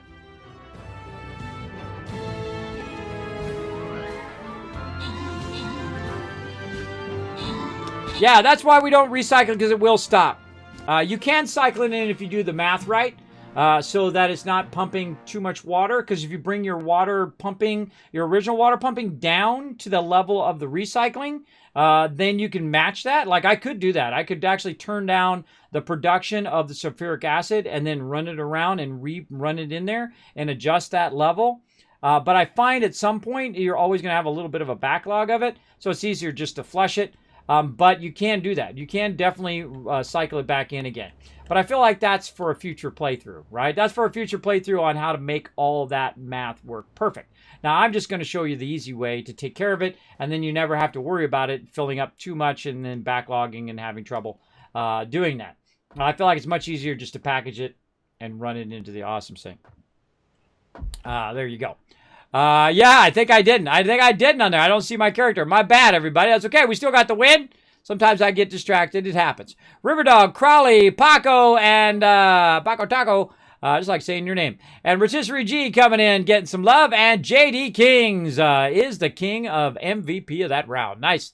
All right, one more step closer to that awesome one. We're going to forego the gold, and we're going to go for that loyalty reward. Holy moly. All right, we're going to need Norbert for this one. I can tell you right where I'm going to go. Right down here, because we're going to push our way in, and we're going to wipe out all these guys. I feel like these are going to be our toughest ones there. Those are ones. And we got a turret up there. Yeah, so we're going to push through here. Now, if somebody wants to get right here, start a little army right here and push in on that corner, that's probably going to help us. We can take out some of those top turrets while we're down here wiping out all the power sources. That would be awesome. But most of us, let's gather together, gather around Norbert. He's going to help you guys out. We're going to get that going.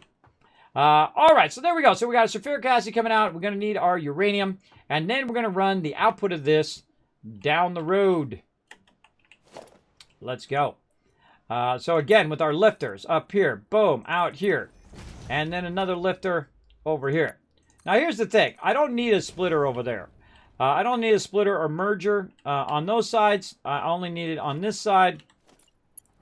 Again, I feel like it should always pick up. When you pick up an item, it should pick up the direction of that particular item. It seems to do it on some items and not other items, or I don't know, maybe it's just the default anyway. But I find that it should always pick up that thing. So we'll go one out, and then 1, 2, and I'm going to go 3, because these have been going at a 3 here. And what I'm doing is I'm doing a merger. Making sure Make sure my green is going the right direction. All right, let's do that again. That counts as 1, 2, 3. Green's got to go that way. There we go. Okay. Visually line my eyeballs up.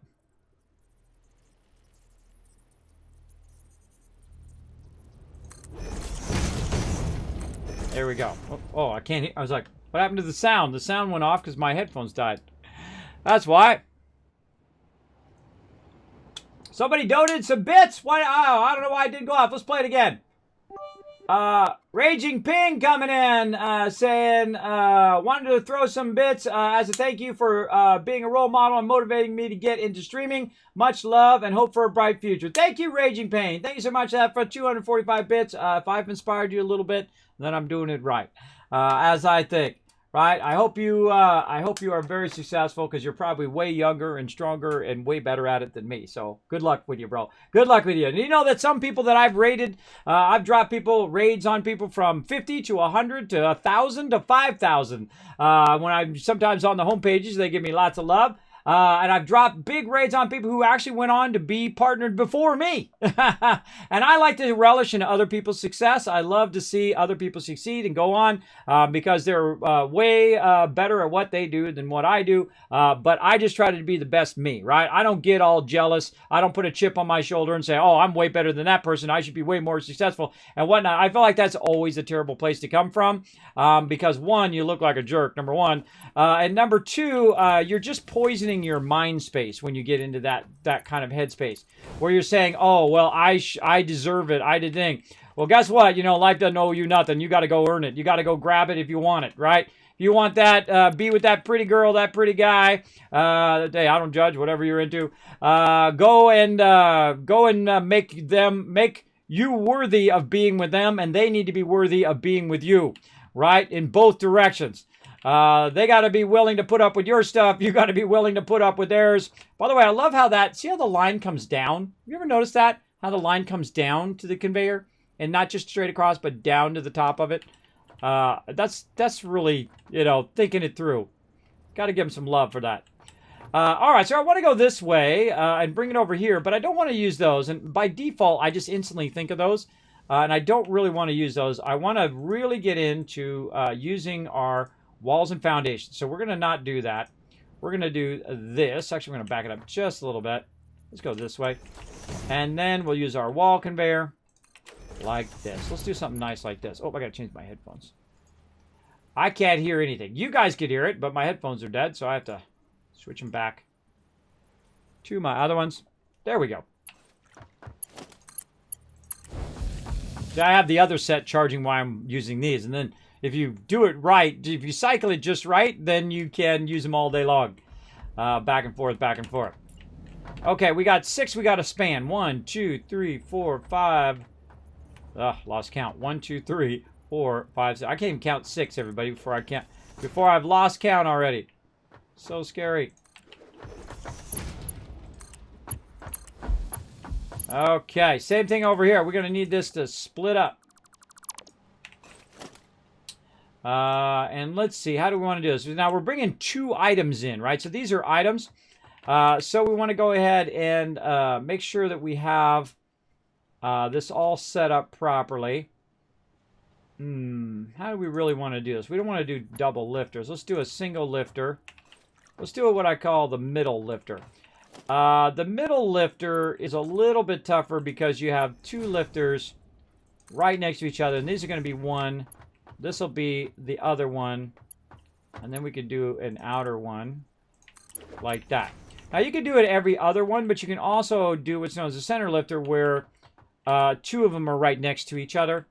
But I feel like in the long run, that's going to be a bit tougher because we're going to have to figure out the logistics of running that around there.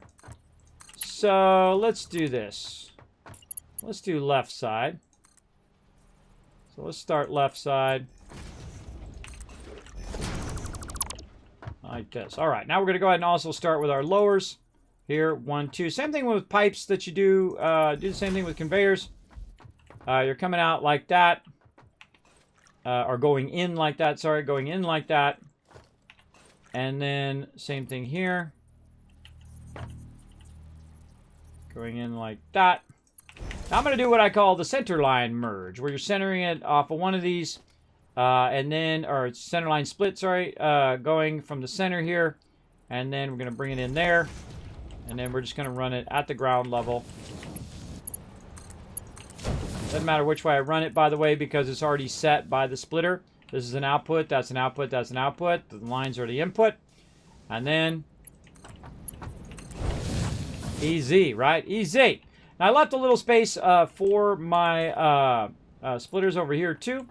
I would do the inside ones first to see if you did it right. And this might have to go out just a little bit, but we'll see. Oh, that is good. Just got to line up a little better. Line up just a little better off of that center edge. There we go. And we're going to go this way.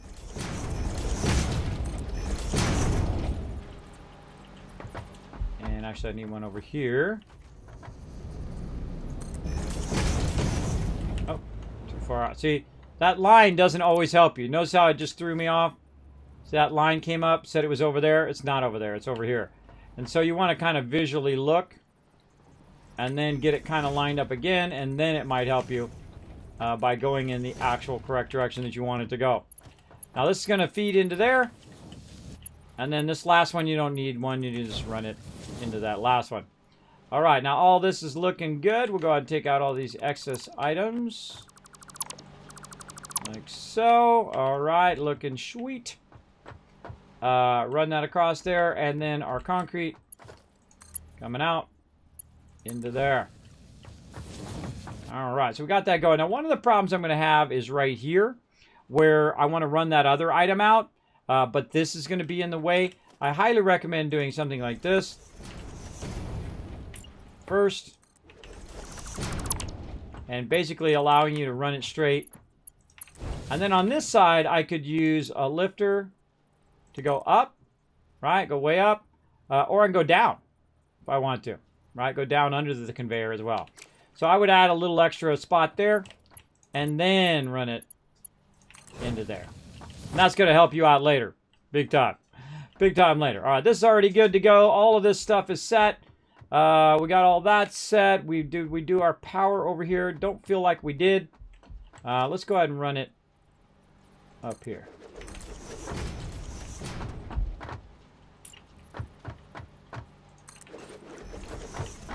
Now, I can come back later and readjust all this power. I'm just kind of randomly throwing it in there.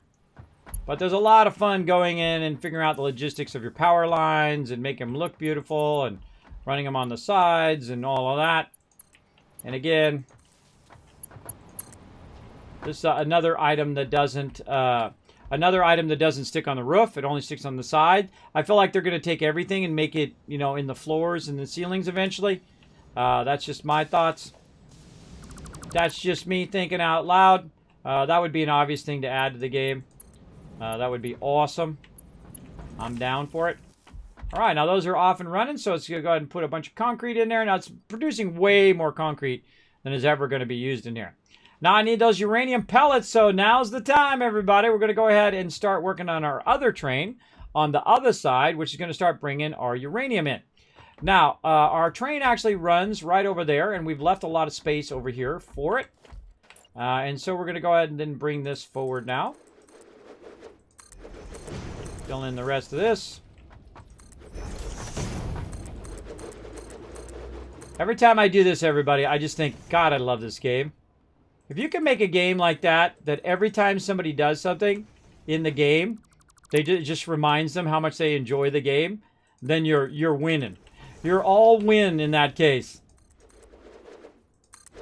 And every time I do this, I think, man, I sure wish they had that in 7 Days to Die. I sure wish they had that in Fallout. I sure wish they had that in Astroneer. I sure wish they had that, and I could just keep going down the line, right? Keep going down the line in every single game ever. I wish they had that. All right, now we got this lined up beautifully right over here. Actually, we can take this kind of curve out. And we're going to go ahead and just go into my train set that I made before. There we go. We're going to run it as far as we can until it says you can't run that any further. And then bam, we're going to click that. This is going to be a nice straight push-pull over here. All right, let's say, how are we looking? Need to run that straight across from there. Let's actually not put that part in. Let's go ahead and figure out where we want our train station. Probably in the front, and then we want our cargo. We only have one cargo, and that cargo is the uranium. And so we'll probably want to have an X output here for any backlog. And we can put a bunch of backlog in, by the way, for all the rest of our stuff, for other 3 materials that we're using. Just like we're putting a bunch of backlog in for the output of the sulfuric acid, we could put in a bunch of backlog of it making that, and so on and so forth. But I'm going to have it balanced in such a way that that's not going to be a big deal where I need a whole bunch of backlog of that stuff. Though it's nice to have a little backlog of sulfuric acid and all the other items that we're building ahead of time right now while we're getting to the point we're getting to the nuclear power. So let's keep going, because maybe we can get this done today. I don't know. It might spill into tomorrow. But if we get this done today, we'll go ahead and enjoy our success. And then maybe restart. Maybe get a restart in. Let's see how much time I got left. Oh, I got plenty of time. Plenty of time. All right, train station. What do we need? We need some more concrete. Too funny. Every time I need concrete, it makes me laugh. Because I just have boxes and boxes and boxes of it. I just have so much of it. Actually, sometimes a bit overwhelming amount. Where did we hide you? Right over here. Boom. I got tons of it everywhere. That's the #1 thing I build, by the way. Concrete. That's the thing you want to get the most of. because you're going to be constantly making things like this. All the stuff that you're building needs it, like train stations and things like that. So you definitely need to get that going on. So number 4 is our train station in my thing here. I'm going to try to line it up. Let's take a shot. I'm not lining up this way. I'm just lining it up visually that way. Just see what my outputs are going to be. And there is my freight platform. Let's flip it that way. Let's try to line up our outputs. Yeah, that's looking pretty good. Let's run it and see. Oh, no, those are outputs. These are inputs. So that's got to go forward by, let's see, center there. So maybe a little bit more in half. Now, so you have to connect this onto the train station. So we're going to fool around with it a little bit, try to get it going.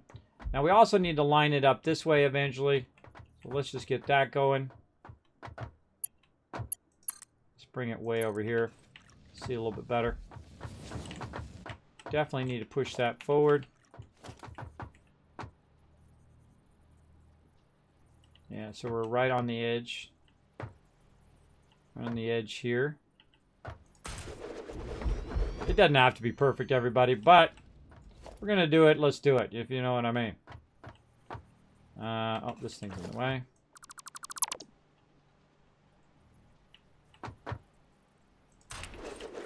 I kind of feel like it looks like very much the same as where I had it before, or even further back. That's further back. All right, I must be missing some frames. Oh, that's because I was missing some foundations out here. That's what it was. It wouldn't let me put it down. I'm missing the corner here. Actually, let's push this out a little bit too.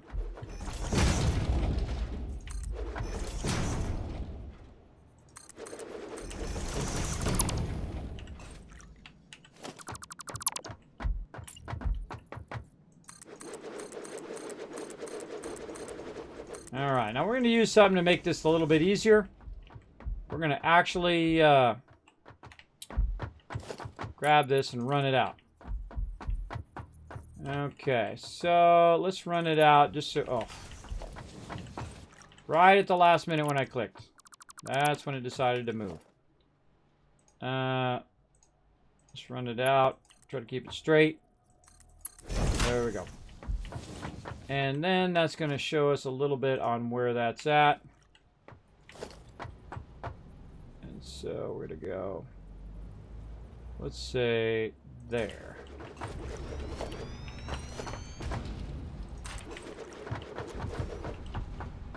Ooh. Very close. Very close. All right, we got to move up by a whole quarter of that, or third of that. So this one needs to go nicely right there on any corner. Huh. Always interesting when stuff works out like that. I find that stuff interesting. It might be not your special thing, but for me, I always find that interesting how it all just kind of lines up a little bit. Oh, it's still a little bit too far forward. Do we care that much? You know what? We've done it this much. Let's go ahead and fine-tune it just a little bit. Snap it back by just a little bit. Again, it doesn't really matter. But if you're going to do it, right? Make it beautiful. Look at that. Whoa! I'm going for a ride. Yep, perfect. Perfectly lined up over there. Now, I'm obviously not going to run it at ground level. Don't do that. Run it up above so you can run under it. No point in having two outputs if you're going to run it at ground level. There we go. Nice. That is perfect. Now, hopefully we still got this lined up. We'll find out. If we don't, oh, no big deal. We're just going to run it anyway. Right into there. I feel like it's going to curve just a little bit. Do we want to fix that too? I mean, we fixed that. Might as well fix this, right? We might as well fix that. Now, see, the cool thing is I already know where that goes. So I can go ahead and just grab this and move this down. Now, I really want to know exactly where this is. And this is centering on this platform. So now I'm kind of using stuff to measure, right? I'm using this thing and that thing and the other thing. And now that we got this, I go ahead and move this forward. The only problem is see, it snaps. It snaps to that item, so it won't let me move it, even if it's a separate item. So I got to take this back out. And I just look at where I was. I was right there. I was one step in that way. All right, we were just like that. And now we got to go this way, but I can't see over there. I have no idea. I have no idea if that's going down the center. And it's not. It's got to go over by one more click over. So we got to be one way this way, and then we got to go one more click back. Or one more snap back. Because it automatically snaps to certain spots. Like right there, it's snapping. There's one back. I love the precision, but sometimes it's a little tough. We might have gone a little too far. A little too far, yeah. All right, we're right at that line. Let's say that line right there. We're being overly perfectionist on this now, but I say we do it, and we do it right. No, it's one or the other. Okay, one or there or there. Now, I'll take this out. See if that's centered. Looks pretty centered to me. Run that from over there, over here. So this is my thought process, everybody. That's why I talk stuff out while I'm doing it. Is it just, see, perfectly straight now. Beautiful. Take this out. Take that out, because that's going to be in the way when we run it. And then we're going to go ahead and put that back in. Like that. And that's how you make stuff perfect. You measure it in one way, you measure it in another way, you nudge it a little bit, you nudge it a little bit, you look at your foundations. Oh, I thought I clicked it. Apparently not. You nudge it one way, you nudge it another, you look on the foundations on where the lines are, and then you nudge it a little bit this way, a little bit that way, and you get it lined up just how you want it to be. And then once we got it all perfectly lined up on our railroad tracks, and we've got it perfectly lined up on our outputs, now we're ready to make a trade. Looking good. Now, this right here is going to be an unload, so we got to make sure we set that properly. Now, I think I already have it set to load over there. And now we're going to go ahead and make ourselves a train. So we're going to go ahead and put our train on this side. Then we're going to go ahead and put a cargo in there, which is 3. And then we're going to do a push-pull train like we did. Make sure we turn the train around the other way. Now, this station needs to be facing this way. I hope I did that. I didn't even look now that I think about it. Yep, it's facing that way. And how would we know if it's facing that way? Good question. I guess we would know by the way the bars are, right? So if it was facing the other direction, this opening would be on the front instead of being more toward the back. And this, so we'll look at it on the other side as well. Now, do we have our radiation suit on? Doesn't look like we do. Let's put our radiation suit on just in case. And we're going to go ahead and ride the train. Now, there's one small little thing that we need to add, and that's called power. We need to add some power over here to make this work. Now, I'm going to go ahead and just create a little wall here so I can go ahead and add my power junction. And I don't know why. I'm just using these level 3s because I can. Really not necessary, but...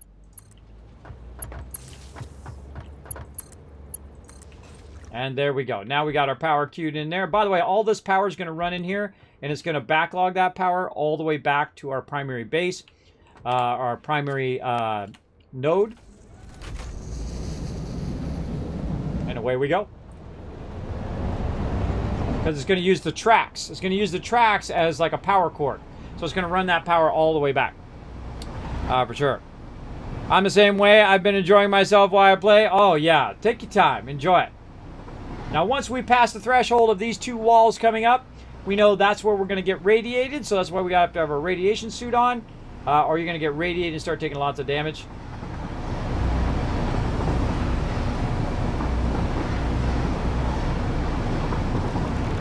We're going to go off the end. Nope, it just stops. It just stops. All right, so we go look at this. Now, see, this is in the back. The long side is in the front, which is telling us that it's actually aimed in this direction. So now we've got one train that goes to this one, and that train actually goes to the other one, so it can do a push-pull and grab the middle part here, which is our uranium. Now, our uranium is set to load, so it's going to load that up, and run that back and forth. And so now we're about to radiate ourselves big time. Let's do it. All right, Hamburg is 1, and then we just set it to whatever the other one is, because there's only really 2 stations. Turn it on. Get in the train.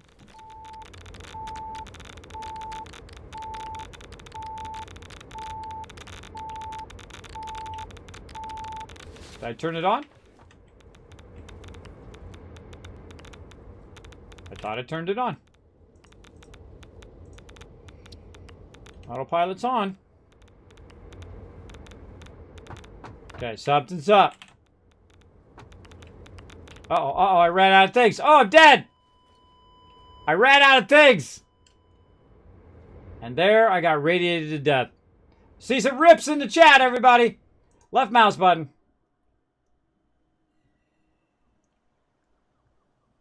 Where's it gonna put me? God, where the heck did it put me? Why did it put me way out here? That's a weird place to put me. Normally put you back at oh, because I don't have a hub. I don't have a hub, everybody. How far away am I? God, I'm a ways. Yes, because I took my hub out. Oh, boy. All right, everybody. Through the woods of Grandma's house we go. We got nothing to protect, defend ourselves. Now we know not to take our hub out. Bad Kismet. Whee! Now I can see my train station up there, but that doesn't mean I can get to it. Who knows what baddies will try to eat our face on the way back. Man, I gotta put my hub back. I meant to put it on the far side of the train station, but I forgot. We got a bit of a journey, everybody. We're gonna be walking through the forest here. Hopefully nothing comes and gets us. Now, a great little trick, by the way, is always seek the high ground. Well, if you can get your butt up there. Come up there. All my characters have big butts. I don't know what it is. They have trouble getting up on top of stuff. It's way over that way. It's very far away from where we are. We're really, really far away. Oh, boy. We got to go over the Rainbow Bridge. No, we can't even get that way. Oh, boy. Oh, boy. How to get back? Maybe we should try the other direction. Hold on. We should try this, though. I heard something moving. Something moving over there. We should try to get to the low side of our train, because our train's going this way. Uh-oh. Miss me.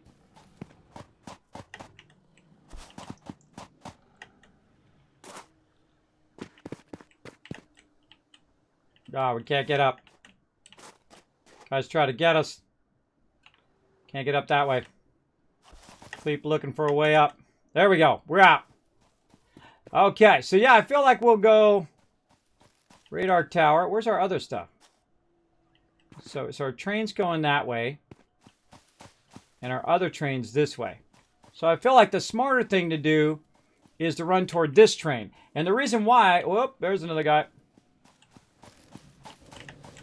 Do a lot of jumping when that guy's coming at you. Whoa! Hey-oh! Whee! I'm off the side. He will keep chasing you, by the way. Just keep running. Keep running, do a lot of jumping. The reason why it's smarter to go this way is because it's going to flatten out. Whoa, look out. It's going to flatten out into the high ground. High ground. Oh, nope. Couldn't get there.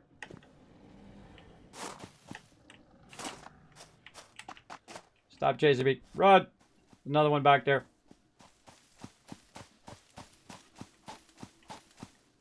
Because it's going to flatten out to the water surface. And so when we get to the water, we can climb up the water thing. Or in this case, we've got our other thing coming out of there. Our other production coming out of there. Right there. Yeah. Yeah. Kismet with the 200 IQ there. Whoa, look out. I'm going to die. That's very loud. Very loud. Now look at this. Now I got a little jump pad here, but the problem is I don't have the ability to jump up there because I don't have my skates on. Well, watch this. You ready? Take this out. Take that out. And then you go ahead and use that foundation that you just removed as a double ramp.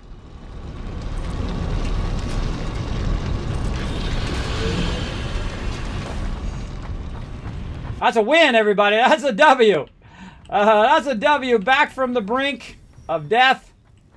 And let's go run over here. I guess we grab all this while we're at it. Hey, look. A little benefit. Whee! All right, over here, we're going to take our hyper tube and take us back to our base. And you're like, well, Kismet, how are you going to get that loot back? Well, I'm obviously going to go make some more of those filters. I didn't realize I was so low on filters there. I should have been eyeballing it, but such is the way it goes. Let's run on back up here. I don't know why my game suddenly got so much louder. Let's run back up here and get it going. Take it easy, River Dog. Thanks for hanging out. All right, we got to go back up here. We got to put our hub back in case we die again. So we got to get our hub stuff. I think I left it up the way, actually. I left the hub up the way. Or no, I left it out here. That's right, I left it out here in the corner.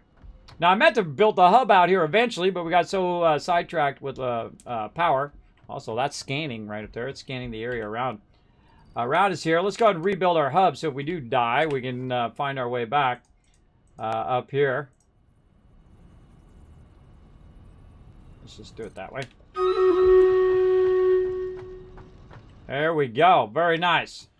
Hub is up and running. Now, when you put your hub down again, it's going to say, hey, look at all this, and look at this thing, and look in there, and look at this biofuel in the back. I'm super excited about that. All right, very nice. All right, now, wherever you put this is usually where you respawn. Make sure to have that down, otherwise you'll random respawn, as we just found out. Well, we learned new stuff, didn't we?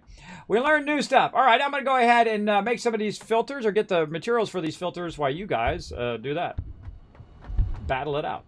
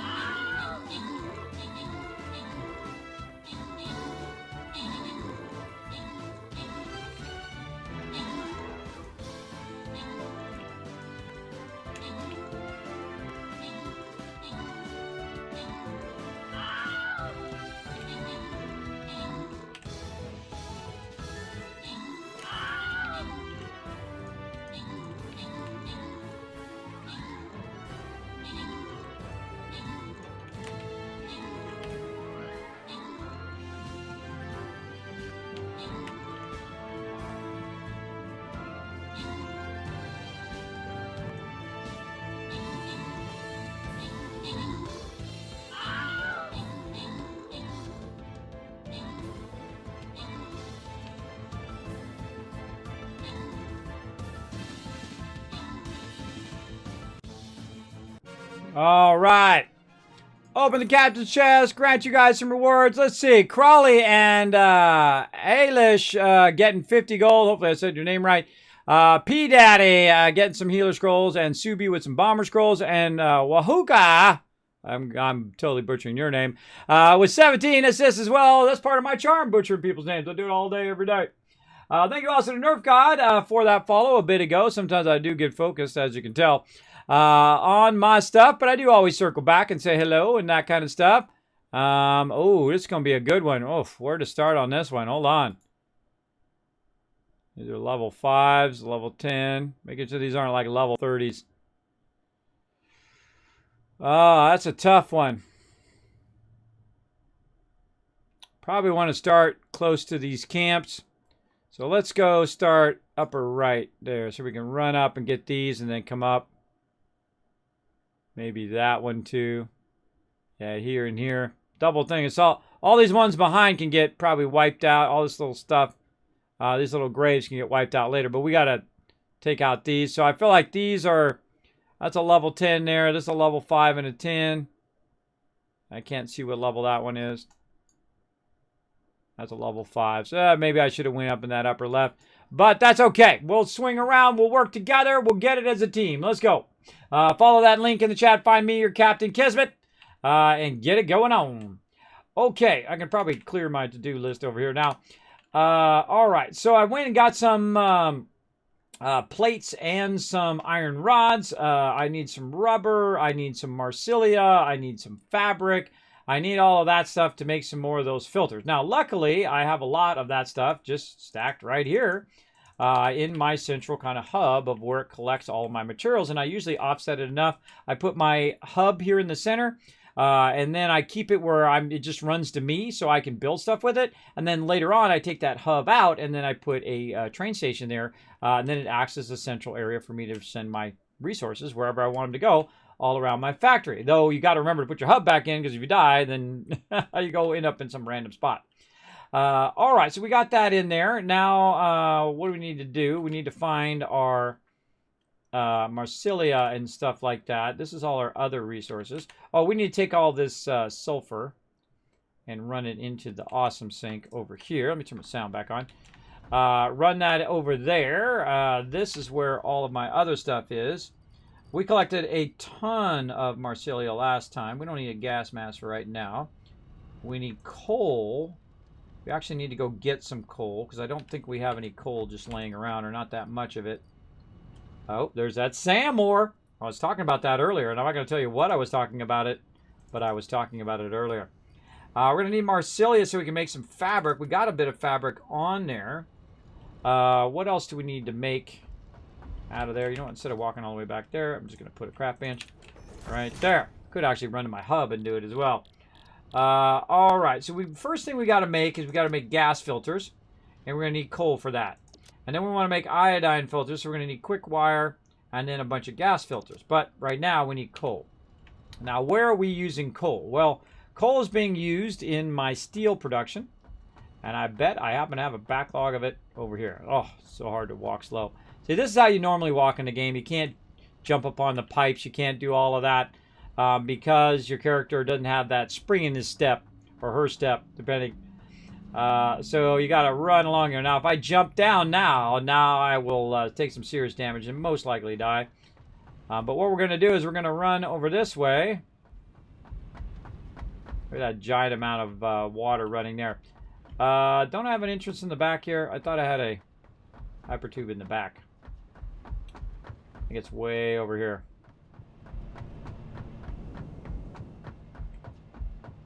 Yep. Ta-da! All right, we're down here where our quartz is. That's a little too far. Now, if you want to see my factory, by the way, here's a great tour. This is my quartz out here. There's coal running out there as well. I used to have my power over there, my oil power. But I'm going to go ahead and run up into here. This is my primary factory, which is up at this upper level. Even though it's way up here, as you can see if we look over the side. You can see that this is kind of the lower level. I actually started up here. It was one of the greatest starts ever because it's the advanced start, but they actually give you pure nodes at the very beginning. So these are all pure. Look at my vehicle just parked right here on top of that thing. That vehicle's very fun. But as you see, I got a bunch of pure nodes. I got 4 iron pure nodes, a limestone pure node, and over there is a copper pure node. And I built this entire factory around it to convert it all into ignits. And that's what it's doing over here. See, iron ignits there. Over there would be copper ignits. And then over here, it's actually converted into concrete because there's really only one step in concrete. Up here, there it goes, converting that concrete. And this running it up to the second level up above. Now, we were going to upgrade these to level 3s and run all of that, but I feel like it's really not necessary until we get that tier 8 really in there. Oh, I didn't put a no lifter there. I am surprised. I'm really enjoying doing this, putting the little lifters in there like that. But I don't have it. I don't have it, and I can't jump high enough because I don't have my blade runners, the skates. I call them the skates. They're actually called blade runners in the game. But here's the thing. I can just grab it from right here. Look how slow this is going compared to what it is. Because these are the, this is the original build, the very first beginning of the game. So these right here, these are Mark 1s. Now I can speed it up if I want to, but there's no real reason because this over here is running at optimum speed. So it's going to run it as however fast it needs to run. But let's go ahead and try that. And then get our thing. There we go. We only needed 5.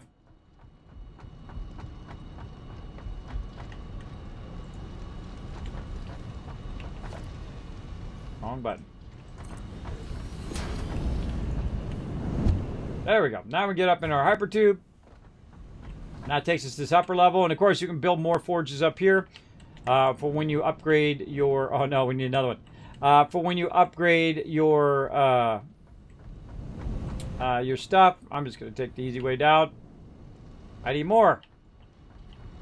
Now, normally what I do is I put a ramp there for this very reason. If I don't have my skates, I have to go through it. Now, I could take one of these ramps out and just use that. But we can also just go to the end here because it's producing a lot of concrete. It just never stops producing concrete, ever. So one thing I have it never stopped doing. I can just sit here and grab it. I could have also backlogged it down here with a box.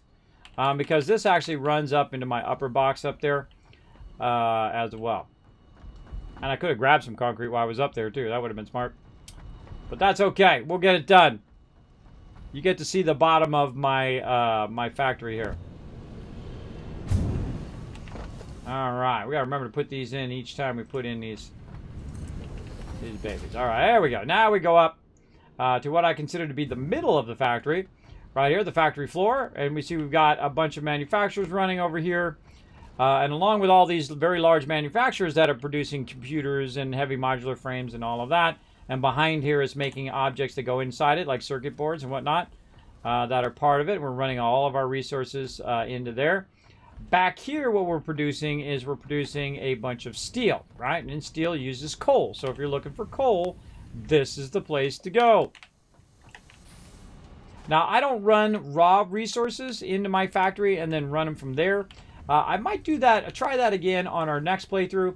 But I'm not a fan of running the raw resources because I feel like you should just make it into the thing and then run the raw resources most of the time. Like if you're going to do coal, you should just run the coal to wherever it's supposed to go and then make the thing at the node most of the time. Especially if you have an iron node and a coal node pretty close to each other, then you can just make steel right there instead of running the steel and running the iron, and you got multiple levels that you're running and you're running all of these conveyors and you don't need to. You could just be combining it all at the node and then running a single line, and that line you come back later and just upload or upgrade the single line instead of upgrading, you know, 5, 10 lines or combining them and taking them out and all of that.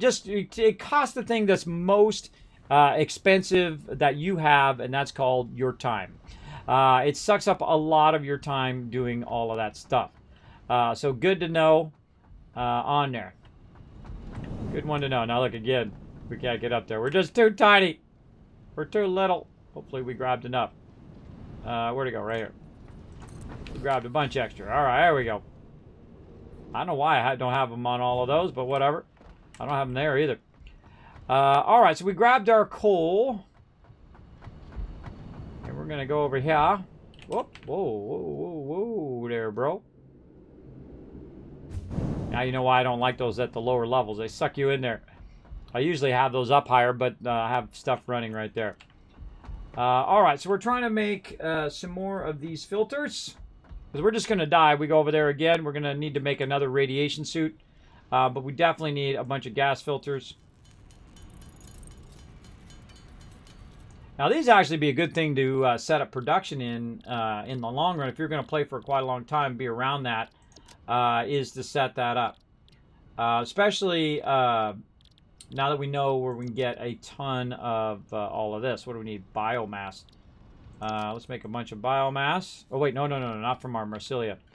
No.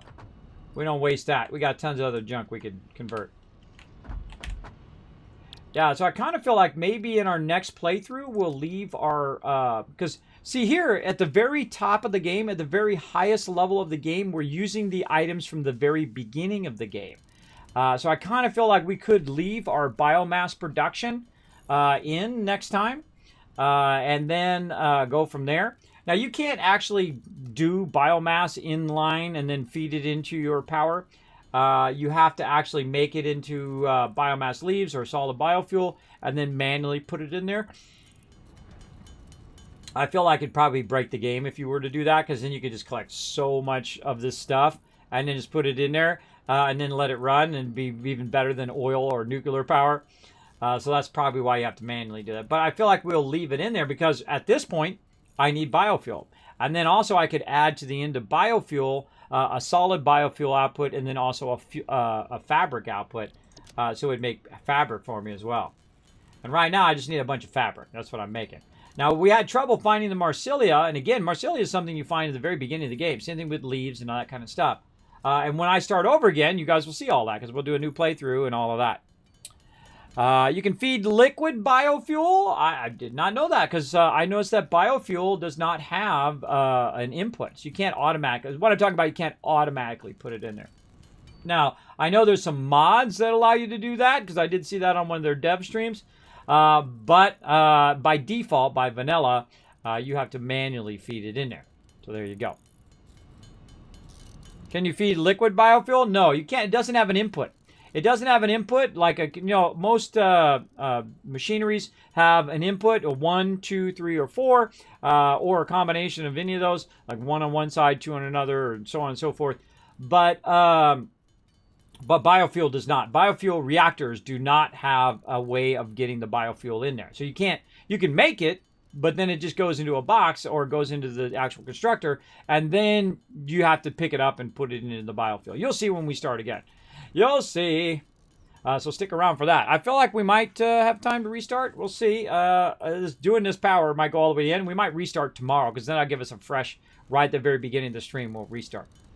We'll probably do a recap of what we built, and then we'll start again. And again, every time I build, I try to build a little bit different. I try to do different techniques, and like I'm doing a push-pull trains here. I'm doing a bit different where I'm doing all of my extra storage down below and then my final box on the top as opposed to stacking them up really high. I have them underneath and I'm feeding from underneath into all my boxes and into all of my stuff. And I love to run underneath, and if I really was going to retool my factory, I would actually attach all the stuff underneath and run it underneath those baseboards. All of that. So it's kind of like a raised floor. If you've ever been in an old school computer room, an old school with those big giant computers, what they did is they had raised floors. So underneath the floor is where all the cabling went, right? So they would run all of that stuff under there, and then whenever you need something, you'd open up like the junction of the cables, and then you could do whatever you need to do, and then you put it down, and you would never see all that massive amount of cabling that's underneath there. I've actually seen that before in the old Chromacom. There's a Hell Chromacom. It's basically what Photoshop used to do like 30 years ago. It costs $500,000 to $1 million for that thing to do what Photoshop does today. So every time you're in Photoshop and you're using the tool called the cloning tool, no, that's $1 million tool. I know, I used it. I actually used it on the thing where you could actually clone out like blemishes, or you could take someone's head and put it on somebody else and whatnot. You could do that 30 years ago, before Photoshop, by the way, before even Photoshop even existed. You could do it on those gigantic, expensive machines. They work well, though. They worked really, really well. All right, so I think we have a good enough amount of fabric there. Let's go ahead and see if we can make some more of these babies. Actually, I should be closing these things down. I don't need to make that. Don't need to make this. Normally, I close that one down. Don't need to make that. This one. This is what I can make 93. That's good. That's good. Let's make a bunch of them, so we don't run out again next time. What do we need over here? Why is this? Oh, because I don't have my quick wire on me. I don't have my quick wire, but we'll grab some quick wire here in a second. So let's make about 50 of them. That ought to do it. I wonder what they stack to. That's a good question. I don't think I've ever made enough of these to make them stack. Hey, the Man of Steel Games, what's up? I wired up some servers for Northrop Grumman years ago, and running wires under the floor was a pain. Right, Subi? Oh, yeah. That is a pain to run it underneath there. But it is better overall when you think of your cable management than to have it just laying behind your thing or just having it running across the floor or whatnot for safety concerns, both for electrical fire as well as people tripping on it and falling on it and all that stuff. You got to watch out for safety when you're in business, bro. That insurance costs you a fortune. I know. I've had lots of different problems in the past, not with me or not with my company, but with people that I've known that have gotten into trouble from bad safety, right? You got to have good safety in your business, for sure, for sure. What are we at? 20, 21. We'll just keep going. Yeah, so that's always fun. I do an okay job in my cable management here. You know, one of the things that I really like, what did I do with them? Oh, they're right here on my desk. These right here. These are the greatest things ever. You're like, Kismet, what the heck is that, bro? This is made by the peeps over at Velcro. I love them so much. I wish they sponsored the stream. That'd be awesome. But that's okay. They don't have to. Watch this. Take this off of here. It's all like Velcro, right? On two sides. And you take that off of there, and it goes to a point like this. Right? Then you take this off of here. I'm going to be using this later. I'm running some new cables over on that side. And then here's what you got, right? You got this thing. Got a little loop on that side, and it's got this. You know what you do? You take it, you put it through there, and it holds your cables. You don't have to use those little twist tie things anymore. You don't have to tape your cables together. You don't have to tie your cables around each other. You use this little Velcro thing, and if you want it to be attached, you just do that. It's the greatest thing ever, bro. Like that. And your cables never get sticky. They never get difficult. They're really easy to take off because you know in a day or two, instead of using twist ties, we got to cut the twist ties off later. And then, of course, it's also cutting into your cables over time. I've been in computers for a really long time, and this is the greatest thing ever. They're called Velcro ties. You definitely want to go look for them out there on the internet. Now, what do I get if you go get them? I don't get nothing. I'm not sponsored by them. I use them all the time. These are the best. Yeah, Velcro straps are the jam. So if you are having trouble with your cable management, get some of these, and you're welcome, because I just made your life 1,000 times easier.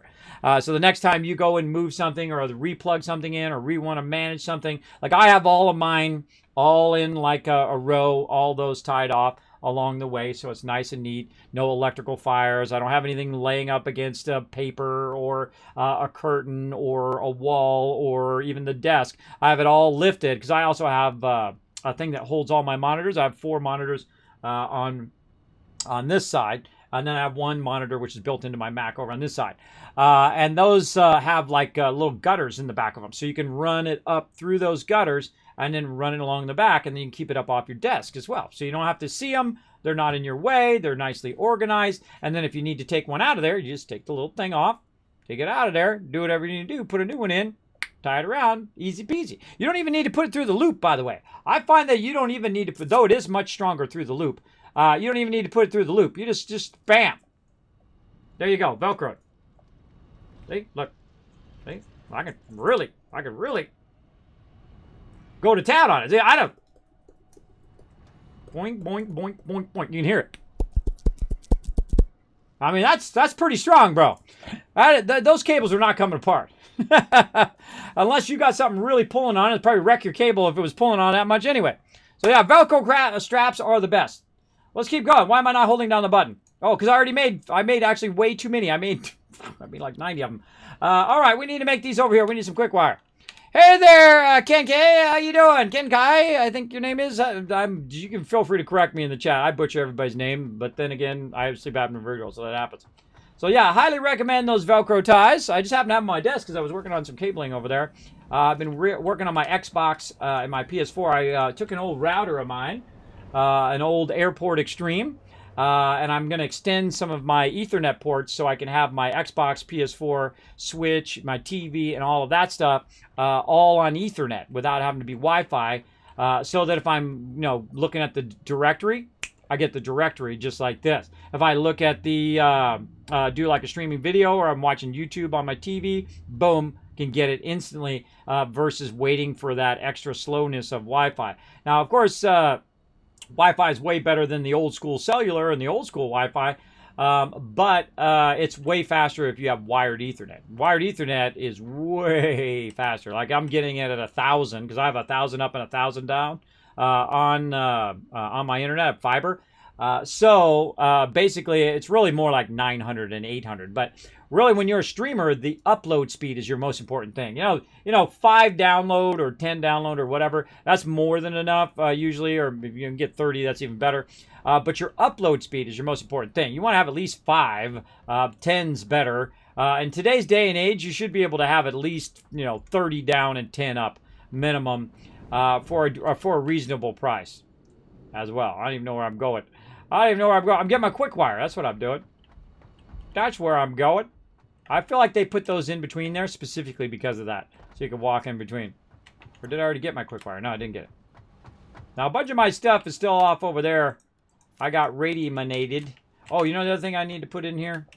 And that is my suit. Now, notice you don't have your suit in here. I'll show you a great little trick on, say you want to get your suit, your radiation suit. What's it called? Suit. Hazmat suit.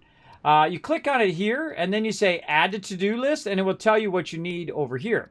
So I hit X, by the way, and I went to my recipes, and you can do it that way as well. Either way works great, whatever you feel like is your jam. For me, I'm going to go ahead and do it this way, so I'm going to need to make another radiation suit. I've got more fabric I'm going to have to make. Aluminum and plastic. Aluminum is over on the other side. Look out for our trains coming. Ah, we're going to get run over. Ah! It doesn't run you over yet. Don't get used to that, though, because they could add it to where they runs you over. I don't never get used to that clipping stuff because I feel like at some point they're going to add train collision. They're going to add where it runs you over. All of that stuff. You should be on the train tracks in the first place. Where we go? We're going to get some plastic from down below. Oh, aluminum. That's what we're getting from over here.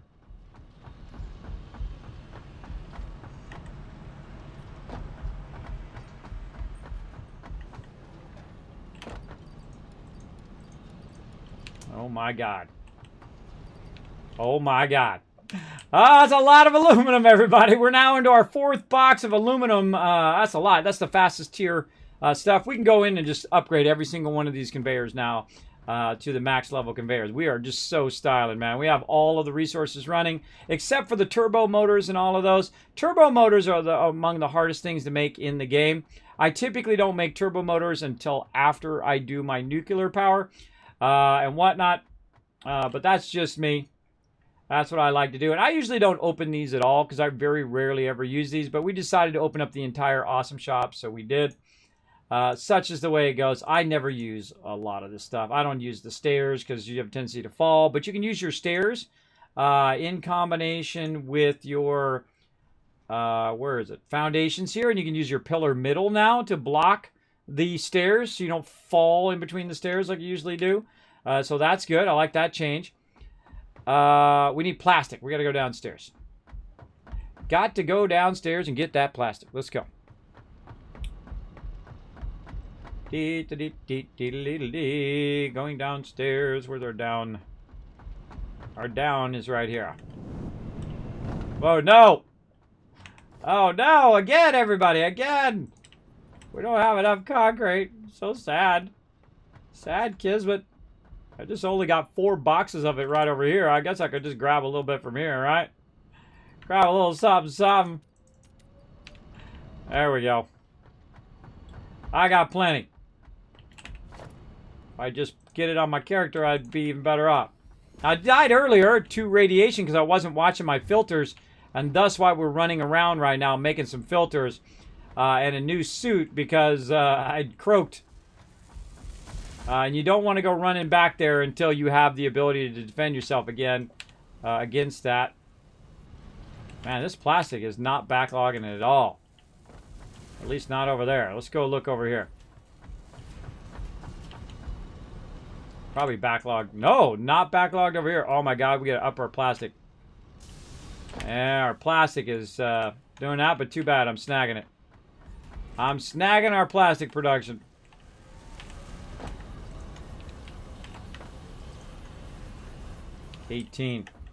All right, I'm taking over the plastic production. Now, here's a great way to do your plastic production.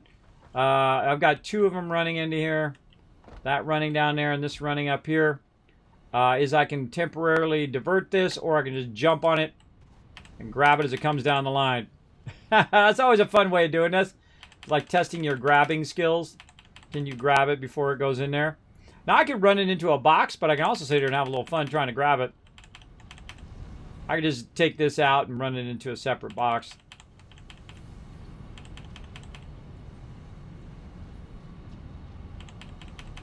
Ah, got it.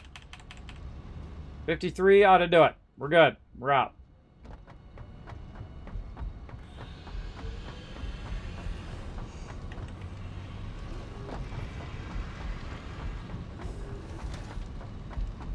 Going up.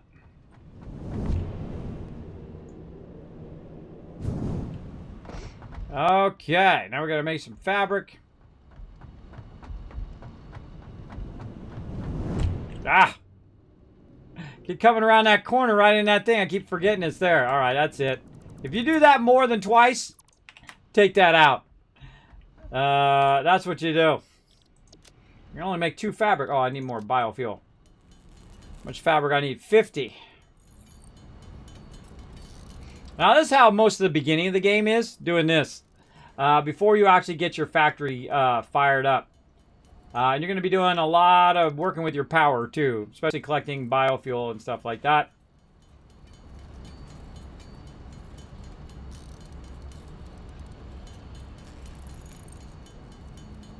We got to make a hazmat suit, everybody.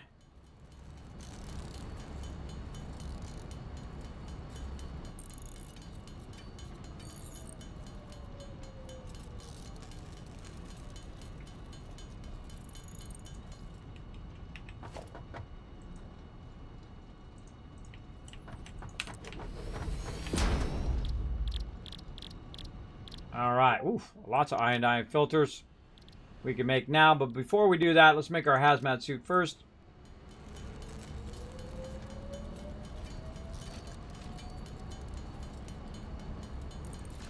Boom. All right, let's make a bunch of these babies. Now, see, the other gas filters is for the gas mask, and then the iodine infused filters is for the radiation suit. Now, again, if you're not paying attention, that radiation will kill you quick, as you saw. Now, of course, I usually keep my health pretty low, so it killed me pretty quick. I couldn't get out of there in time. If I had my health high, there might have been a chance I could have got out of there. But, man, I got highly radiated really, really fast. So, this is why you don't want to do your radiation until you're ready, right? Until you have enough resources to do all this kind of stuff that I'm doing right now, which is basically making resistance to radiation. All right, looking good. Looking good. Okay, now we'll put our suit back on before I forget. And then we're ready to go, see if we can recover our stuff. And this is why I have lines of resources, so I can just access them when I need them, just like that. And I do that throughout the entire playthrough. I just have stacks of resources that I can go to and say, okay, I need iron rods, I need this, I need that, while I am building. Now, I feel like in the next build, depending on how it sets us up, let's see, we got our build going back there, we'll start building our factories more vertically, and then we'll just have our hub actually at the bottom, and we'll build our factories around it in like a semicircle or something fun like that. I'm just already building it in my head, what I'm going to do next time. That's pretty fun. Pretty fun.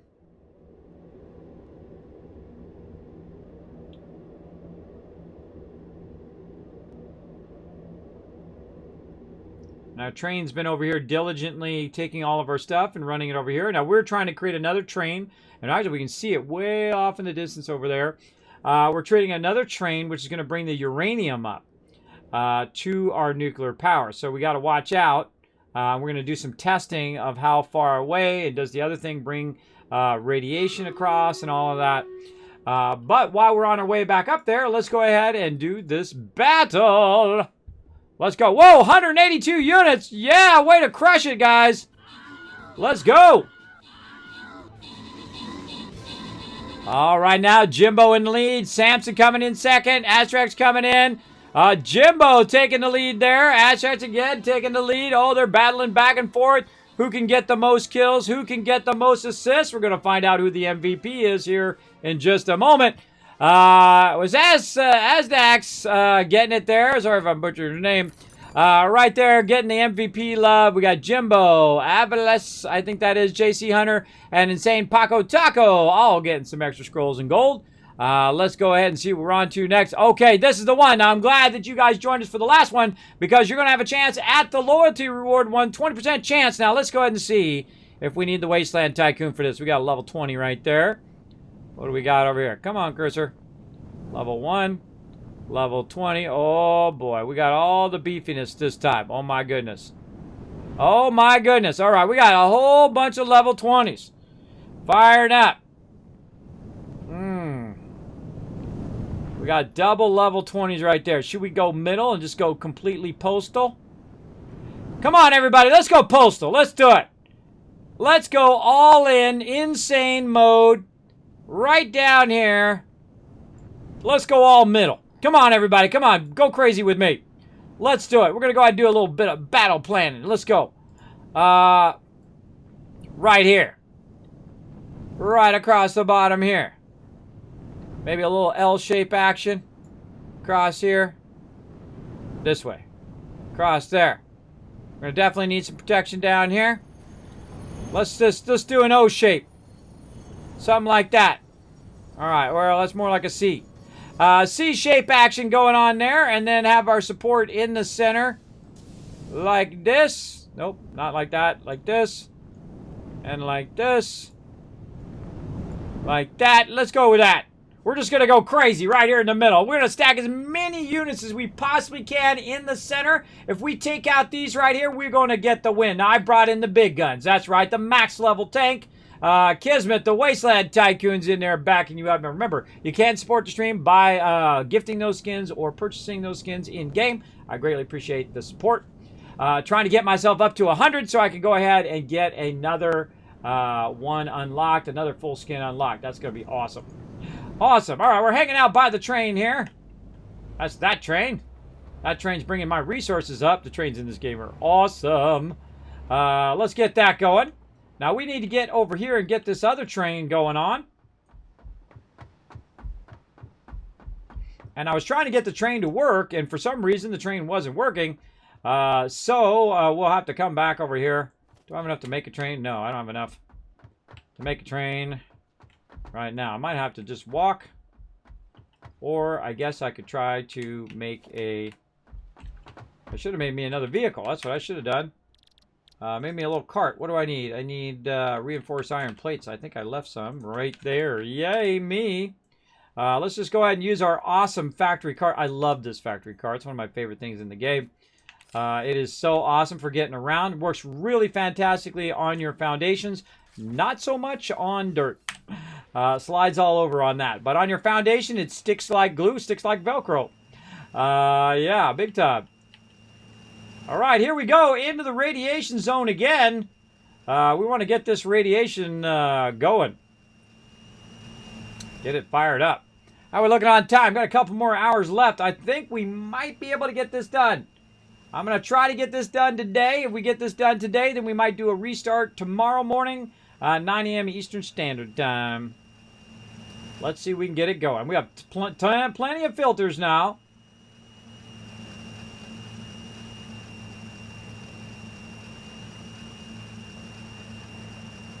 There's definitely something going on with our train. Now, I have these walls over here you can see on the sides. When I pass those walls, I'm going to start getting radiated because I got uranium coming up here into this particular train. That's why it's its own separate train.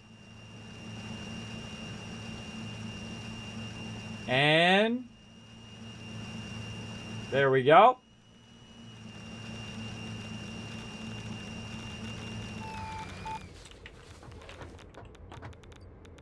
Now, of course, the higher the radiation, look how fast it goes down. Higher radiation level, the faster that goes down. Look at all, whoa, why? I can't pick up all my resources. Oh, I had all the resources from before, too. That's not good. All right, we'll come back for that. Now, we need to move this train. I can't move the train. All right, I got to move the train out. I got to turn this off. Off.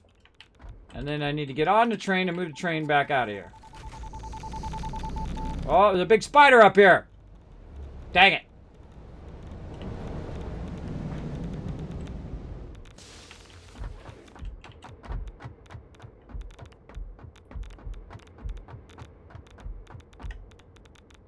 To get this train station to work.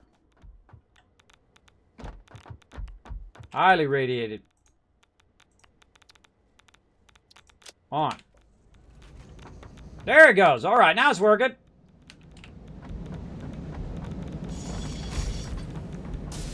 Now let's get in the train so the spider can't get us. Yeah, Spider made his way up here. He came up the thing here.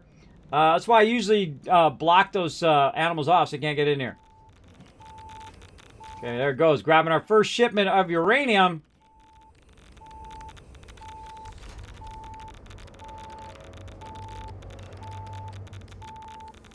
This is probably a really bad idea, everybody. Oh, there's that spider again.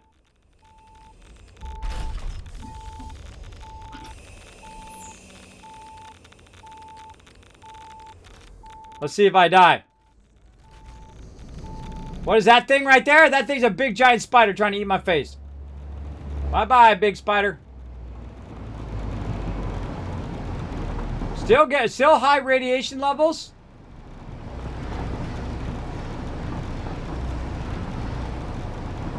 But we're just seeing if it works, right? It's okay if I get radiated and if I die, that's okay. We just want to make sure that our train is working.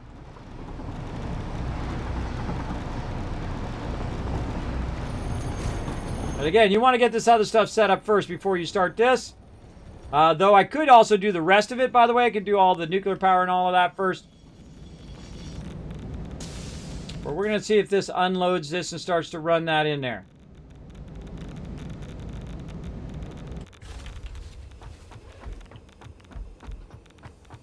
We've already used 4 of them up. Can't really see.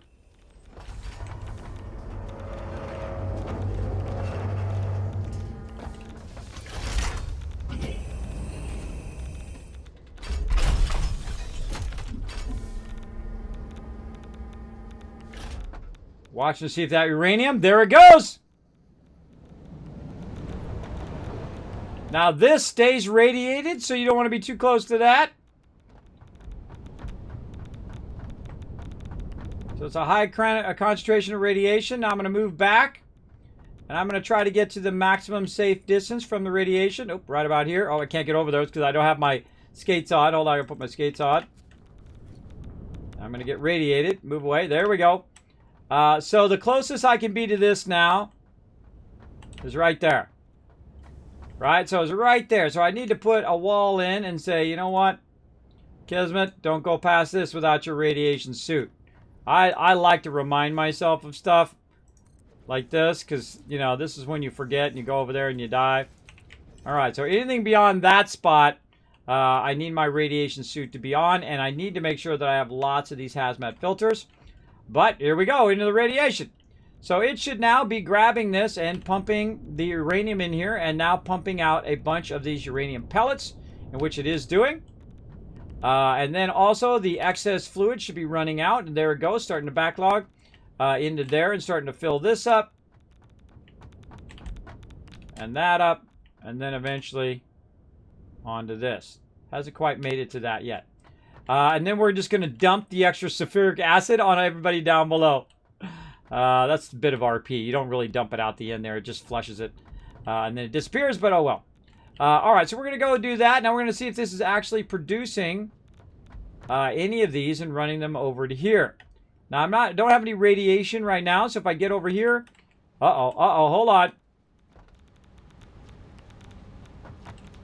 Whoa, look, I almost launched me off. So yeah, these do have radiation in those. So I don't really want to build those over here past the radiation zone, right? I actually want them to be over there where they're getting radiated, right? But they are going in and making some encased uranium cells in here. But you can see our radiation concentration has gone way down because now we're over here. Now let's go ahead and run this just for testing sake. Oh, we need some more stuff.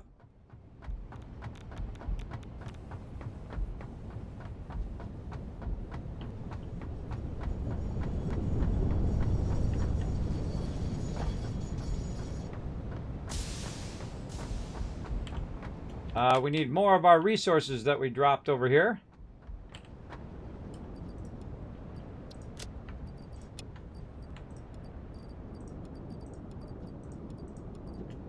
Grab a little bit of everything there.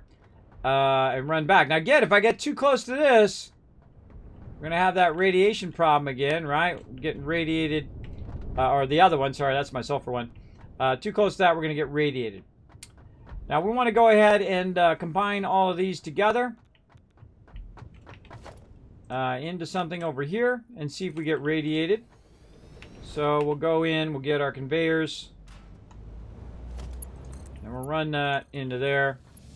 Now I'm not seriously running any of this right here. I'm just running it there so we can see what happens. Do we get a burst of radiation? See, look, we're a little bit radiated. So even this stuff that's in here is going to give you a little bit, but a lot lower radiation levels.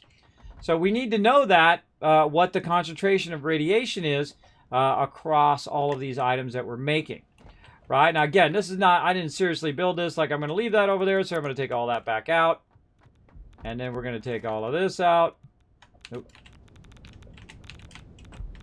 Now, why do I not want to build it here? Well, I don't want to build it close to my train and all my other stuff that I have going. You want to have all your radiated stuff segregated from the rest. Oh, I'm dropping stuff. Segregated from the rest of your stuff. Because what will happen is, oh yeah, lots of radiation. Lots are getting radiated.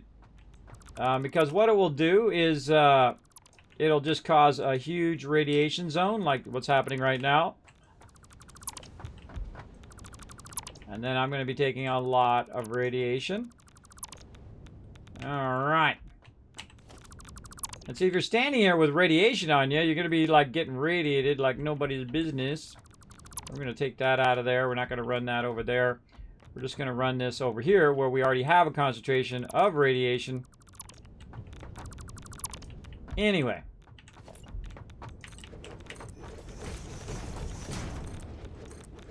Now, I made a lot of filters, and I'm down to 39 right now out of 50.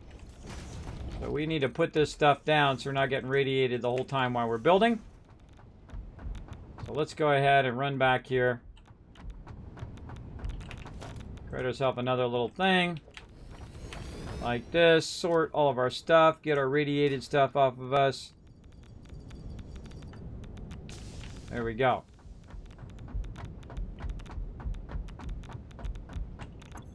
What else we got on us that's radiating us? This right here.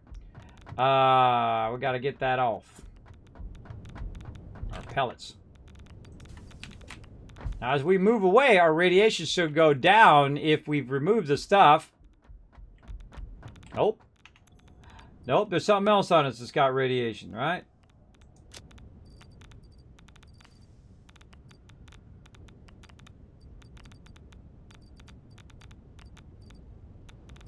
I don't see it. I don't see any raw materials. Interesting.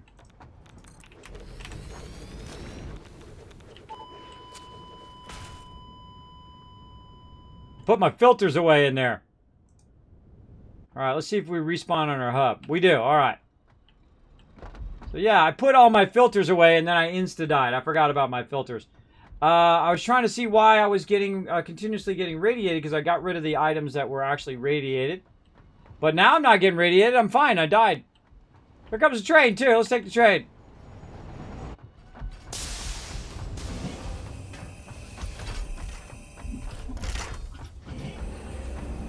Actually, let's race the train. Better idea. Let's see. It hasn't left yet. Alright, let's see if we can get up here before the train goes. Now, the train's loading right now, so we're going to get a little bit of a head start on it.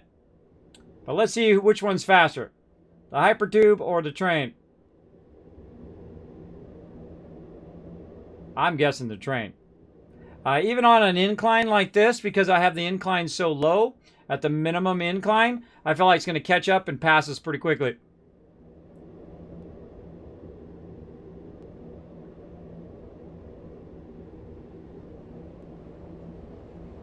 And now you know which one's faster up on this type of incline. It's leaving us in the dust, bro. Leaving us in the dust, Aruni.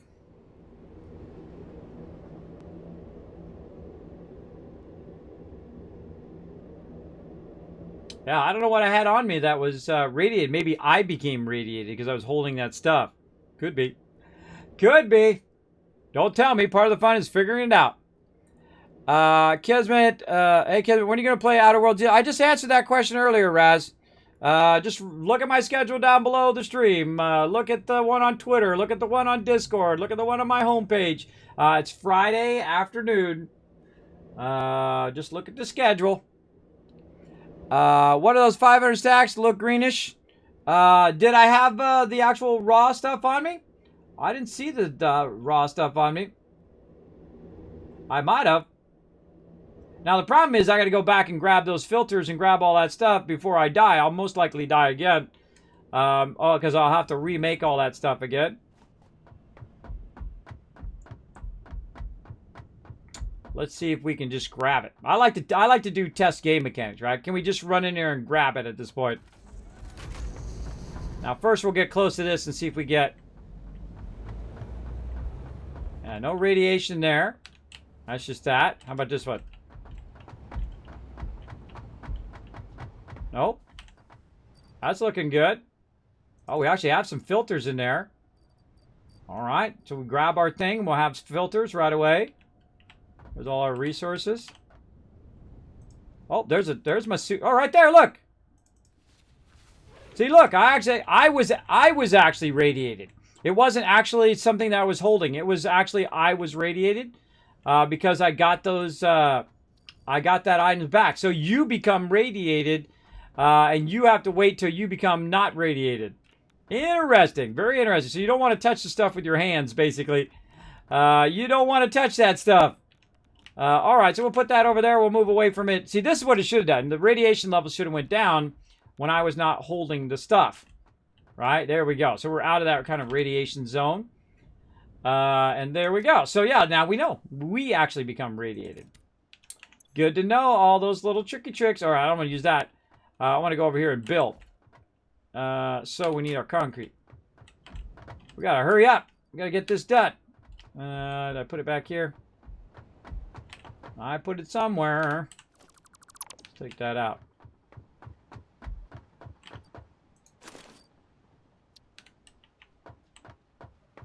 Actually, I think that's what I'm going to do. I'm going to move all my resources right here.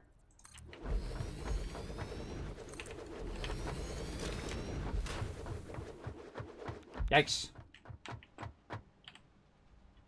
Take my filters off again. Stop taking your filters off, Kismet. Yeah, I got radiated there. A little bit of radiation level right there. Oh, because I moved the box. That's why.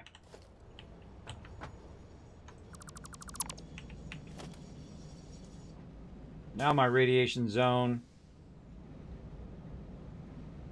is over here. Let's take that one back out again.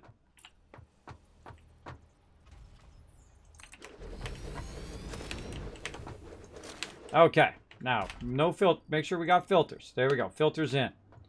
Okay. Down to 32 filters now. Now, we made about 50 of them. What I'm going to do is move all these resources from the back here forward because I'm going to be working in the front now. So we'll take all this out.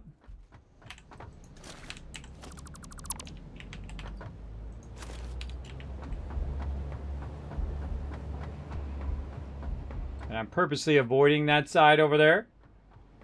Again, you got to watch out when you do this. Now, again, normally I would build the whole thing out first before bringing the uranium up. And then also I would just set up the train from this side and let it run and then get out of there. And just see if it's bringing it in. And you can see it's still bringing it in over there. Train's going back and forth doing its job. I don't have to be involved in any of the uranium over there, which is great. And then we also have our new wall where we got to watch out. Oh, again, I keep putting that down. I really feel like we should be able to put that in our, in there. It'd be great to put it in our slot there. So that we don't forget it. So we don't just hit, throw it in a box and die like I did. But live and learn, right? I'm just going to take that box out from way over here. It's going to give me all the materials so I don't have to run over there. And we're just going to put another box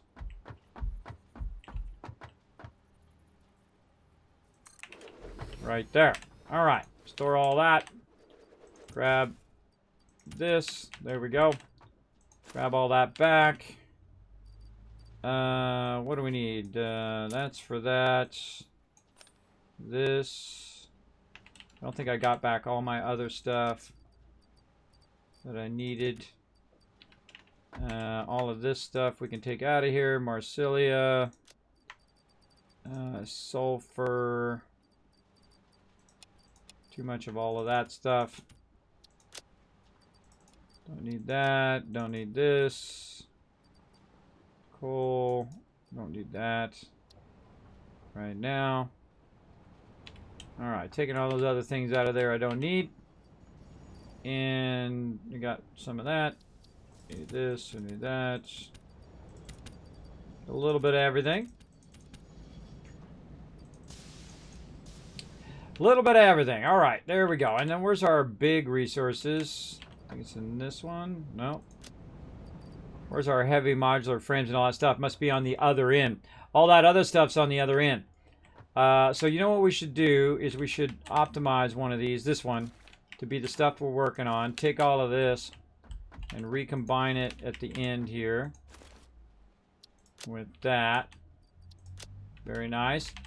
And then this will be our one, and that'll be for the rest of it. All right, I'm going to grab our iodine filters here. Our iodine infused filters, and then we're going to get our vehicle. We got to go get the rest of our resources at the other end. I mean, I don't have to. I go back and just get all those resources again. But I feel like that's what we want to do. So we're going to run over here, and we're going to use our vehicle to get us over there safely instead of using the train. Now, obviously, you don't want to be on a irradiated train. That sounds like a bad idea to me. Obviously, we don't want to touch any of that. The schedule stays the same, Raz. Schedule's the same from now on. Same exact schedule. It's not last week's schedule. It is the same schedule as it's going to be going forward. Wasn't the raw stuff on conveyors? Doesn't that go in your inventory when you deconstruct them? It did, but I took it off and I put it into the boxes, and then I shouldn't have got continued to been radiated, but I think I got radiated because I stayed in the radiation zone too long.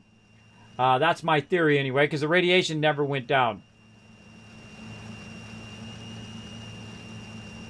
Now we're going to make a quick little move here to grab our stuff and bail before the spider tries to get us.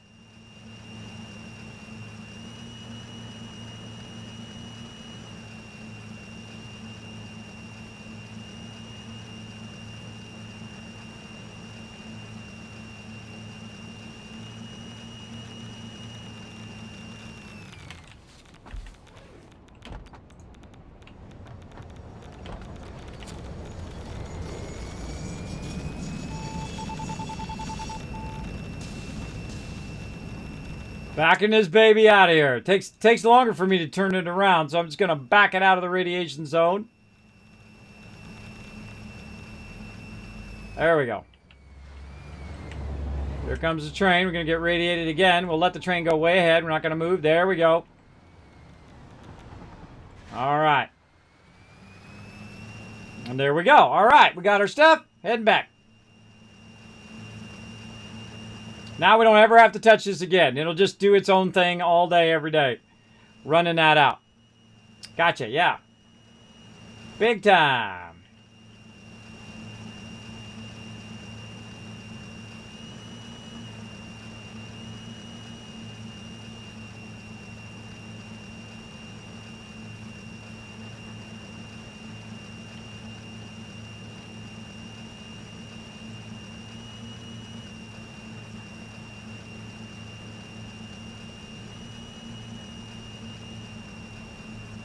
A little bit more radiated coming in.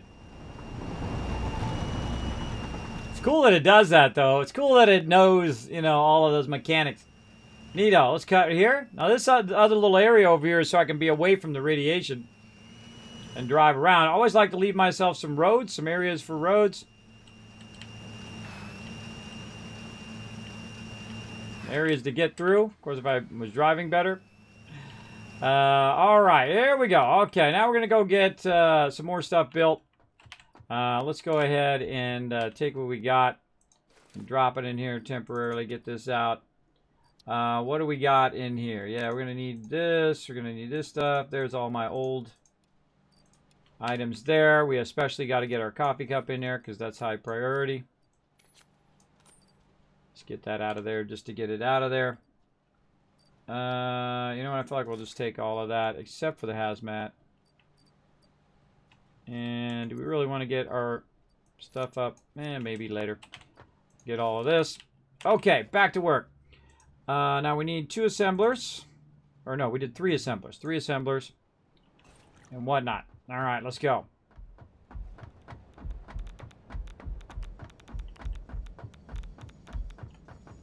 Right here. Right here is where we're not getting radiated. Oh, we're getting radiated. We go a little bit that way. So right here at this spot right here is no radiation. So if we wanted to come back here later and say remove all of the radiated items, this is where it would be.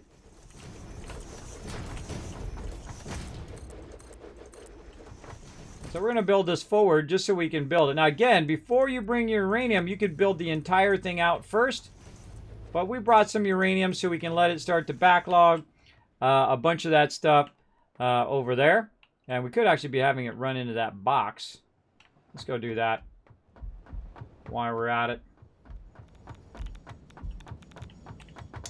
Let's go ahead and make a box. So it could be working away.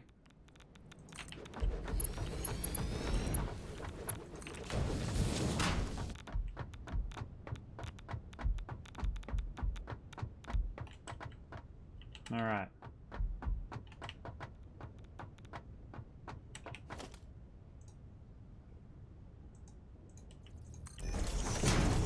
Okay, right there and right there. That's where our radiation is.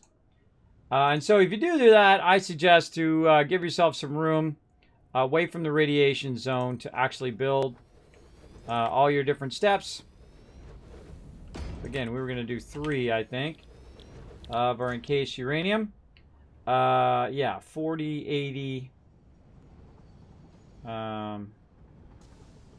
What's your uranium got coming in? We got 120, but it's coming out at 50. So 50, 50. They're still coming out at 120 total. So 120. Hey Siri, what's 120 divided by 40? 120 divided by 40 is 3. There we go. Perfect. All right, then we'll do this again. Let's get this going. Same thing as we did before. We're going to go ahead and do our lifters. I feel like we'll do in lifters. And then we'll do our bottom level. And let's put our splitters in first. Now you saw me do this before, so I'm going to speed up a little bit. I hope you don't mind. And we're going to probably bring it in from this direction. Oh, this last one I don't actually need to put in, but we'll just put it in, just get it started.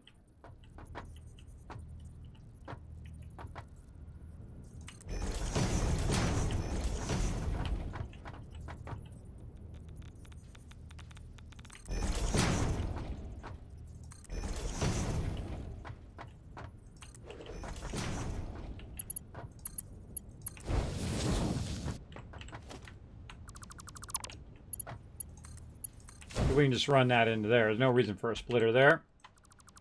Take these out. Take those out. Now out here. Oh, we're going to put the center splitter in first. Center split first. Right here. I'll offset it out a little bit. I'll say something like that. Yeah.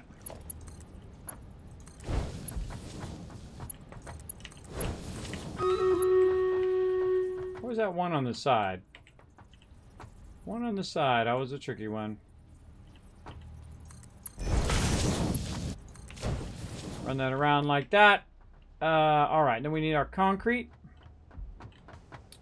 which is being run over here. And so we'll go ahead and take that out. We'll run that battle here in a second.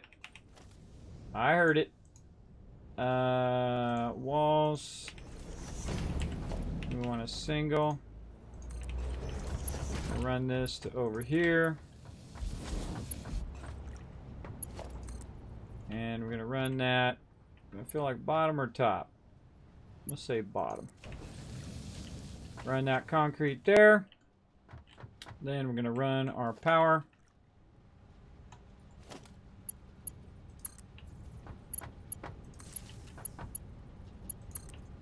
Alright, so you saw me do this earlier, so I'm going to speed up a little bit on this. I'm not going to go step by step on this, but you get the general idea. We need our concrete. We need to do encased industrial uranium cells.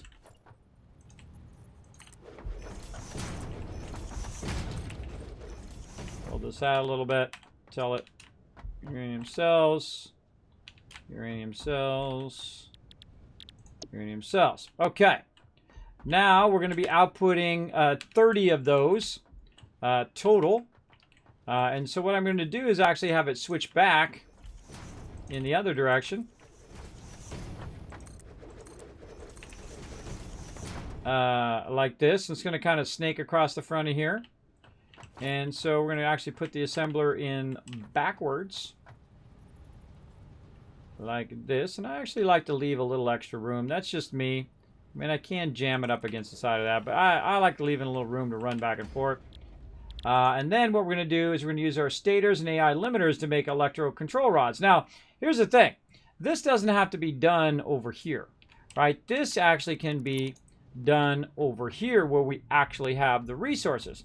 So there's no reason to run that way over there. And so we can just get over here and say, okay, we want to go ahead and put an assembler over here. And I'm just going to throw it down here just for us to fool around. And then we can bring both those resources down and run them into here and have it doing the electromagnetic control rod. Now, the end of the end here, after all of this hard work, is going to be our manufacturer over here. What do we can't afford? I need cable. Of course I do. Of course I need some cables. Let me get some cables here. Almost there, everybody. Almost to nuclear power. I mean, we're there already. We've already unlocked it, but we just haven't fired it up yet. Now we're going to put our manufacturer down. And then our manufacturer here needs the encased uranium cells, encased industrial beams, and that. Oh, we didn't tell it to do encased industrial beams either. Oh, uh-oh. Missed a step. Missed a step with our encased industrial beams.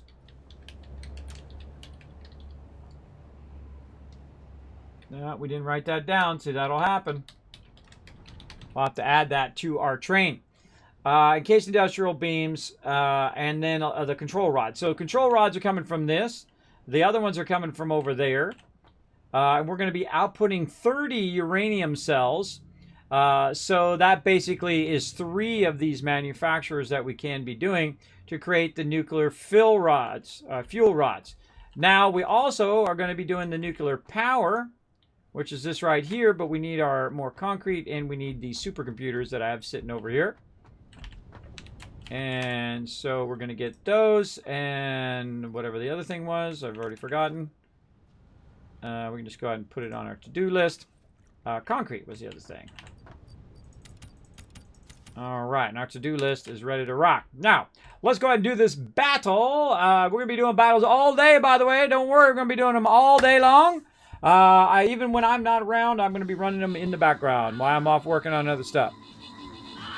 Let's go to battle, everybody. Oh, from a center epic move there. Oh, man, that was awesome. Yeah, we took them out quick before they could spawn anymore. Going for that upper left one while you guys are taking care of this down here. Taking out some baddies here behind us as well. I feel like this is going to be a big W. You guys are going to have 50% chance of getting those loyalty skins. Let's hope it works out. Let's hope it does. Oh, that's a win. All right, congrats, everybody. Let me know if you did get a skin. Oh, actually, I got one. A mythic flying rogue skin. Look at that. Cool. Actually, I probably have a bunch of them. I never even look what I get. I always look at what you guys get. Grant rewards to Jimbo getting 200 gold. P Daddy getting 200 gold. Rotisserie G. Cookie, this is why you come in and join Kismet, right? This is why you rock the yellow fedora, because you get the epic loot. Von Broach coming in with 18 assists as MVP. Nice job. All right, now we're going to work our way to the boss. Do we want to go mystery boss or do we want to go down here? I'm feeling down and across, but here it gives us an option for both in case we don't make it. I'm feeling here and then center. That's where we're going to go. Let's do it. Oh, look out. Here we go again. Let's zoom in a little bit. Check out these. Level 1, level 10, 10. Just tell me which guy I need to put in. There's a level 20 there. I think you guys can do it. I believe in you. I'm going to go ahead and give you some Norbert healing love. He's going to back you up right there. He's an epic level healer. He's level 29 right now. Trying to push him to level 30. We're going to get there eventually. Boom. Come and join us, streamraiders.com. The link's in the chat. You can find me or Captain Kismet. And we're going to get it going on. Get it going on. All right, so here we are, manufacturer. Again, our fuel rods.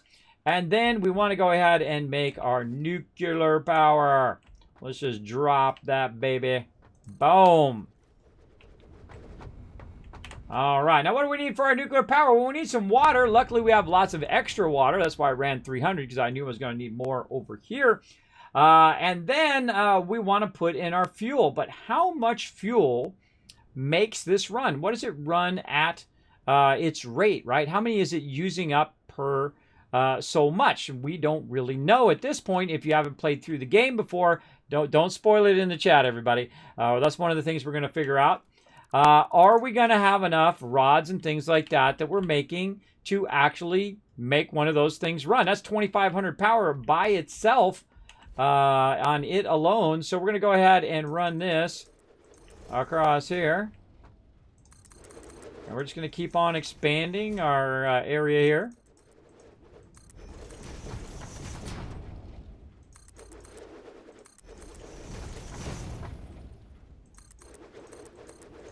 Okay, so again, coming out of there, it's going to be 30.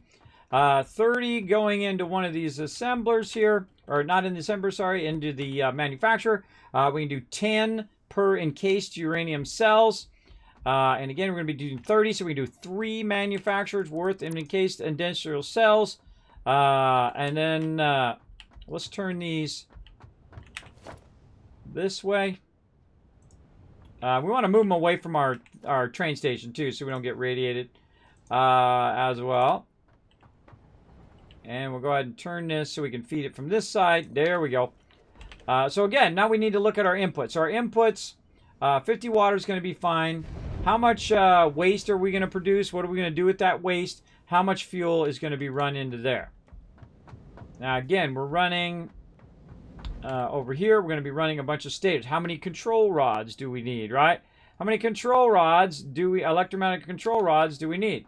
Well, that's going to be all set by the manufacturer. So again, let's throw one of those down. I call this the play yard. You can look all this up, by the way, online and all of that. I don't like to do that. I don't like to use the thing. I call it the play yard, where I just throw it down. Oh, I got to go take a quick break.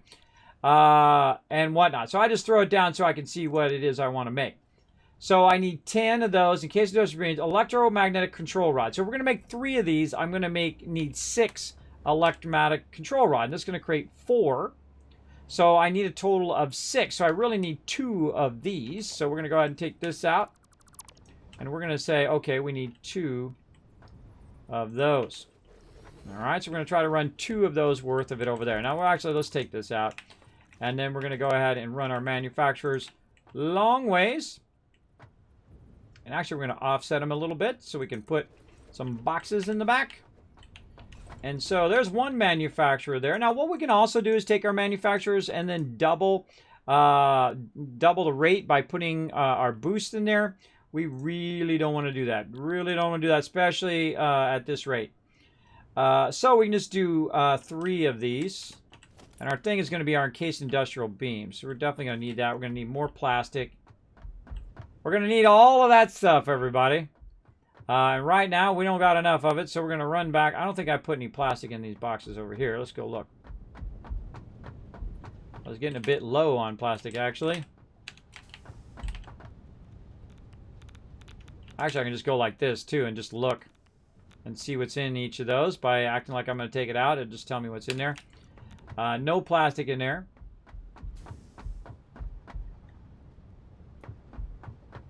Let me get over here to my hyper tube. I'm going to run down, and I got to take a quick break while we're doing that to let my kids in. All right, be right back.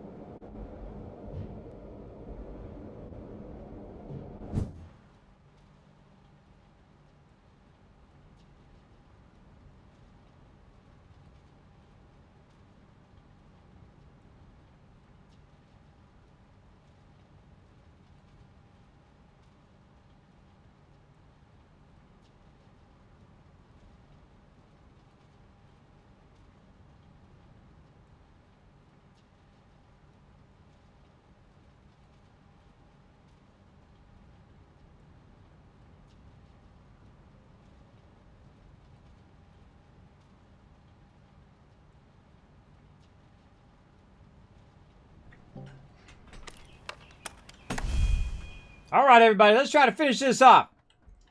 Okay, what is it I needed? I have already forgotten. I need 2 more manufacturers. Boom, boom. We need more cable and more plastic. All right, let's get it going on over here. Cable, that's easy. Let's get a whole bunch of it.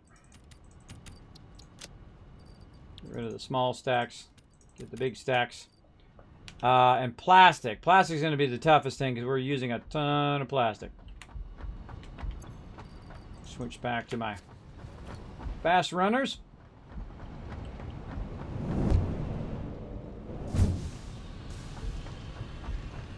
Okay, see how much faster you move with these runners? It's so good. I can use the jetpack too, but I feel like this is the stuff right now.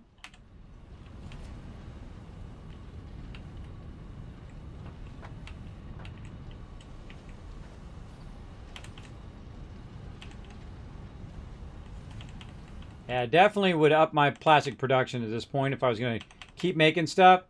Absolutely. Again, remember this game is in early access, so they haven't added everything to it yet. But we're trying to get to this nuclear power. It's definitely takes some doing, doesn't it? It takes some doing. We've been at it last time and then for about 6 hours today. Working away on it. Had a few deaths, got radiated, wasn't watching my filters. That was my bad. Should have been eyeballing them.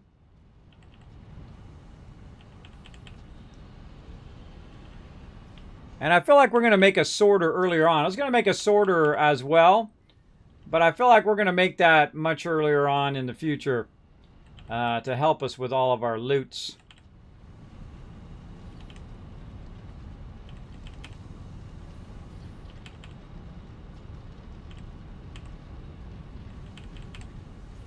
All right, we'll get a little bit of extra plastic just in case. Okay.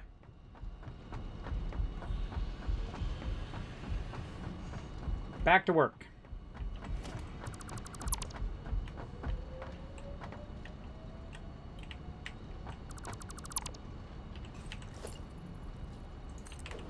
Ramp back in. All right, back up we go.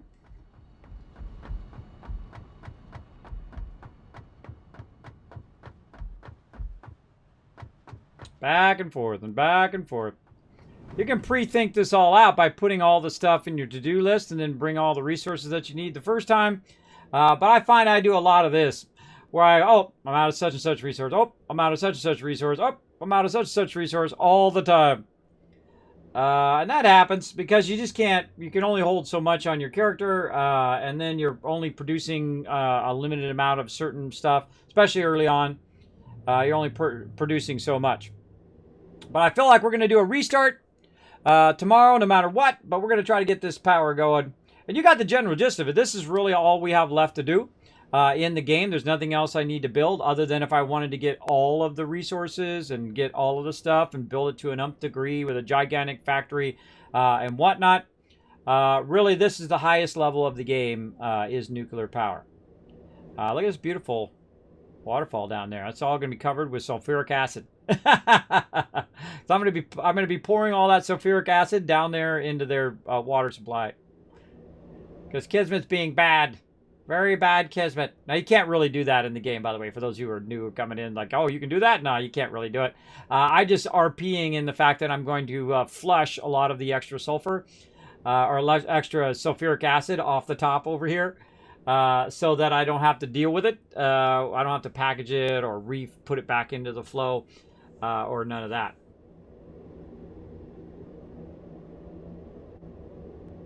But next time we might balance it. We might balance out our flow back in there.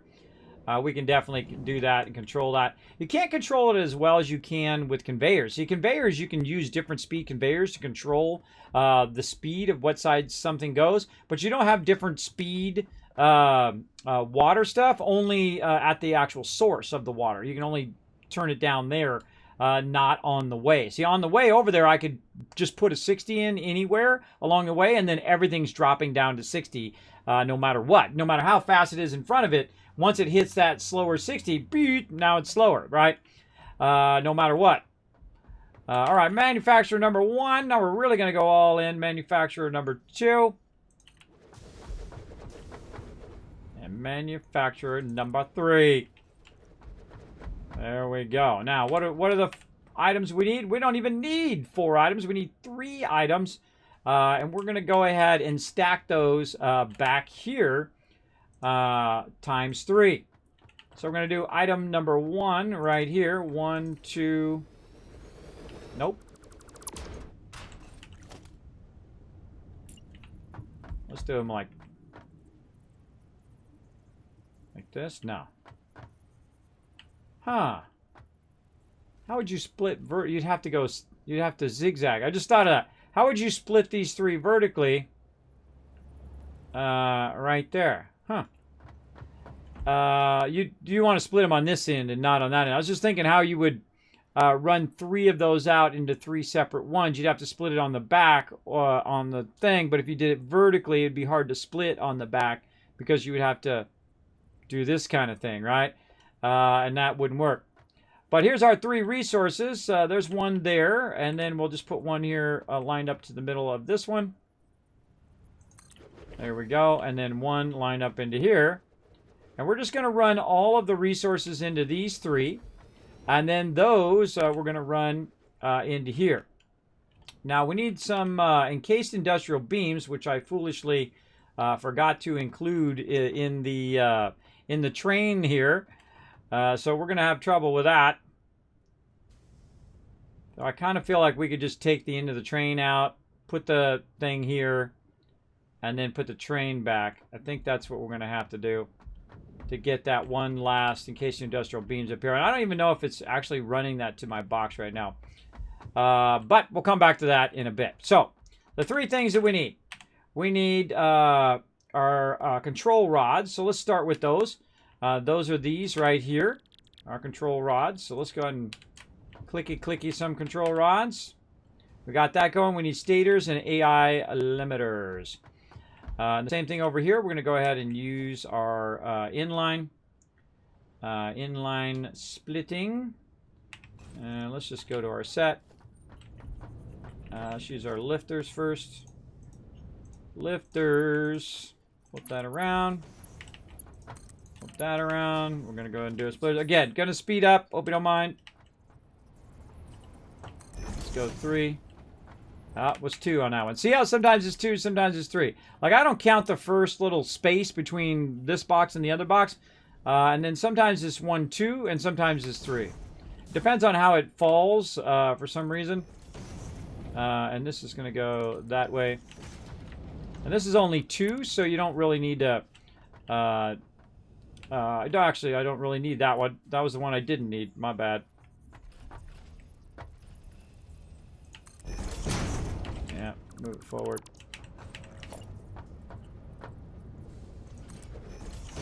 There we go. Line that up.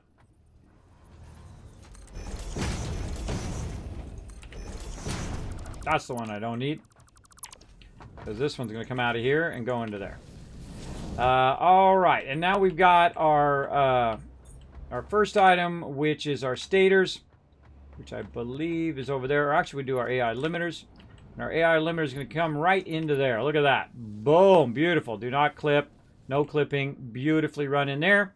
And then down below here, we're going to go ahead and run our same thing, our same splitter. But here's the thing. We could actually run the splitter like this. If you do it just right, you can actually run the splitter from behind and just leave that splitter and then run it from this and run it from that. So you got them all stacked in one spot. Now the hard thing is getting it from up there to down here, but it's not really that hard. We can just go ahead and do this. Like that. And then we'll grab our single wall one, wherever it went. Whoop, getting a little radiated.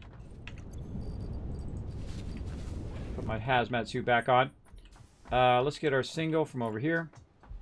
Or I could have picked it in the thing. And then we'll go ahead and just control it like this. See if we can get that to go under there without clipping. Nope. Nope, nope, nope. What we'll do is we'll do this then. Bring that forward. That's what we want to do. Bring that forward and then bring that down. Take this out. I think that's why I built that. That's why I built that, by the way.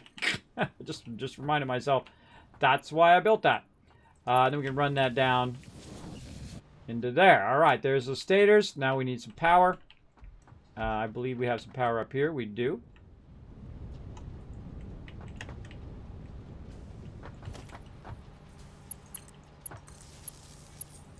And let's get it firing up those control rods. Nice. All right, and we're just going to go ahead and combine these back together with a merger. A woof. Woof, woof, woof. Come here, Sparkle. Come here. Come here. Somebody wants to be shown on the stream. She's woofing at me. Look who it is. Look who it is. It's a little puppy dog. It's a Sparkle dog. What's going on? Who's there? Who's it? Who's there, Sparkle? Ah, she's a squirrel. She's a giant squirrel. Who's there? Who is it? She goes, let me go. I want to go get him. You can't get him. No, you can't get him. Who's there? Who is it? Who's there? You better go get him. You better go get him, you little mongrel. Go get him. Off they go.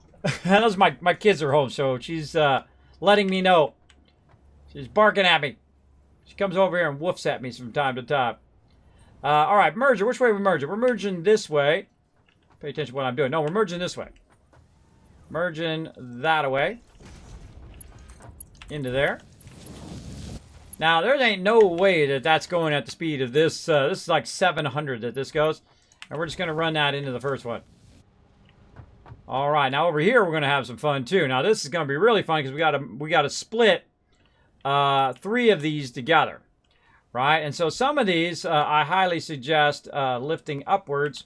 We're going to have different layers of splitting, but right now we want to split this one across these 3. So we're going to decide that this left one.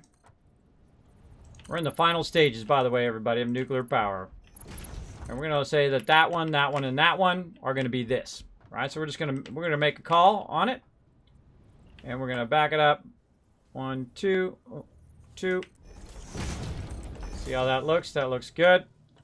Now I don't actually need that first one, do I? Yeah, I actually want to bring it around, or bring it in this way.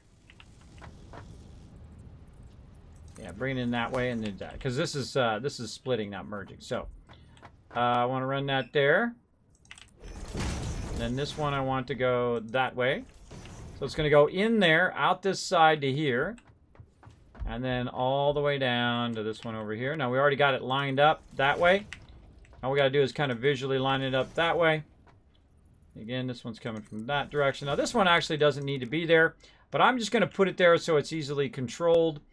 because the other ones are going to be in the way as well.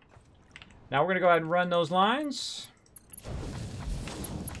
We're going to absolutely take these conveyors out. Always take the conveyors out whenever you put these in, because that's when it stops working. I must say that every single time, but it's worth saying it every single time.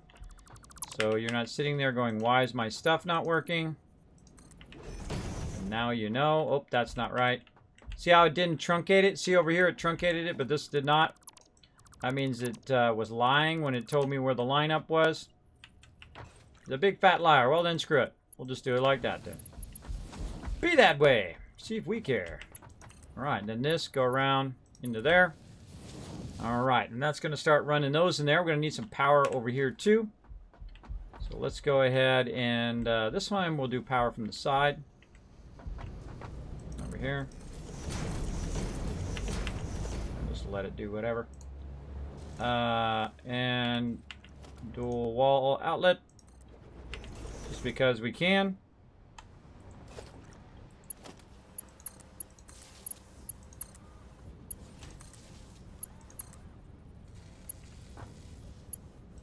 See how I can connect it even though I'm way over here and it's obstructed? I love that about this game. Very, very cool. Okay, this is a good time to keep your hazmat suit on all the time whenever you're working with this nuclear power stuff. All right, how are we looking over here? All right, this is going to work on making a ton of these control rods. Now, those control rods are now running along here. Oh, Bo coming in with a prime sub love. Thank you for that, Bo. Appreciate it. Big time, my awesome mod, hanging out in the stream. I'm just trying to jump straight up, and it's launching me back. Trying to jump up, bro. There we go. Now, I should be making some control rods over here. Now, they take a long time to make over here, so you do definitely want to backlog some of those babies because it makes 4 per minute. And it actually only needs 6 and 4 over here, but these AI limiters are going to run out. All we want to do is fire up our nuclear power. We fire up our nuclear power, I feel like we won this particular playthrough. All right, so let's go ahead and start with one at the ground level. And I'm going to start this next one at the ground level. And we're going to go ahead and look at how we want to split that. Let's split it by this bottom one here. I feel like that would probably be good. So we're going to move this over. Like that. Yeah, it looks pretty lined up. Except for we got to change the direction. So what we're going to do is take this one. And we're going to run it like that. Now what that's going to do is allow me to go ahead and run this to there. But I need to bring this out first so I have enough room to do the other ones. Another lifter. And I'm going to do the last one as a lifter. And I'm going to put that one up much higher. The last one of this one. Now I can try to match that up, but I'm just going to lift it however. Again, just make sure it's up high enough to it's above all of this. And there we go. So this is going to come out of here. And we're just going to do a ground level. And that one's going to come down here. And we're going to line it up off of this, right? So nice and straight as best we can. Nice and straight. Line it up there. Back by 2. Click that. And then run it in. Be a nice 90 degrees right there. Looks good. Now over here, same thing. Get our thing. Run it across here nice and straight. And then we're going to line it up. Back by 2. Beautiful. And in there. Beautiful. Look at that. Now we got 2 layers. Running nicely. Let's take out the excess. These ones. Very nice. Now, we got to get this top one, right? We got to get this top one in there. Not going to be too difficult. I'm going to show you a great little center trick.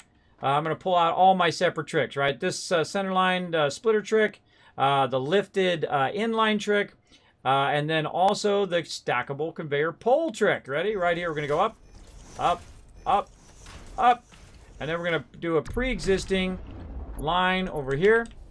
And if it's up a little bit, you can say, oh, I don't like it. I want it to be down a little bit. You can go in and fine-tune however you want it to be. I'm fine with it being up a little bit and whatnot.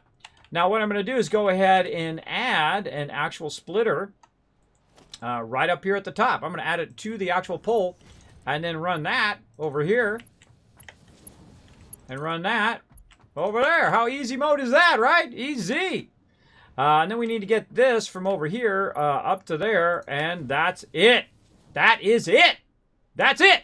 We did it. GG. We're done. Except for we got to run the resources in there first. We got to run the resources. And we don't want to run no resources because we're going to get radiated if we start running those resources.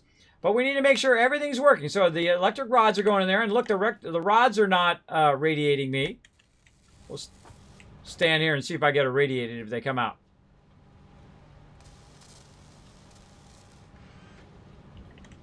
I'll stand on top of this. Wait for one to come out and see if I get irradiated from the rods itself. And this is the kind of game mechanics you want to test so you can understand, you know, what's working, what's not working, and so on. Thank you, Lewis, for the follow. Appreciate that big time. Oh, there it goes. Did not get radiated. So we know what radiates us and what radiates us the most, what radiates us a little bit less, and so on and so forth. Of course, raw uranium is going to be the worst. And then as it gets manufactured, it gets less and less. But if you're not wearing your radiation suit, you're going to be in trouble because it's going to radiate you no matter what. And all right, those rods are running in there. Let's see how many rods we've got in there now. 13. That's not too bad to get started. And now what we're going to need is we're going to need our second item, which is actually encased industrial beams. Ooh, we're a little too close there. See that radiation kicking in? We need those encased industrial beams. Now, I just happen to have some on me. So I'm going to go ahead and say that the middle one, right, and we go over here and look at what we need, right? Our rods, our encased uranium cells, and then we need our encased industrial beams. So our middle one is going to be our beams here. Now, what we should have done was brought the beams up on the train, and that was my bad. I forgot the beams. I forgot to write them down. And so for right now, we're just going to throw them in there so that it'll split at those, and then we might just go grab all the ones that we have, throw them in here, and then just manually, what I call offline production, where you just throw it in there and it just grabs it and runs it without it being automated. Now, of course, you obviously want it to be automated because this is your power, and you want your power to be perpetually running and never stop, right? You never want your power to cut off if you can help it. All right. So we got our encased industrial beams. We've got our rod. We got one more thing to go. And we've already got it set up and ready to rock. Let's make sure we got this on fuel rods. Over here. Fuel rods over there. Let's get our third one on fuel rods here. Now, do we have enough power to do this? Heck if I know. We're going to find out in a minute. I'm not even going to look at the power. I'm just going to turn it on and hope it works. Because that's 150 power between just the manufacturers right there. Now, out the end of this is going to be our final product, and we're going to go out here and showcase it right off the side here, like so.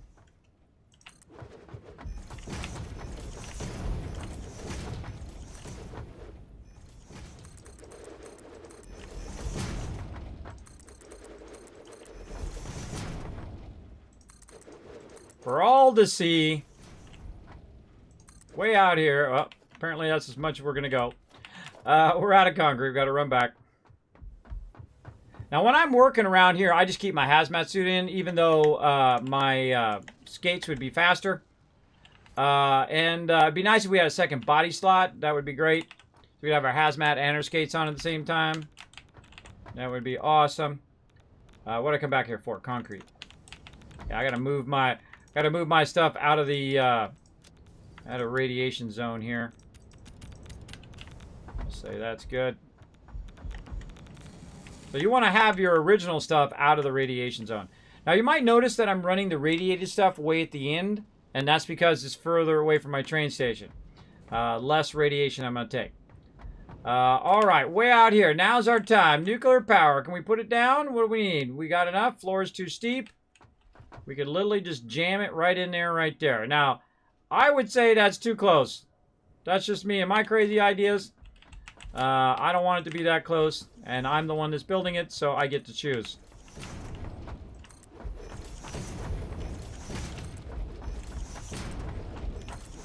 Let's really get it out here as a showstopper. Now, our big goal is to get that nuclear power working. We're going to get it working here. Hopefully we don't run out of time. We got an hour. We got plenty of time. Plenty of time. How much we're waiting on this battle? Another 50 seconds on the battle. We'll try to get a couple more battles in before I go into battle mode, and then we're going to get battles in all day long. I'm going to run them as long as I can. No guarantee I'll be running them all day in case something happens with my computer or internet or they do another update right in the middle of the stream or whatever. Yeah. Okay, there we go. That's a really beautiful pedestal for our nuclear power. Nuclear protection. That's a Fallout thing, everybody. Pulaski nuclear protection.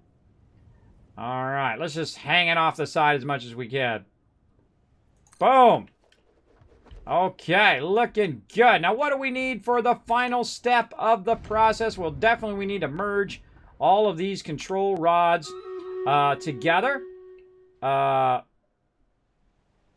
Didn't I put the encased industrial beams in there? Huh. Why does that one not have any... Uh-oh, something's going on. Something's going on. If I don't see encased industrial beams in there... Oh, I know why that is. I know why that is, because that one wasn't set to input. Hold on, we got to fix that. It didn't balance them between all three. It just put them in these two, because these two were already set to work. All right. We got to make sure that we have this one turned on to the correct thing. It is. And now they should distribute properly. Let's go. Let's try it again. Oh, it's not connected. That's another reason. There we go. Now it's connected. That's also helpful. If it's connected. Okay, there we go. That was actually the problem. It wasn't connected. It was powered on, just not connected. Okay, so now we need to get all of these recombined into a merger, and we're just going to have a little bit of fun right here. We're going to go ahead and do a little merger action. What else do we need over here?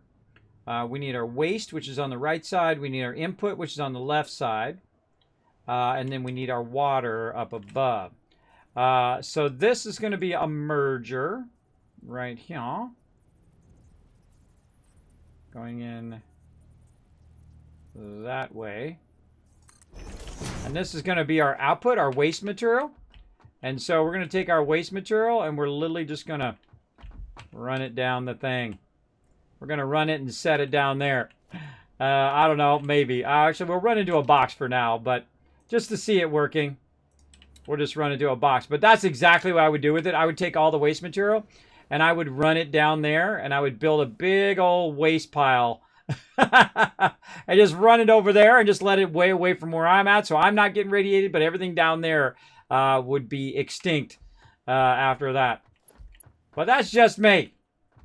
Because you can't you can't run it into an awesome sink. That's what I should do, by the way. I should make an awesome sink too, just to show you.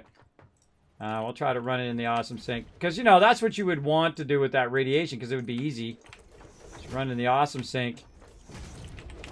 Let's just test the awesome sink. Now, I don't know. Maybe they changed it. Don't tell me. Maybe they changed it where you can run it in the awesome sink. I seriously doubt it. That would make the game way too easy. You got to deal with the consequences of nuclear power.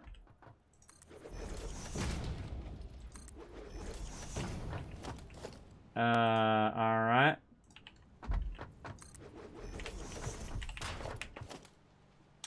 What are we doing? Wire.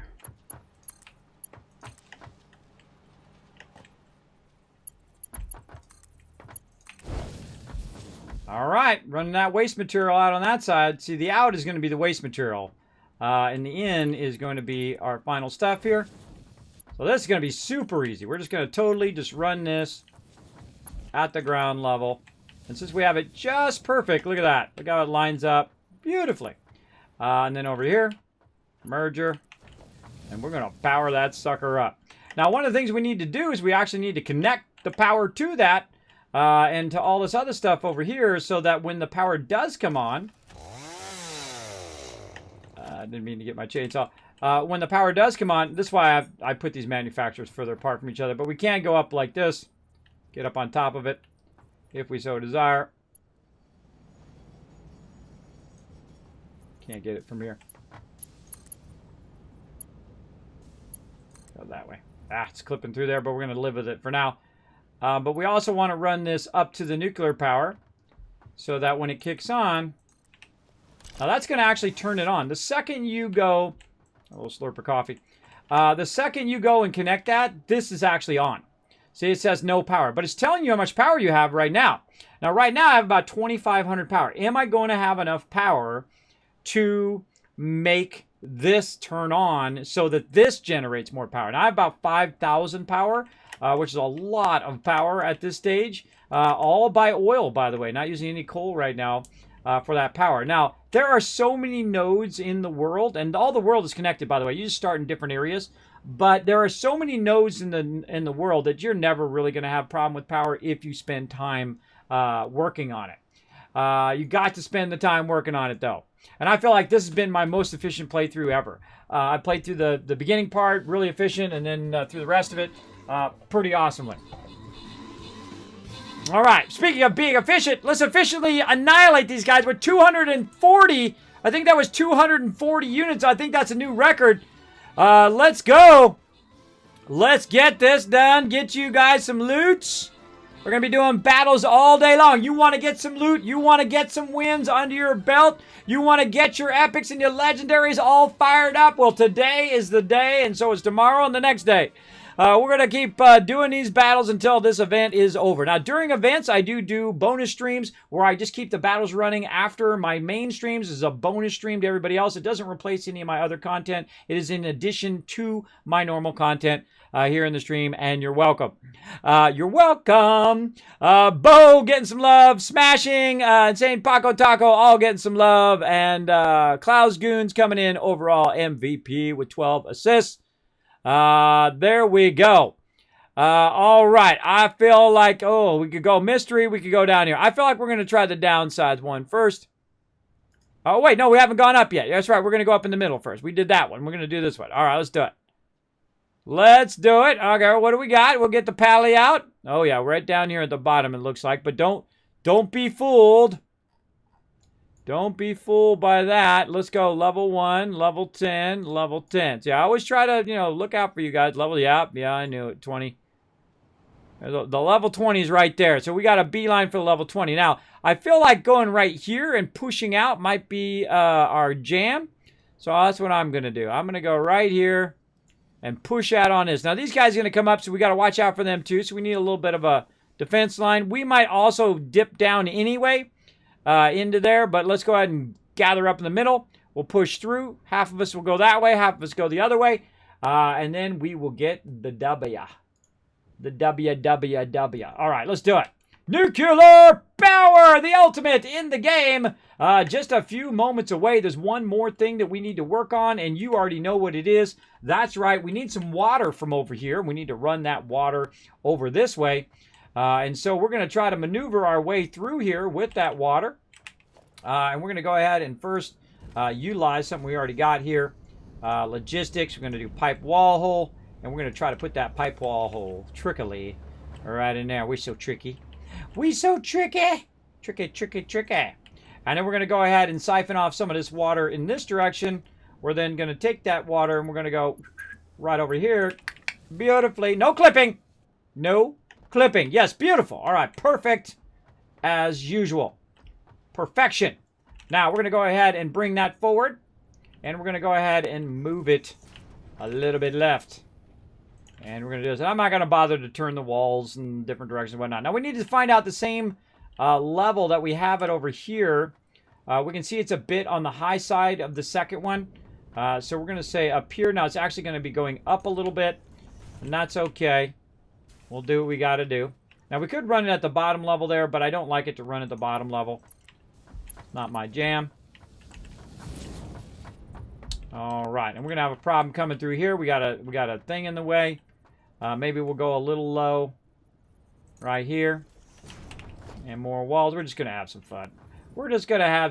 Let's go ahead and do that.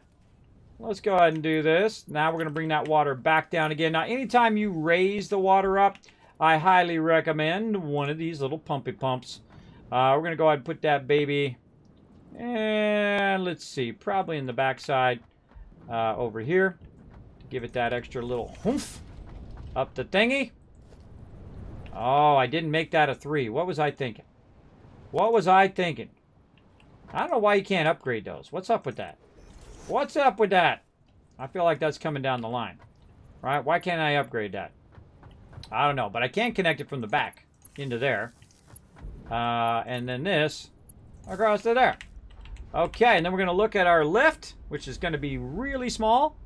I wouldn't say more than 3. Yeah, 2.3. And that's now going to run that up and around just in case. Just in case. I mean, we got more than enough water. Way more than we need.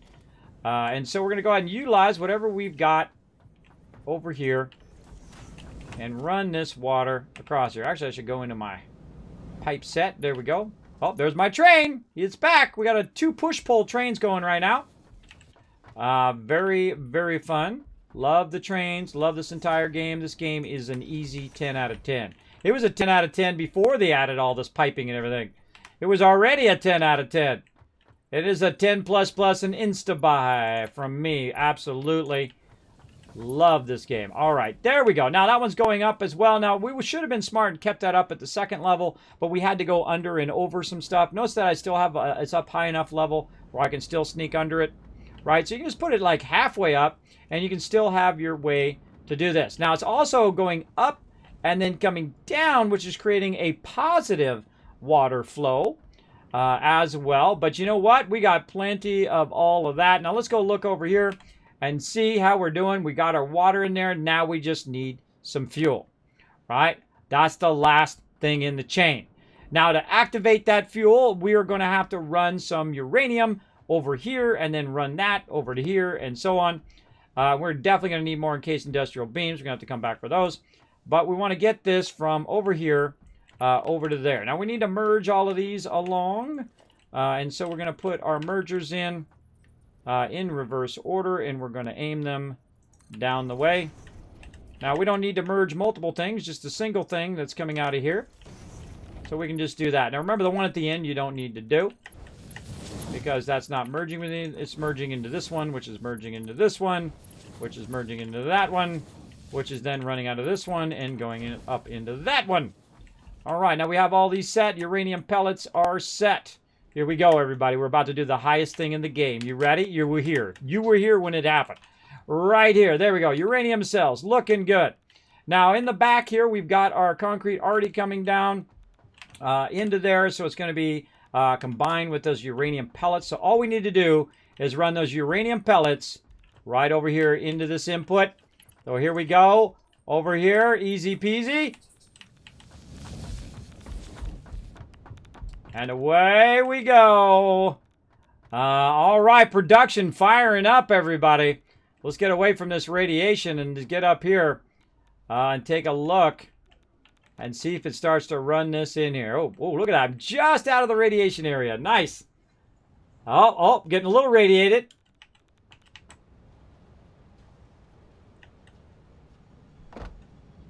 Now, we always want to watch. Now, look, the other one's not working. Why are those 2 others not working over there? So I got one of them going in, and there's something going on. For some reason, that last one's working, but the other 2 are not. And I bet you it's my lifters. I bet you it's these darn lifters that you got to go in and fix. So I'm going to get radiated. How am I at? I'm at 31 filters right now. So let's get fine-tune those. Oh, there they go. See, that's why they weren't working. See, I said that a million times, right? I should have said it 1,000,001, because even I sometimes do that where I forget to come back and make sure those are working. All right, there we go. How we looking? Uranium, we got that in there. Let's get out of here. We're getting radiated. Now, meanwhile, I was making a bunch of that uranium pelts over there. It was backlogging a lot of those into the box. So it's going to run those in there. We want to see our first one come off the line here.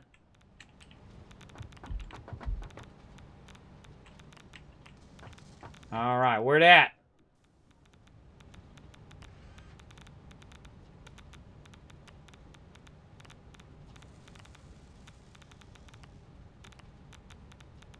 We waiting.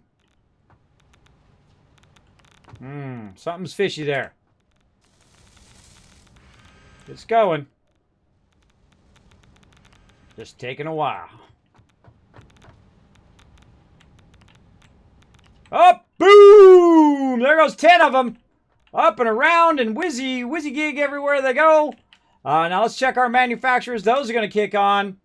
All right, it's 7 of 25. It needs 10 per minute. So we got to get these other ones firing up. Those are coming around. We're getting a little radiated. We've got our encased industrial beams we need. Now, while we're waiting for that, by the way, everybody, we're waiting for all that to queue up. We don't have enough to run all of them yet. We need to go get some more encased industrial beams because we're definitely going to need a bunch of those. Let's hope we've backlogged a bunch of those for sure. Now, I wish my train was up here because I could take the train, but we're going to try to race the train down. See if the train can go faster than me. So we might wait for the train to come back up. It's coming now. Okay, so the train's going to come up. It's going to drop off a bunch of stuff. Now, one of the things I did forget was encased industrial beams. That's the other item that needs to be in there so we can feed it into the primary thing. We'd have to add another one, but you get the general idea. That's the whole point of what I'm doing, is just to give you the general idea on how to make that work.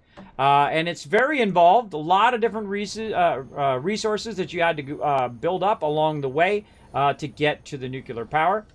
Now, here's our train. We're going to race it. When it starts pulling back out of the station there, we're going to go into our hypertube, and we're going to race it down. Now, it's going to take a minute because it's going to take all this stuff. Watch it unload all of the cargo, which is awesome. I could just sit here and watch the train all day long. I could just watch it go and go and go. Can you sip the coffee? Yes, you can. You can totally sip the coffee there, Backwards Spy. Thanks for coming in the stream, by the way. Thanks for hanging out. Appreciate it. And hello to you. Love the fact that she's barking to get your attention and looks completely disinterested when you pick her up to cuddle. I know, right? I know, right? That's totally the Sparkle Dog for you. She's above it all. She don't like hanging out with all of us noobs. Oh, wait, it's going. Hold on. Quick, race it. We give it a head start.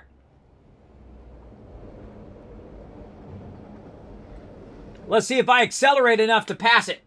Because I'm going to accelerate. Every time I hit one of these things, I'm going to go a little bit faster. Oh, I'm starting to catch up. We're racing the train. And this is the slightest angle you can do with the foundations. Oh, we're at speed with the train. Now, the train's slowing down because it's coming in the station. So, in theory, the hypertube is the winner. Aha! We won.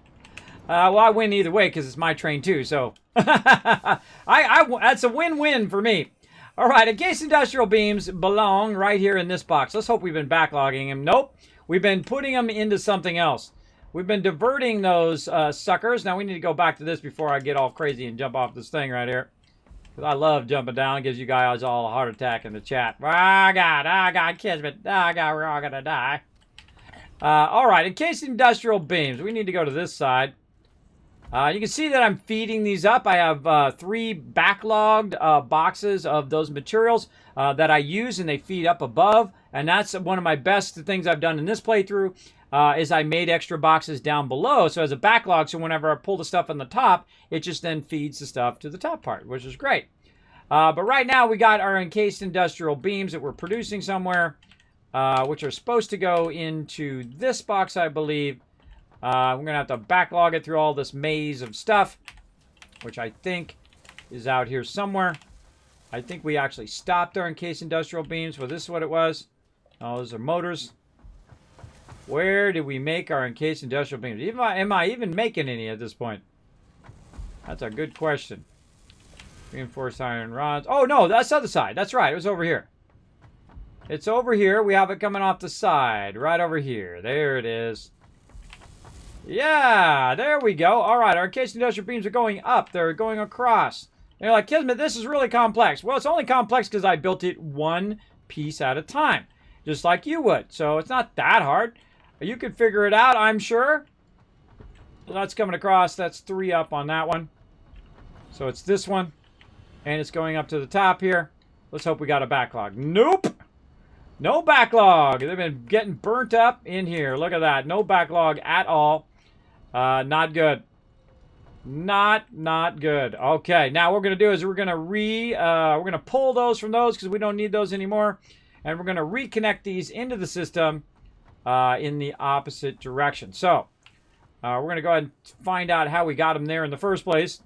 Because again, this adds, the more you add, the more complexity it adds to it. Now, which one was the encased industrial beams? I don't think it was that one. That's our rods. It's one of these two. One of these is plates and one of these is beams. I can't remember. I have a terrible memory, everybody. Sleep apnea sucks. Are not allowed in the awesome resource sink. R&D kindly requests that you stop contaminating their results. R&D would like to remind you they control any future technologies provided to you. Ah, see that? So we tried to run the radioactive waste into the awesome sink, and it warned us that we could not do that. See? Watch out, everybody. So I love doing that kind of stuff to see how the mechanics work out. But yeah, we got to get up here. We got to remind ourselves which one's the encased industrial beams. And then we're going to have to add another thing at the end for that encased industrial beams. Yeah, we're going to have to add it this way. And this is the sulfur now. So this would be the first one. And then we need to add it here. And then we're going to need to add it on the other side of the one over there. So let's do it. Let's take this out. Let's just commit to it like that. Then we'll put our thing back in again. Our transport.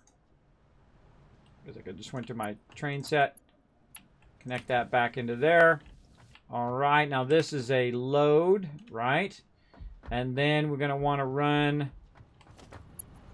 Take this out. We're just going to run it on the low side. I hate running stuff on the ground, but I'm just going to do it. Because we're in the final stages of the game. Ah, you little. Sometimes it loves to turn it like that. Okay, so we know it's this one. It's actually the one next to our rods. So we'll bring that out, bring it forward. That nicely. There we go. And then straight down to the end. In you go. Okay. Now that is going to be our encased industrial beams. And we'll have to fix our train. For that, and so we know it's this one right down there. Whee!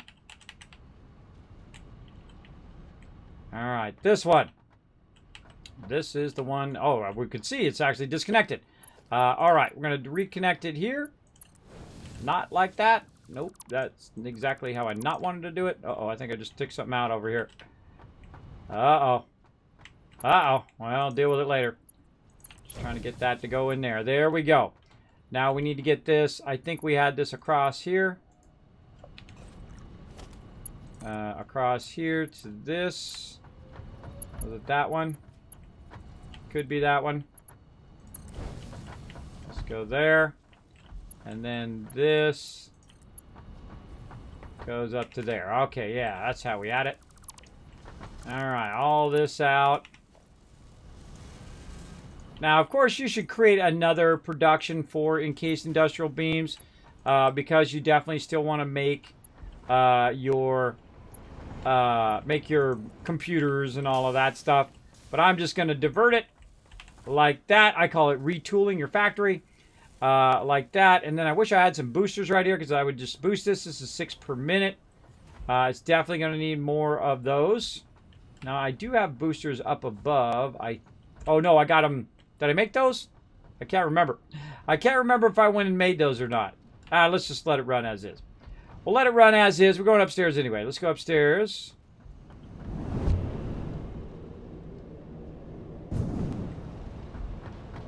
Now, once we got that in there, we want to make sure that it actually is working. So we want to go over here. We want to wait for our train to come back. Oh, it already left. We want to make sure it's actually feeding in here. And that we see it. There we go. That tells us that it's going through all 5 of those boxes, or all 4 of those boxes into here down the line, right? So we want to wait for it to do it again. There we go. Now we know those encased industrial beams are backlogging in there, working perfectly. Now we got to get to the other side of the train there. We're going to go ahead and turn the train off for right now. And we got to run way over here to the station and turn the train off. By going like this, turn the autopilot off. And you're like, well, Kismet, how are you going to get up there? Well, I'm going to go use my hypertube. That's why I built it, just in case I turn my train off. Though I could put another train down, by the way. Yeah, we can do that. Let's do that. It's fun. We can just put another train down. If I had enough resources. What do I need? Oh, beacons. I got those. Not a freight car. Make another trade. Let's go.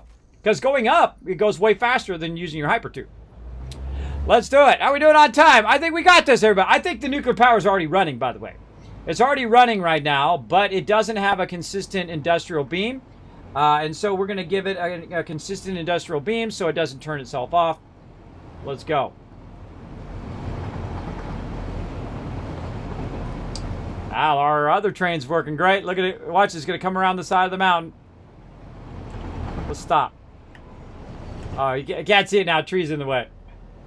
But it is working away over there. Grabbing that uranium.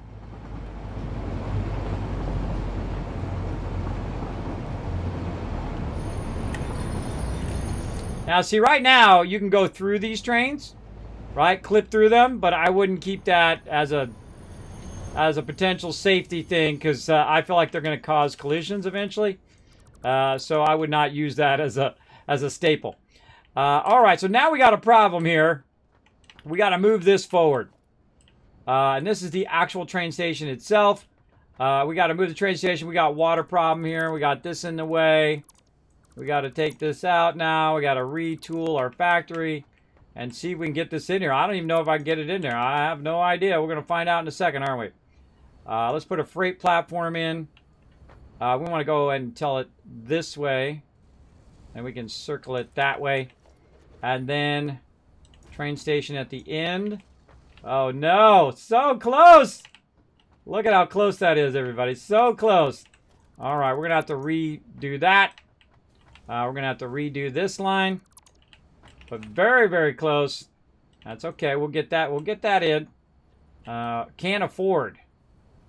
What do we need? Oh, concrete. See, I told you, everybody. Oh, look out.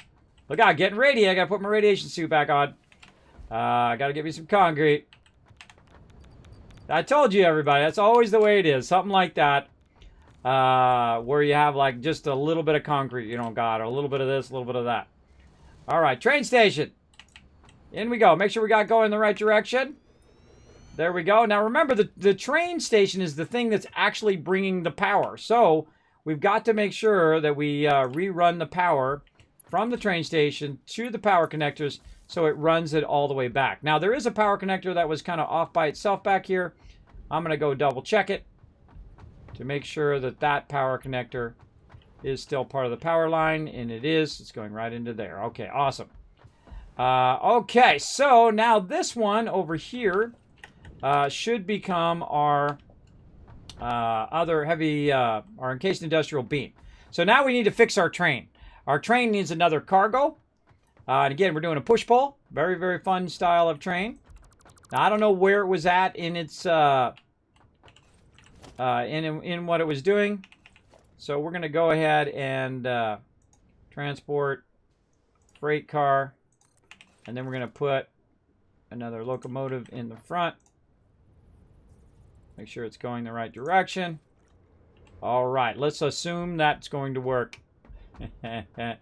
Now we go back over here and we can tell it to go back to work. Hopefully it does work. Sometimes it gets a little wonky. Sometimes you got to work with it. But let's turn it on. See if the train starts to move. If the train doesn't start to move, then there's something wrong with the train. What's the problem? Invalid next stop. All right, so the next stop, I removed the next stop. So we need to put this in here, and we need to say Venray. And now it's going to kick in. Here it comes.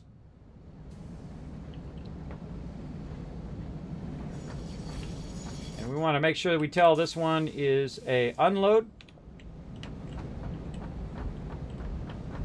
And if I did it right, then that should come out just fine. Okay, now we got to get this all the way over to here.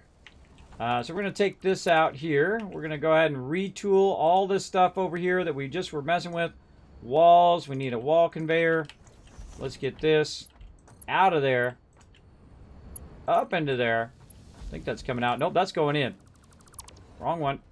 That one. Up into there. There we go. Up and over. We're going to grab it from here.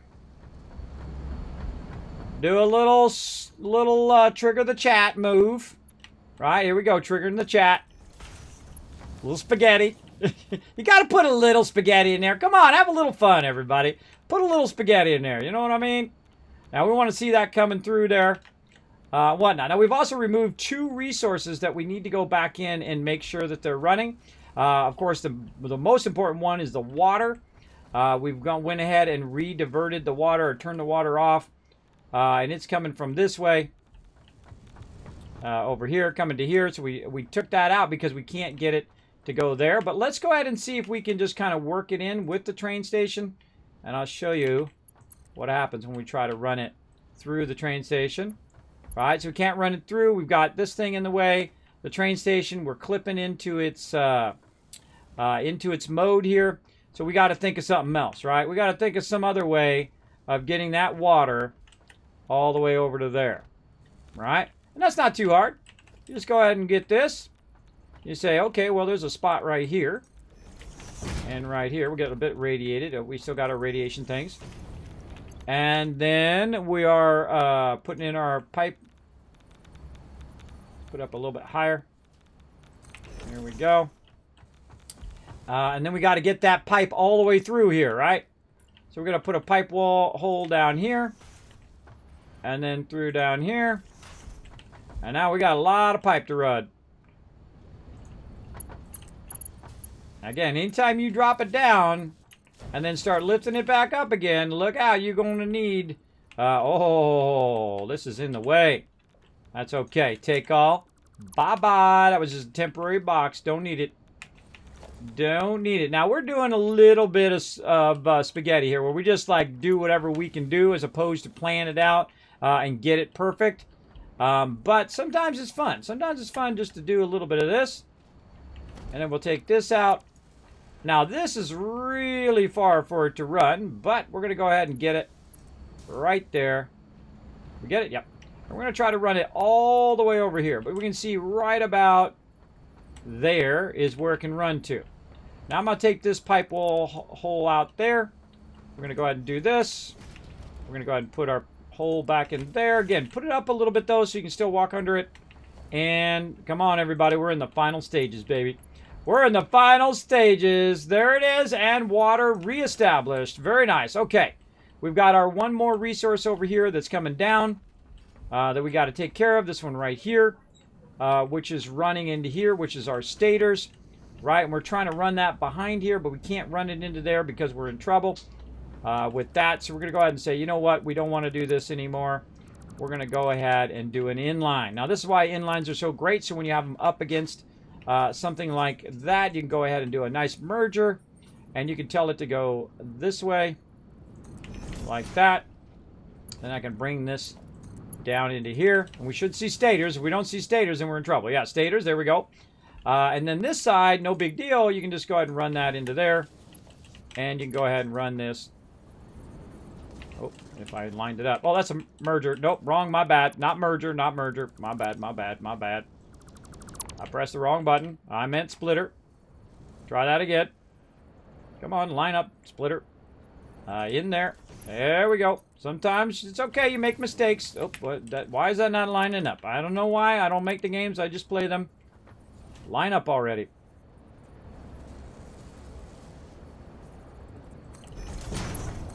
There we go. Now it's lining up. Again, sometimes that green line does not help you. And sometimes it does. All right, here we go. Around here, into there. No clipping. Looking good. Stators in there. Now looking good. Over here, how we looking? Plenty of AI limiters. Over here, we've got our stuff going up top. Where's our train? How's our train doing? Is it stuck? Next stop, Venray. That's where we are, Venray. Now we want to see here on our train platform, right out here, that when this thing drops it in there, that this is going to be running those items. Otherwise, I screwed up. We're about to find out here in a second. Where's our train? Oh, here it comes. Coming up the tracks. Come on, baby! We want some nuclear power up in here. Let's do it. Again, this is the highest part of the game, everybody, as well. Stream Raiders, yes, we're going to play some here in a minute. We got 2 more minutes left on Stream Raiders. on that battle. All right, here we go, coming in.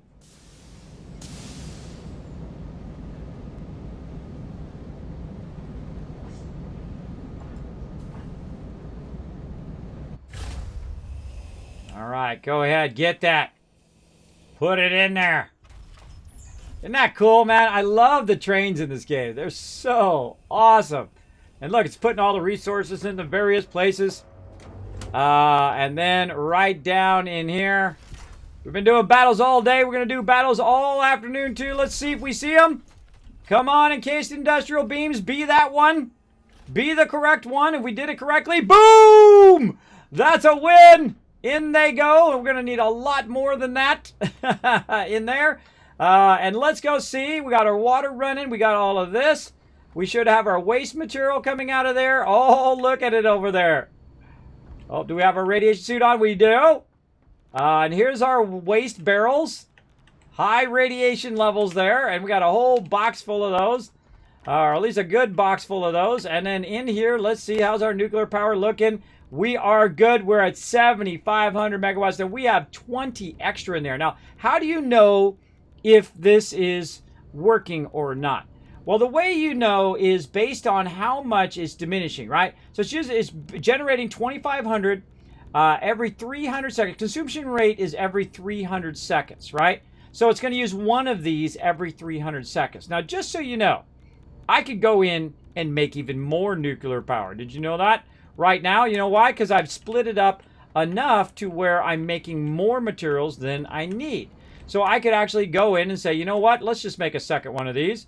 Now I'm going to need some high-speed connectors because I put those down somewhere. Or I hope I have some. Let's go look in a box. Let's see if we've got some more high-speed connectors laying around. Let's see. But you get the general idea.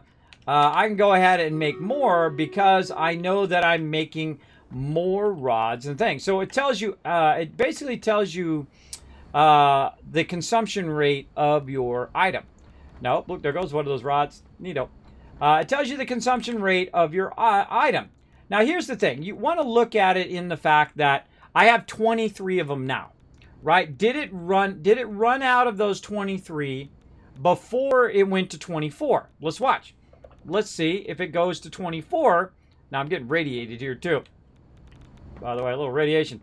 Is there one we can go up on this thing? I don't think there's a thing on this side. I think it's on the other side. Yeah, there it is. All right, let's get up on the thing. Let's get up on it. I'll get way up there. I should have brought the jetpack. We could have got up on the top of it. All right, let's go around over here where we're not getting radiated.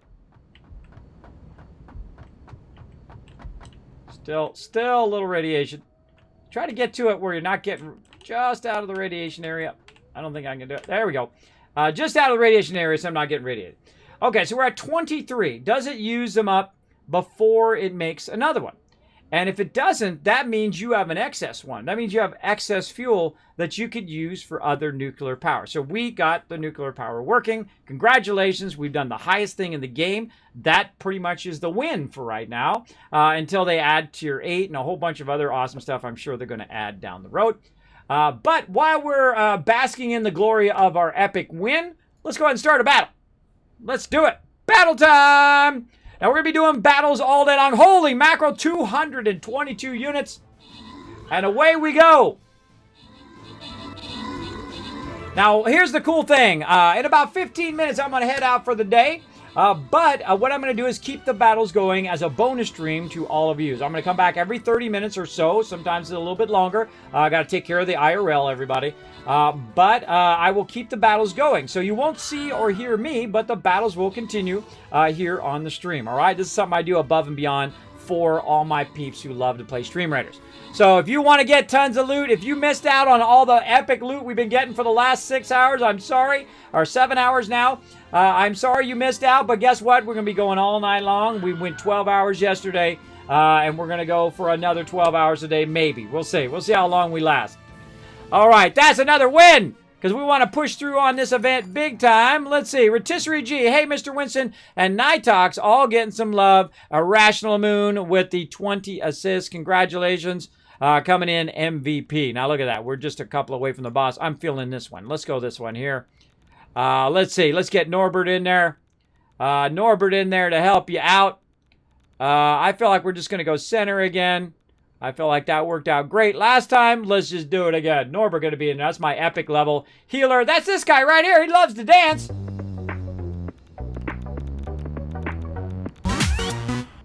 He loves to dance, that Norbert.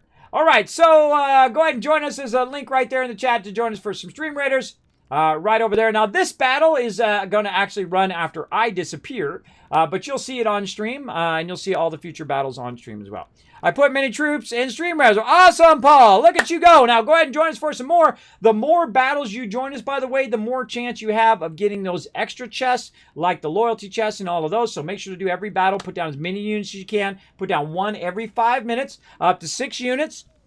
More you put down, the more stuff you're going to get, the more chances at assist, the more chances at the other thing, the kills, and of course that gets you more and more loot, so you can upgrade your units, and then of course get more and more kills and more things to upgrade your units and so on, and then you get your epics, you can get your legendaries, you can get tons of cash like me. I had 26,000 cash up there. I spent a bunch of it. I'm at 11,000 right now. But all right, so as you can see here, we are not diminishing. We're actually raising up. We're actually at 25 rods. Now, by the time it uses 1 rod, I still have 25 rods left. Now, how did I make so many rods so quickly? Well, that's because I built a backlog of rods. Now, it's not making them at 25 per. It's making them roughly enough for maybe another 2 or 3 of these particular nuclear powers that I could do. But I need a certain item. And since we have enough time, let's run back and grab some. Let's do it.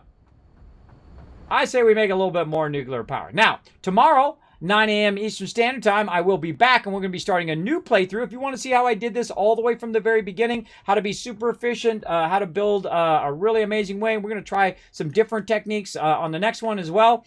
If you guys want to see all of that, then you want to definitely come back in the morning. So that will be, when will that be? 4, 5, 6, 7, 8, 9. That will be 16 hours from now. 16 hours and whatever your local time is from now. Now, of course, we'll be doing more battles as well, but I will keep the battles running even past my normal end time over here. So let's get on down in there like so, and we're going to try to grab some of these. Now, we're actually making a bunch of these over here while we're making those supercomputers. Now, we made way more supercomputers than we need. The one thing we didn't make in this particular playthrough was the turbo motors, which is one of the highest level things that you use for level 3 extractors and so on. But we'll get around to it. So we're making a bunch of high-speed connectors. Now, high-speed connectors right now are the thing that's most limited. It's the thing that's taking the longest, which are over here. And that's kind of what we're waiting on. So what we're going to do is we're going to go ahead and cut this off like this. We're going to go ahead and say, okay, take my quick wire, go. Because right now it's waiting on quick wire. Now I could have took the time to go get extra quick wire and run that quick wire and do all of that. And if I was going to retool my entire base, which I was going to do, but I feel like we'll go ahead and run that last starting zone that we haven't done yet and do that one.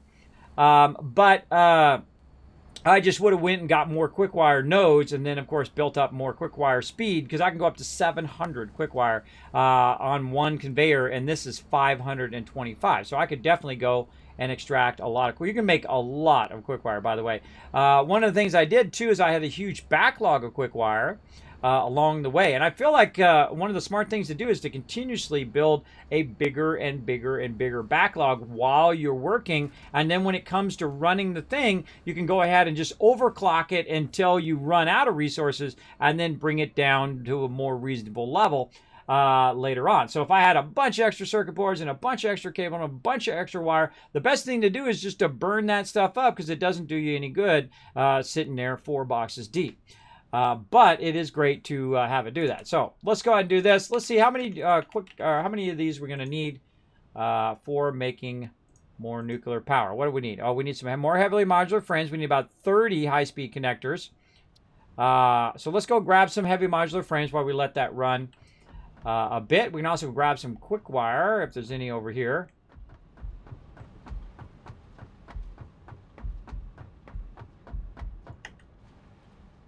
Whee! I'm going to build those into the floor. Those conveyors, so I can stand on the conveyor, and the conveyor will take me where I want to go. The thing about conveyors versus hypertubes is the fact... Oh, I've got tons of quick wire over here. Why is it not being fed over there? I think I stopped it. Oh, that's why it's not working. I stopped the quick wire. Oh, I forgot I did that. Yeah. I got to run that back over there. Well, let's do that instead. Let's do that while we're waiting. How about that? Let's go ahead and run our quick wire. We're going to run it this way, and then we're going to run it back the other way. So here's what we're going to do. We're going to run that there. We're going to put that there. And then we're going to take our quick wire over here. And we're going to run that. This is going to be easy. You just run it like this. Run it up. Turn it around. Like this. Run it from here into there. Now, why am I running it up there like that? That's so I can turn it around easily and run it in the opposite direction. Like that. And then I can go ahead and match this side. Quick wire to this side. I forget where I was actually running it to. That's okay. We just got to get the quick wire from over there to over here. We're up one more. And it might be a little too far. We'll give it a shot. Always. Always a little too far. One step too far. That seems lower. I'm not worrying about wall directions right now, though that does drive me crazy. My wall directions are not proper. Trying to run that above the train. There we go. Quick wire there. I think I stopped the quick wire on purpose because I needed some quick wire. Yeah, I think that's my quick wire because I can see it's disconnected. Alright, so this is those. God, I bet I have a gigantic backlog of all of this stuff. Well, not that. Not that. Okay, so that is going to be it right there. And I think I was actually splitting the quick wire from here to over there. If I remember correctly. This is this. That is crystal. Okay, so yeah, that one's got to be the quick wire. This one up here. So let's get it from over here. Back over here. And so we're going to need something in between. It's interesting that I put it at the same exact height as the one that's over there. That stuff's always interesting. I just happen to match the height from this one and that one. So it can raise up into that. I mean, it's down by one, but that one's up by one, so very nice. And then that should be firing a crazy ton of quick wire in there again. So I don't have to manage it. Bam! All right, and then it's going to split that quick wire a little bit slower into the other one, so that starts back up again. This is going to really boost a lot of my power. And then now this quick wire is going to run at maximum speed. Very nice. All right, we got 3 of them in there. Because it's going at 525 per minute. So you definitely want that to be. Now, this backlog now 4 boxes deep, like I was talking about. So I can let this run and run and run. And we're going to get it. I don't think we're going to get it by the end of the thing, though. So we might want to make some of these ourselves to try to accelerate this a little bit. I'm going to grab a stack of that. Do we already got wire on us? Or you know what? Let's just grab a little bit of this. Let that run in. And then this quick wire is not going to backlog because it's already running over there. Do we got quick wire on us? We got a little bit. It's not going to backlog until it fills that manufacturer first. Why am I walking so slow? Yay, there we go. Faster. And then we'll grab some quick wire over here. We'll try to make one more nuclear power plant. We need more concrete, heavy modular frames. That was the other thing. Those we got plenty. See, and at this point, what I would do is I would retool the entire factory to have all of the things that go together next to each other.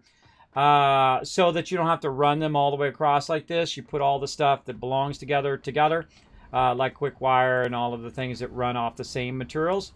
Very much like I'll do in a lot of other games, is to do that.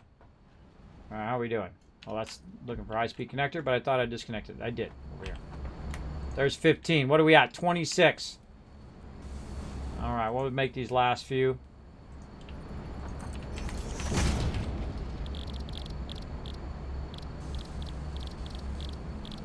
Yeah.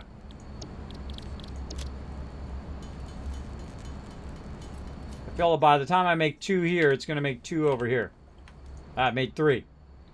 All right, high-speed connectors. We made 30. Actually, we make 2. We can make 2 nuclear plants. Let's just go for it. We got 4 minutes. 4 minutes to make 2 more nuclear plants. Let's go. Now, our biggest problem, by the way, is going to be our water, because we only have an extra 100 water, and so we can really only create 1 more nuclear plant because of the limitation of the water. Now, we also have a limitation of our encased industrial beams because our encased industrial beams are being produced so little that also is going to be a limiting factor. But we'll go ahead and throw one in, see what we can do. See if we get 1 more in, and then we'll do a brand new playthrough, and then we'll do it even better next time. Next time, we'll make it awesome. Even more epic.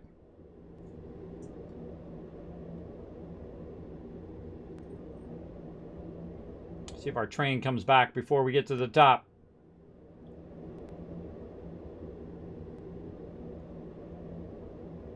Yeah, I think in the future what I would do is I would put a second train here.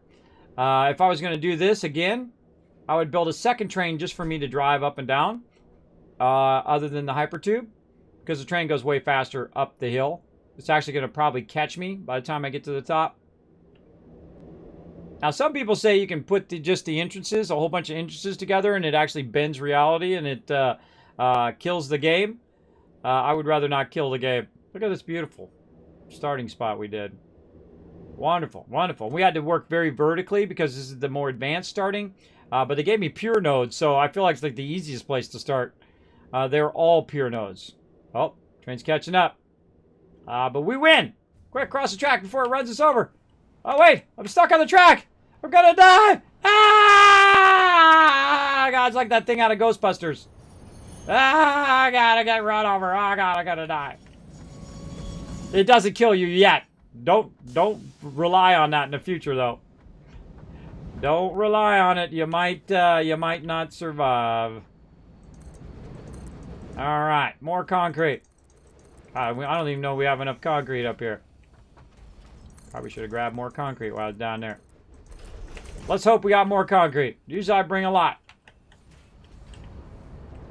Let's get our radiation suit back on. Yeah, I got a bunch. God, get so much stuff on me. Put that quick wire back.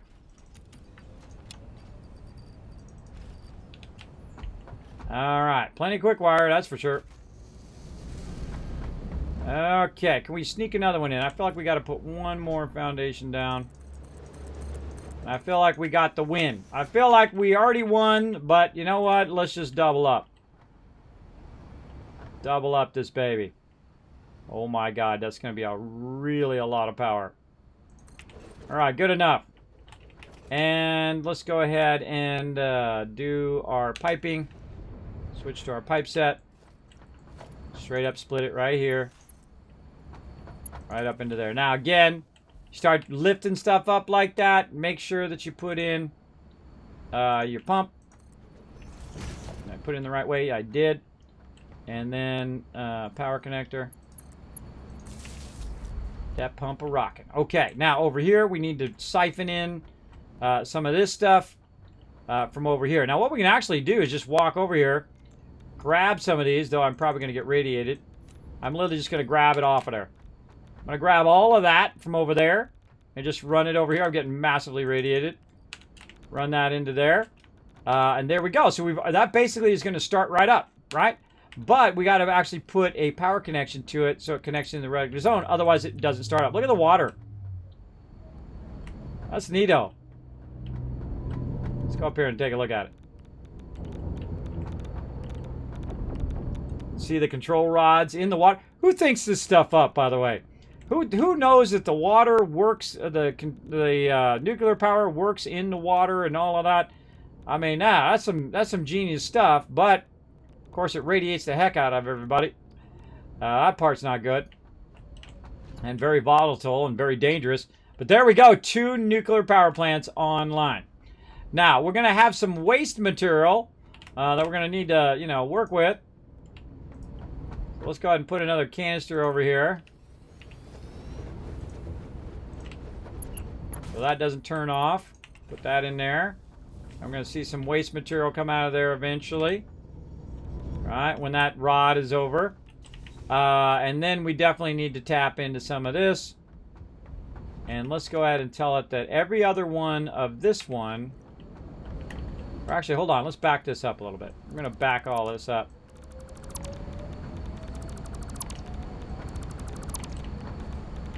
We're going to back this up a little bit. We're going to go ahead and use our splitter. Our merger, I mean. We're going to merge it and then split it again. So let's say merge there.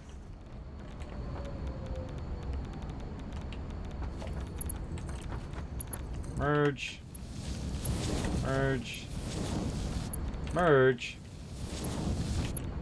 I don't like to leave little segments like that. That's a good way of getting your thing all screwed up.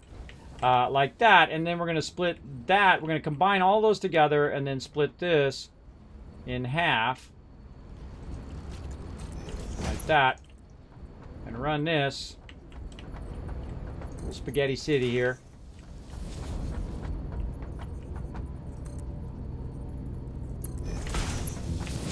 Look at that, nice 90. Right into there, boom. Okay, so now that is perpetual power. That will run no matter what. It'll just keep going and going and going. There's 36 of them in there. Should have cut them in half. Split. Okay, now there's 18 in that one.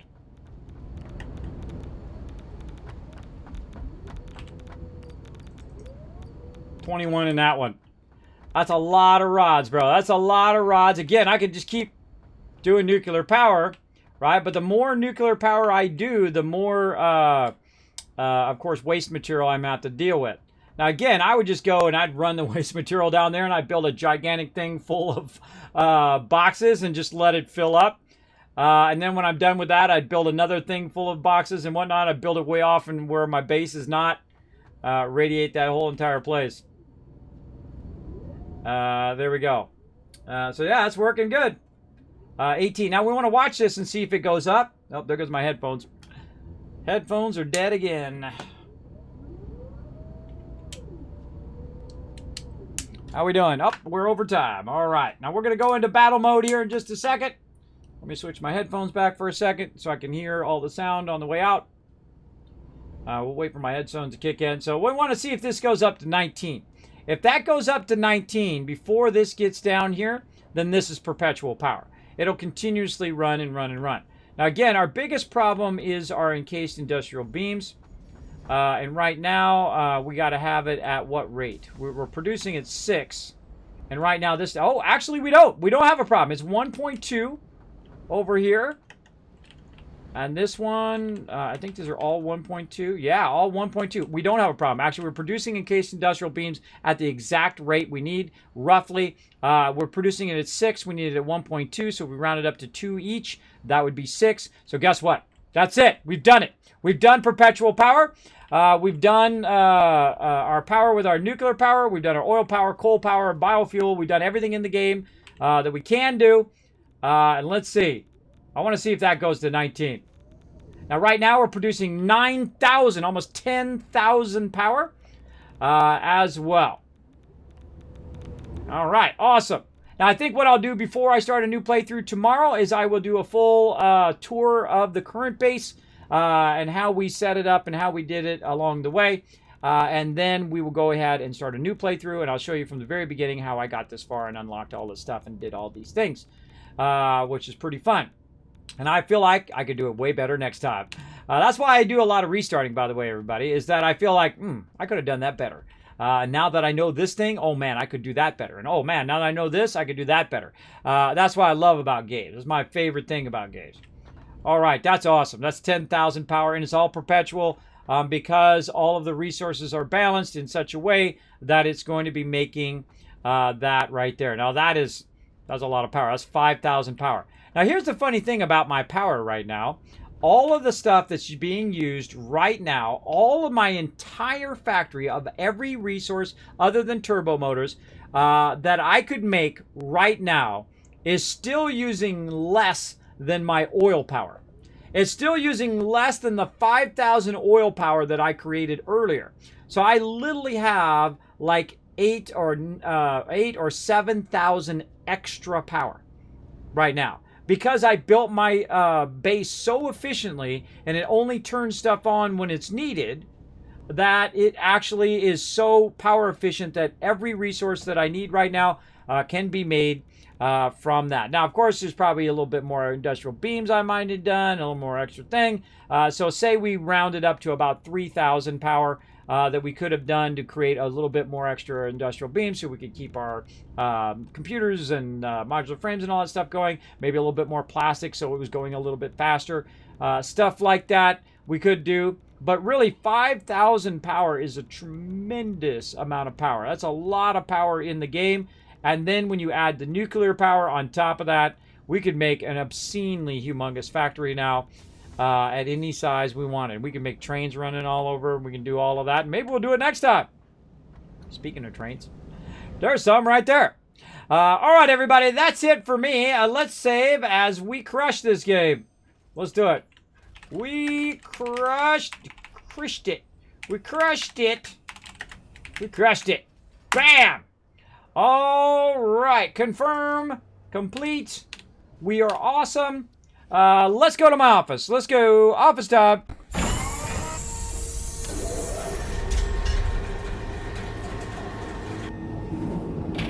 All right, everybody. I'm going to go ahead and go into battle mode now. Now, first, I'm going to show you guys some love by telling you the schedule and telling you the social media right over there. Now, my schedule is pretty much the same. You can find it down below the stream. You can find it on my Twitter. You can find it on the Discord. And, of course, on my homepage, kismet.gg on the website.